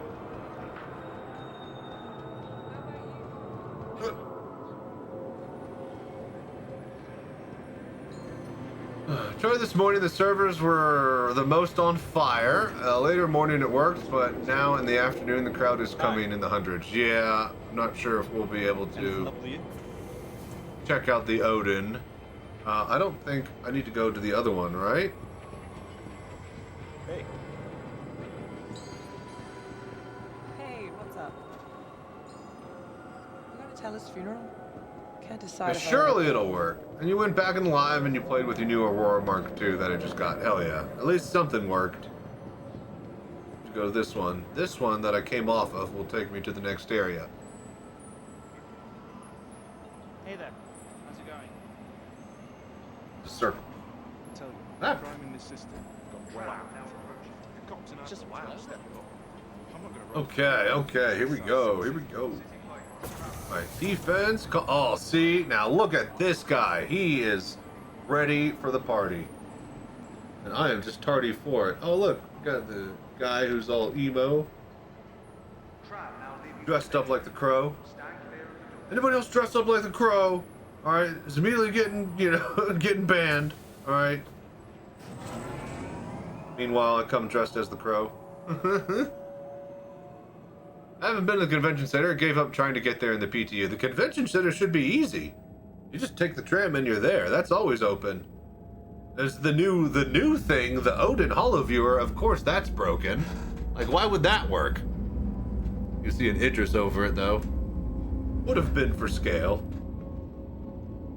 But yeah, see, we just fly over here in the tram, and then you land and go. This always works. And this is a cool entrance to the tram. I like this one. It was like 1,000,000 miles an hour, just right up to here, and then it just slows down. Never assume CIG can't break the simplest of things. That's a good point. Alright, we're here. Defense-con! Ah, fuck yeah! Ha ha ha! Yeah! Drake! Fuck yeah! Flying in to save the motherfucking day, yeah! Everyday heroes fly Drake. Nice. Okay, we are home. Alright, so this is just a quick taste of it. We will do an actual full demo hall overview when it gets into the live verse. But for now, we're going to just take a look at how everything looks. Man, I like the foyer into this place. Everyday heroes. They all got their t-shirts on, and their cigars, and their beers. There's no escape. Science shows that pilots fly safer and are more likely to survive if they don't have escape pods. Brought to you by Drake. Okay, that's incredible. Escape pods are for cowards! Change my mind! Oh my god, that's incredible. I need to sit here. This is the screen. This is the thumbnail.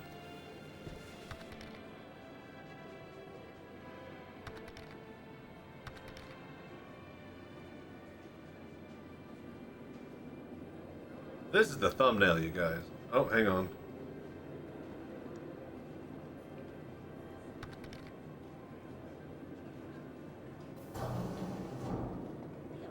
No, it's at the bottom. Graphics.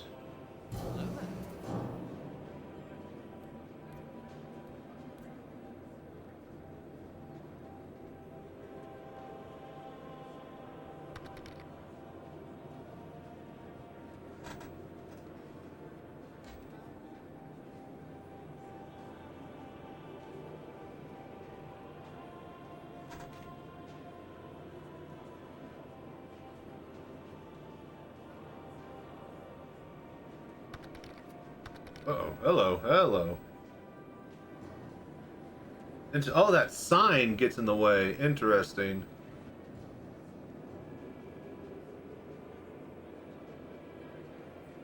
Bro, you were getting in the way.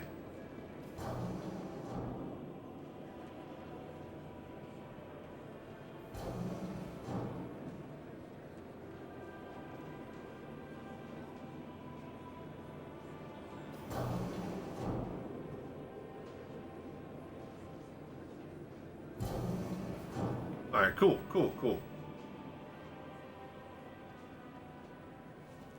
Ah, there we go. Drake, Honor? Are we talking about a certain company? Yeah, it's the same company. Drake is too cool to die with Honor. Backstabbing is where it's at. Yeah, no, this is fantastic. Oh, a nice hat. Oh, speaking of, thank you. Nice jacket, too. Look at that guy.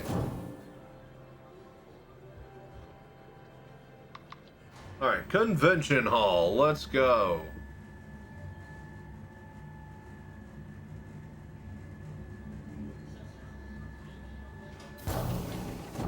Alright, the future has a fighting chance. Come on. Well, of course the hollow viewers broke. There's supposed to be a big gigantic crack in here that's spinning around. Alright, this is just a test. We're gonna have an actual Defense-Con tour when it hits the live. But for right now, we're just kind of checking things out. Yeah. Another error.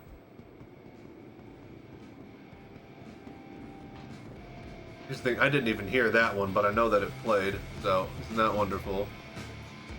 And yeah, we're not gonna explore the halls. This is literally just a taste, you guys. But yeah, we got beefcakes, We got flamethrowers.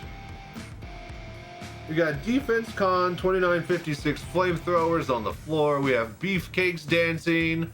We have hot chicks pumping things up. We have fireworks and explosions going off. We have rock and roll. Yeah, this is the place to be. This is how these events should look. Oh, yes. All right, so there's your sneak peek, you guys. Absolutely incredible. I cannot wait to do a deep dive of this later this week. What is in the middle of the floor? No hollow view of the Kraken. I guess that's for the middle in the entrance. All right then. All right. Well, so this seems to be in working order. Let's take a look at what we will have at. Okay, of course. All right. So is this? No. Why would it? All right then. So here are the daily sales, you guys. Of course, the first day, Drake. Second day, Origin, RSI, Kruger. Then we have Misk, Mirai, Grey Cat, and Argo. Then Aegis, all by itself, followed up by Crusader and Tumbrel. Then Anvil, and then the finale, last chance to try all vehicles for free. So, I expect to see you guys at the expo. Oh my god, they have burgers here? That's incredible. Look at this! Get your double dog on and your burger going at the same time with your Schlepp's beer? Heck yeah, man. This is badass. You guys gotta come down to the Drake event. I will see you there in the verse when it hits live. Hopefully that Odin Hollow viewer will also be working. We're gonna go one more time down here to the Hollow viewer and see if this maybe just pops up and works randomly. And we has giant Kraken. I love how this is an amphitheater with seats, but like nobody can enter it, it seems. There is doors to it over there, but I would love to actually do that. Go watch something in there. Like a Kraken Hollow 3D model. That'd be cool to watch. Alright, well, that's going to be it for me, guys. Thank you for watching, liking, subscribing, and doing the voodoo that you do. When the PTU goes live here in the next week or so, you, too, can be an everyday hero. Enjoy the future that has a fighting chance, now that Drake is here to save the day. Anyways, stay safe, fly right. I'm Chachi Sanchez. Y'all have a good night. Oh, yeah. Alright, recording off. Alright, is there anything else we want to do in the PTU? I mean, that's kind of it, right? The reticles don't work. Odin Hollow Viewer doesn't work. We checked out this place. This is awesome.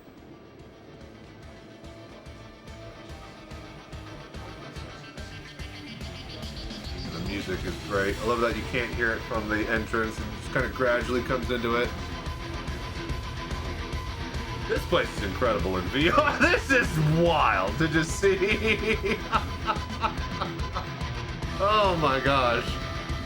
Oh yes, when, like, if you're looking for immersion, like, yeah, there's cool MMO events like, you know, Dark Moon Fair in WoW, or whenever they put mistletoe and have the guards wear Christmas hats and other things.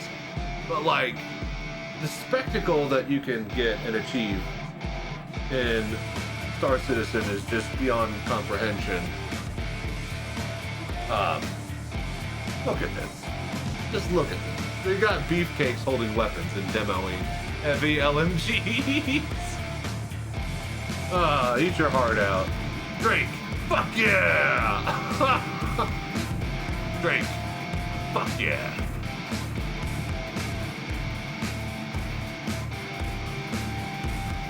Alright, this place is awesome. This might be my new favorite place ever. You check out the viewer outside the VR, because Hollow Viewer and VR should still be turned off. No, the Hollows work. Like, if you guys can't see it on the desktop feed, then I'm not going to be able to see it. And plenty of other things that are Hollow-y work just fine in VR. Drake for life. Yeah, exactly. Alright, cool. Do you guys have anything else you want me to see in VR? I was like, if I wanted to play and do something in the live, I'd want to do Rock Breaker, but that requires like a whole bunch of people, and that'd be a whole thing, which I think I'll save for Sunday night. So yeah. Hey there. Was there Harold though? We'll find out when I do the full tour when it gets to live. That was just a little sneak peek, just to kind of look at it.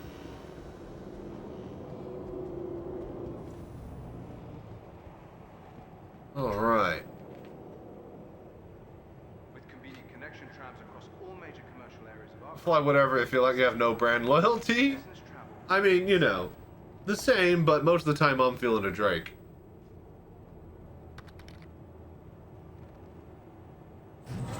All right, wonderful, wonderful. All right, we don't talk about the Herald. All right, I don't really have anything important planned or left to really do now. The goal after today, after all of this, was to do green screen room work and try to work on cameras and, you know, get some stuff like that. So, pretentious fancy pants, like your Borg 600i too much. The Clipper is great though. The Clipper is pretty cool, as funky as it is.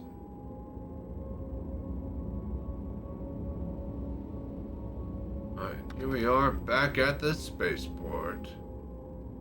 Alright, I do like your 400. I love the Origin series of ships. It wouldn't be my daily flyer, but I like the idea of them being, my god, Jesus Christ, Tram. I like the idea of them being a daily flyer for someone, because they're very well designed and looking ships. And I want a Clipper, they look neat, and they're supposed to have fabrication stations. Yep. Building on the fly, literally and figuratively. Okay. Only the Clipper's 3D printer. Oh, does it not even work? Ah! It's just placeholder. So this guy's just having too much fun.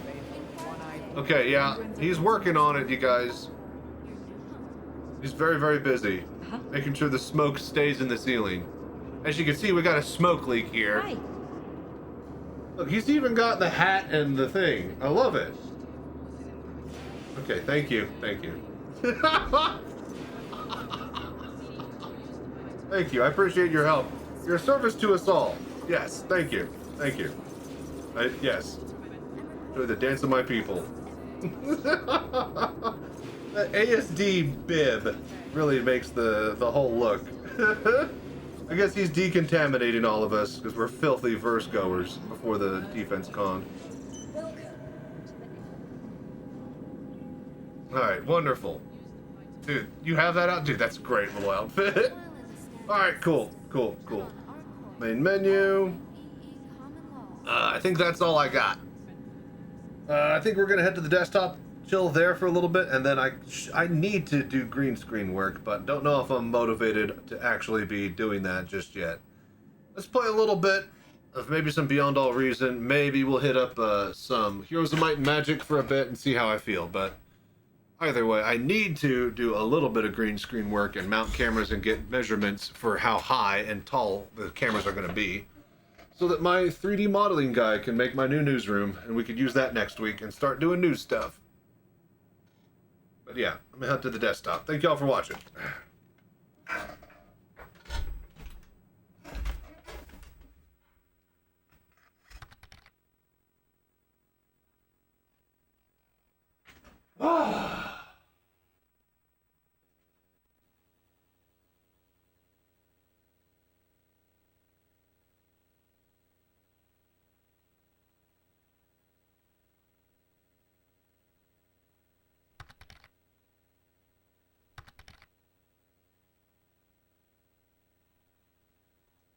Okay.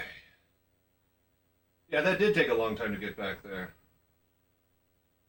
A BRB head. Oh, you like that? It's not a head pillow, it's just a sign. But yeah. Alright. Oh, okay. Alright. Plug back in.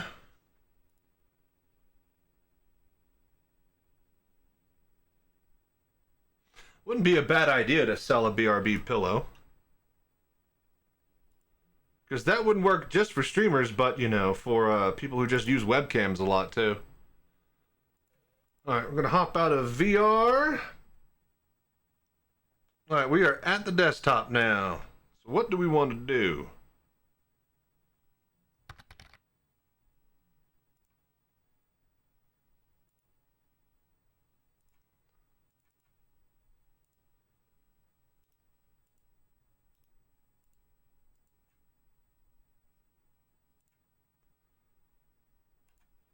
Alright, do we want to check out some bar?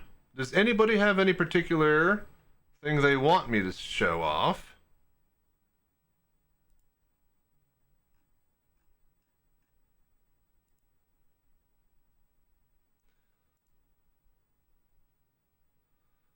We were messing with Heroes of Might and Magic the other day, which is fun, for sure. Hello there. Not sure if we're going to go straight into that. What do we want to do?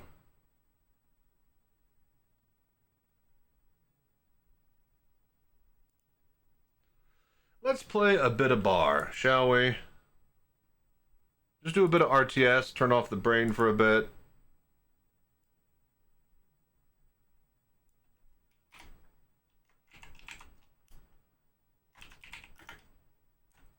Bar now.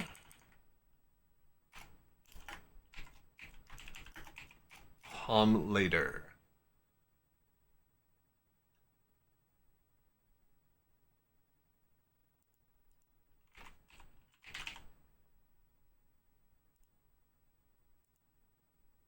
Okay, okay.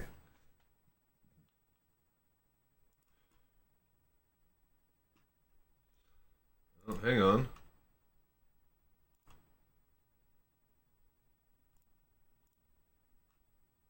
There we go. Alrighty, let's get into some bar matches. Just relax for a little bit. I don't know if we'll stream me messing around with the green room stuff. Not even sure if you guys need to be here for that, but more than likely I'll definitely be streaming whenever I get the actual scene implemented and when I need to screw around with that. Okay, rotatal chill. Legion, yes. Ranked, yes. Community patch. There's also been some line of sight changes, so...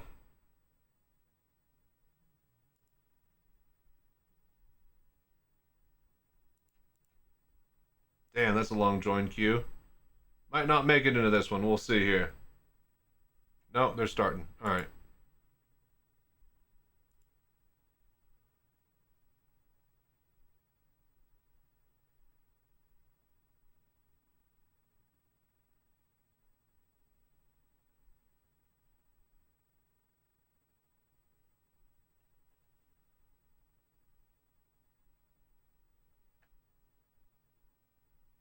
Welcome, Commander.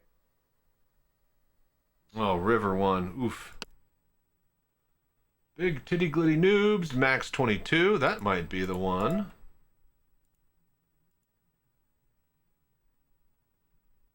No, they're starting as well. Damn it.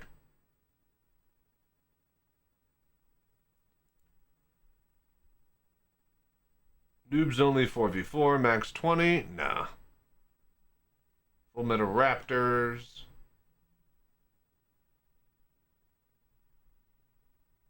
Hello there.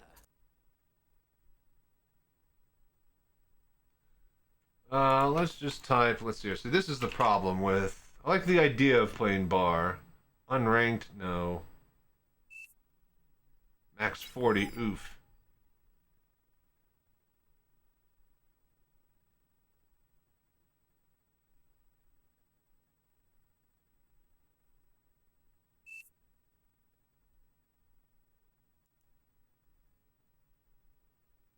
Alright, this one has been running for like 23 minutes. We'll hop in here.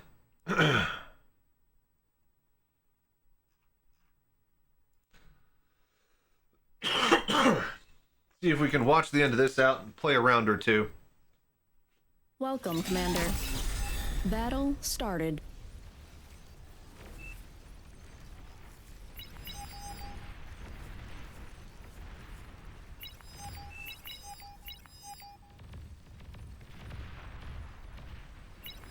Commander self-destructed. Commander self-destructed. Commander destroyed.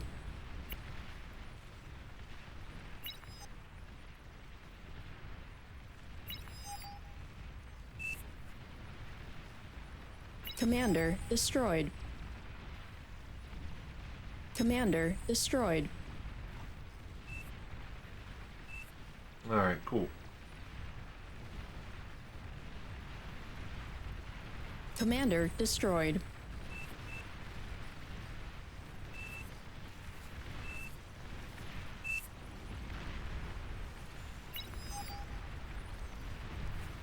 Let's resign. It's over. Well, that was at the 15-minute mark. The game's been going on for 24 minutes.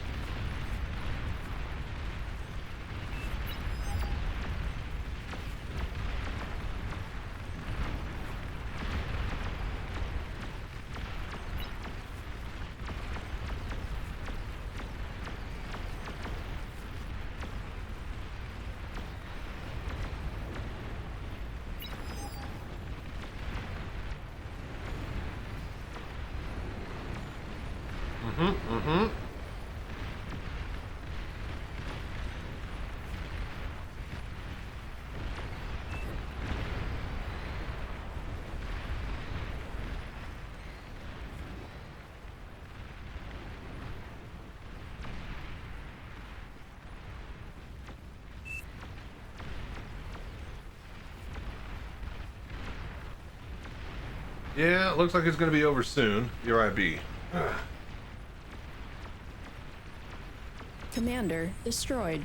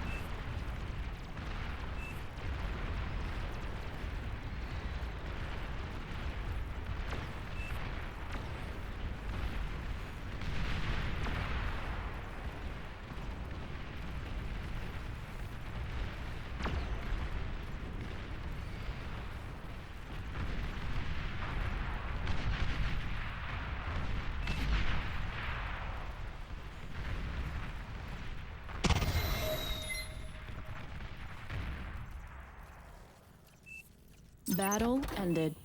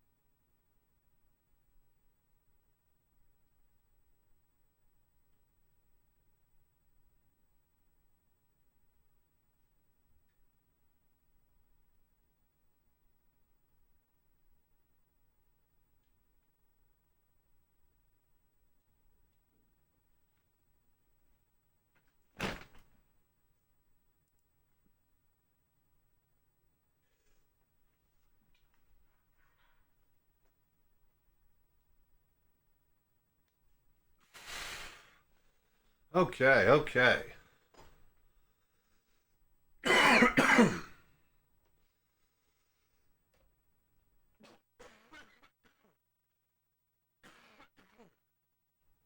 All right, so who all is ready for Path of Exile 2 changes for next? Yeah, next month. It's pretty much on the 30th, yeah.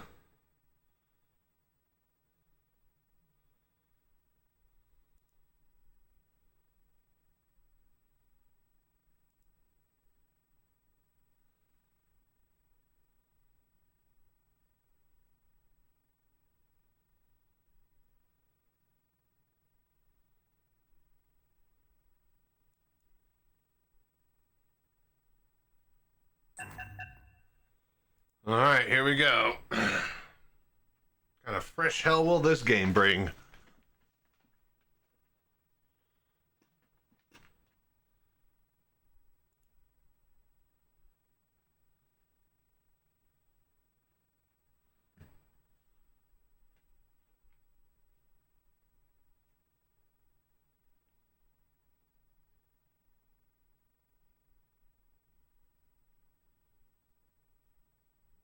Welcome, Commander. Okay.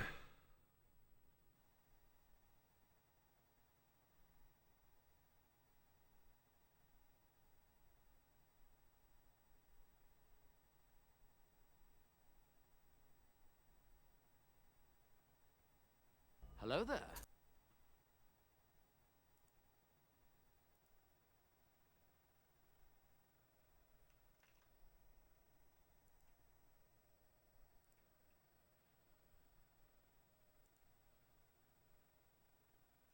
All right, here we got.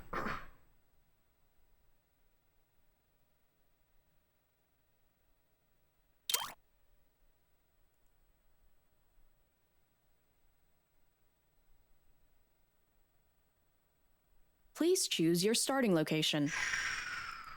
There? I really don't want Canyon.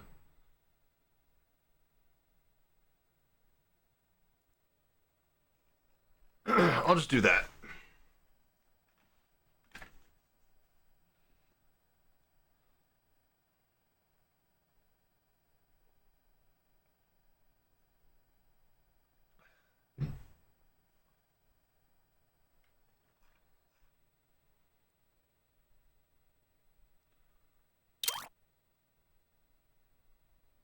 Hello there.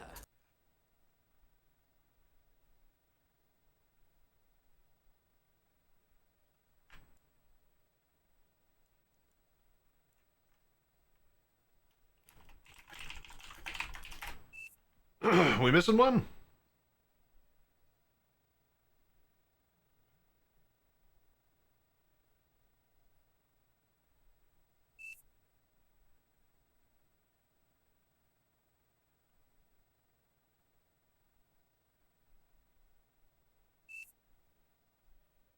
Oh boy.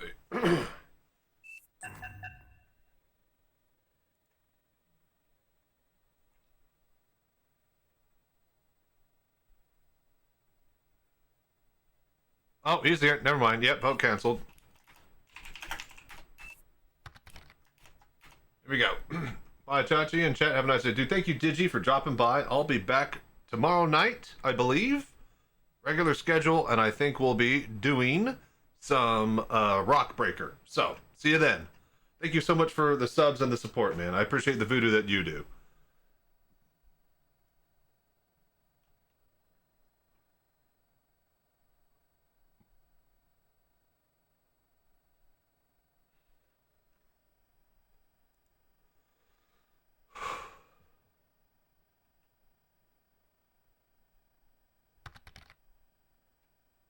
Later.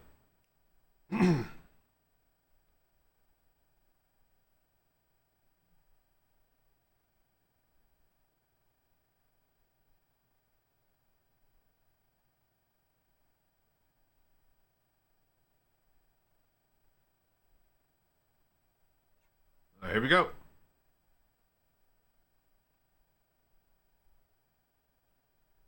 Battle started.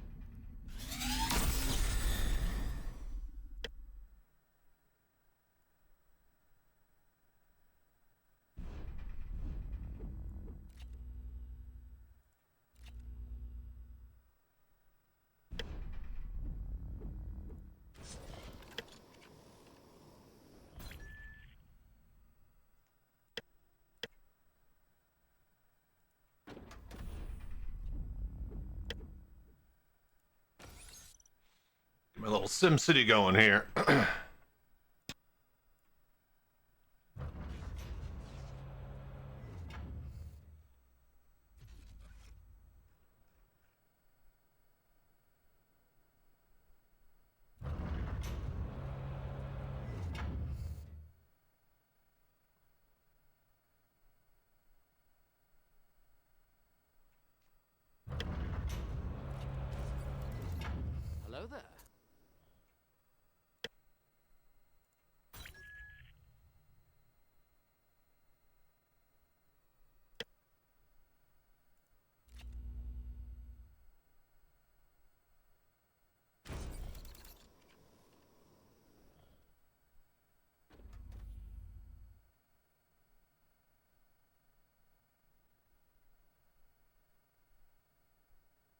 Alright, got a bit of leak there. That's good.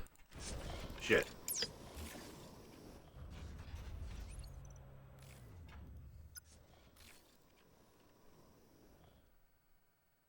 Low power.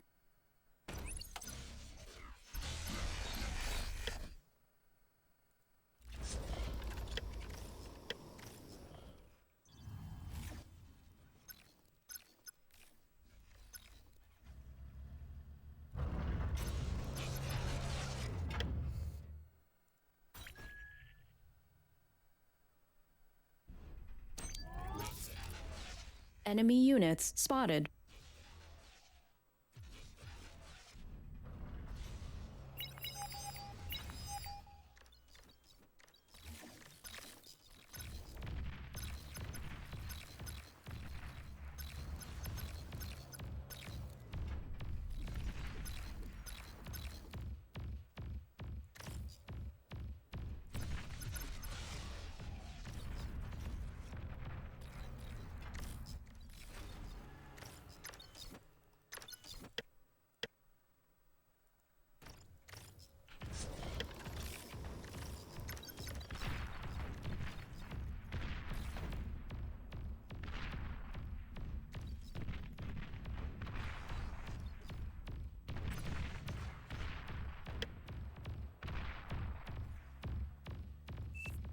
Aircraft spotted.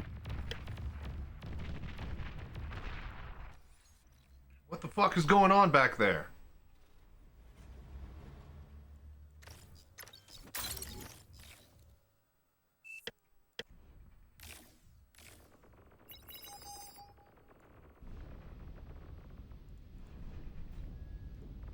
Units under attack. Unit lost.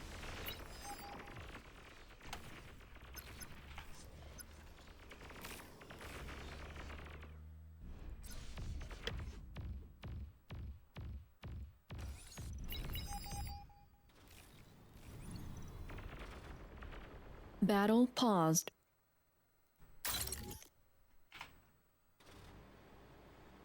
Okay.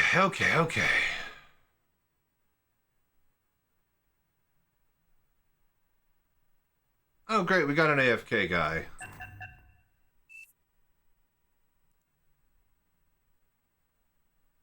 Friendly player disconnected.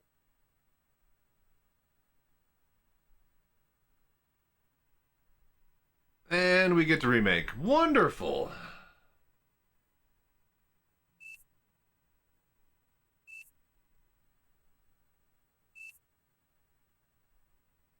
Take and go. Well, great. We've already lost our canyon.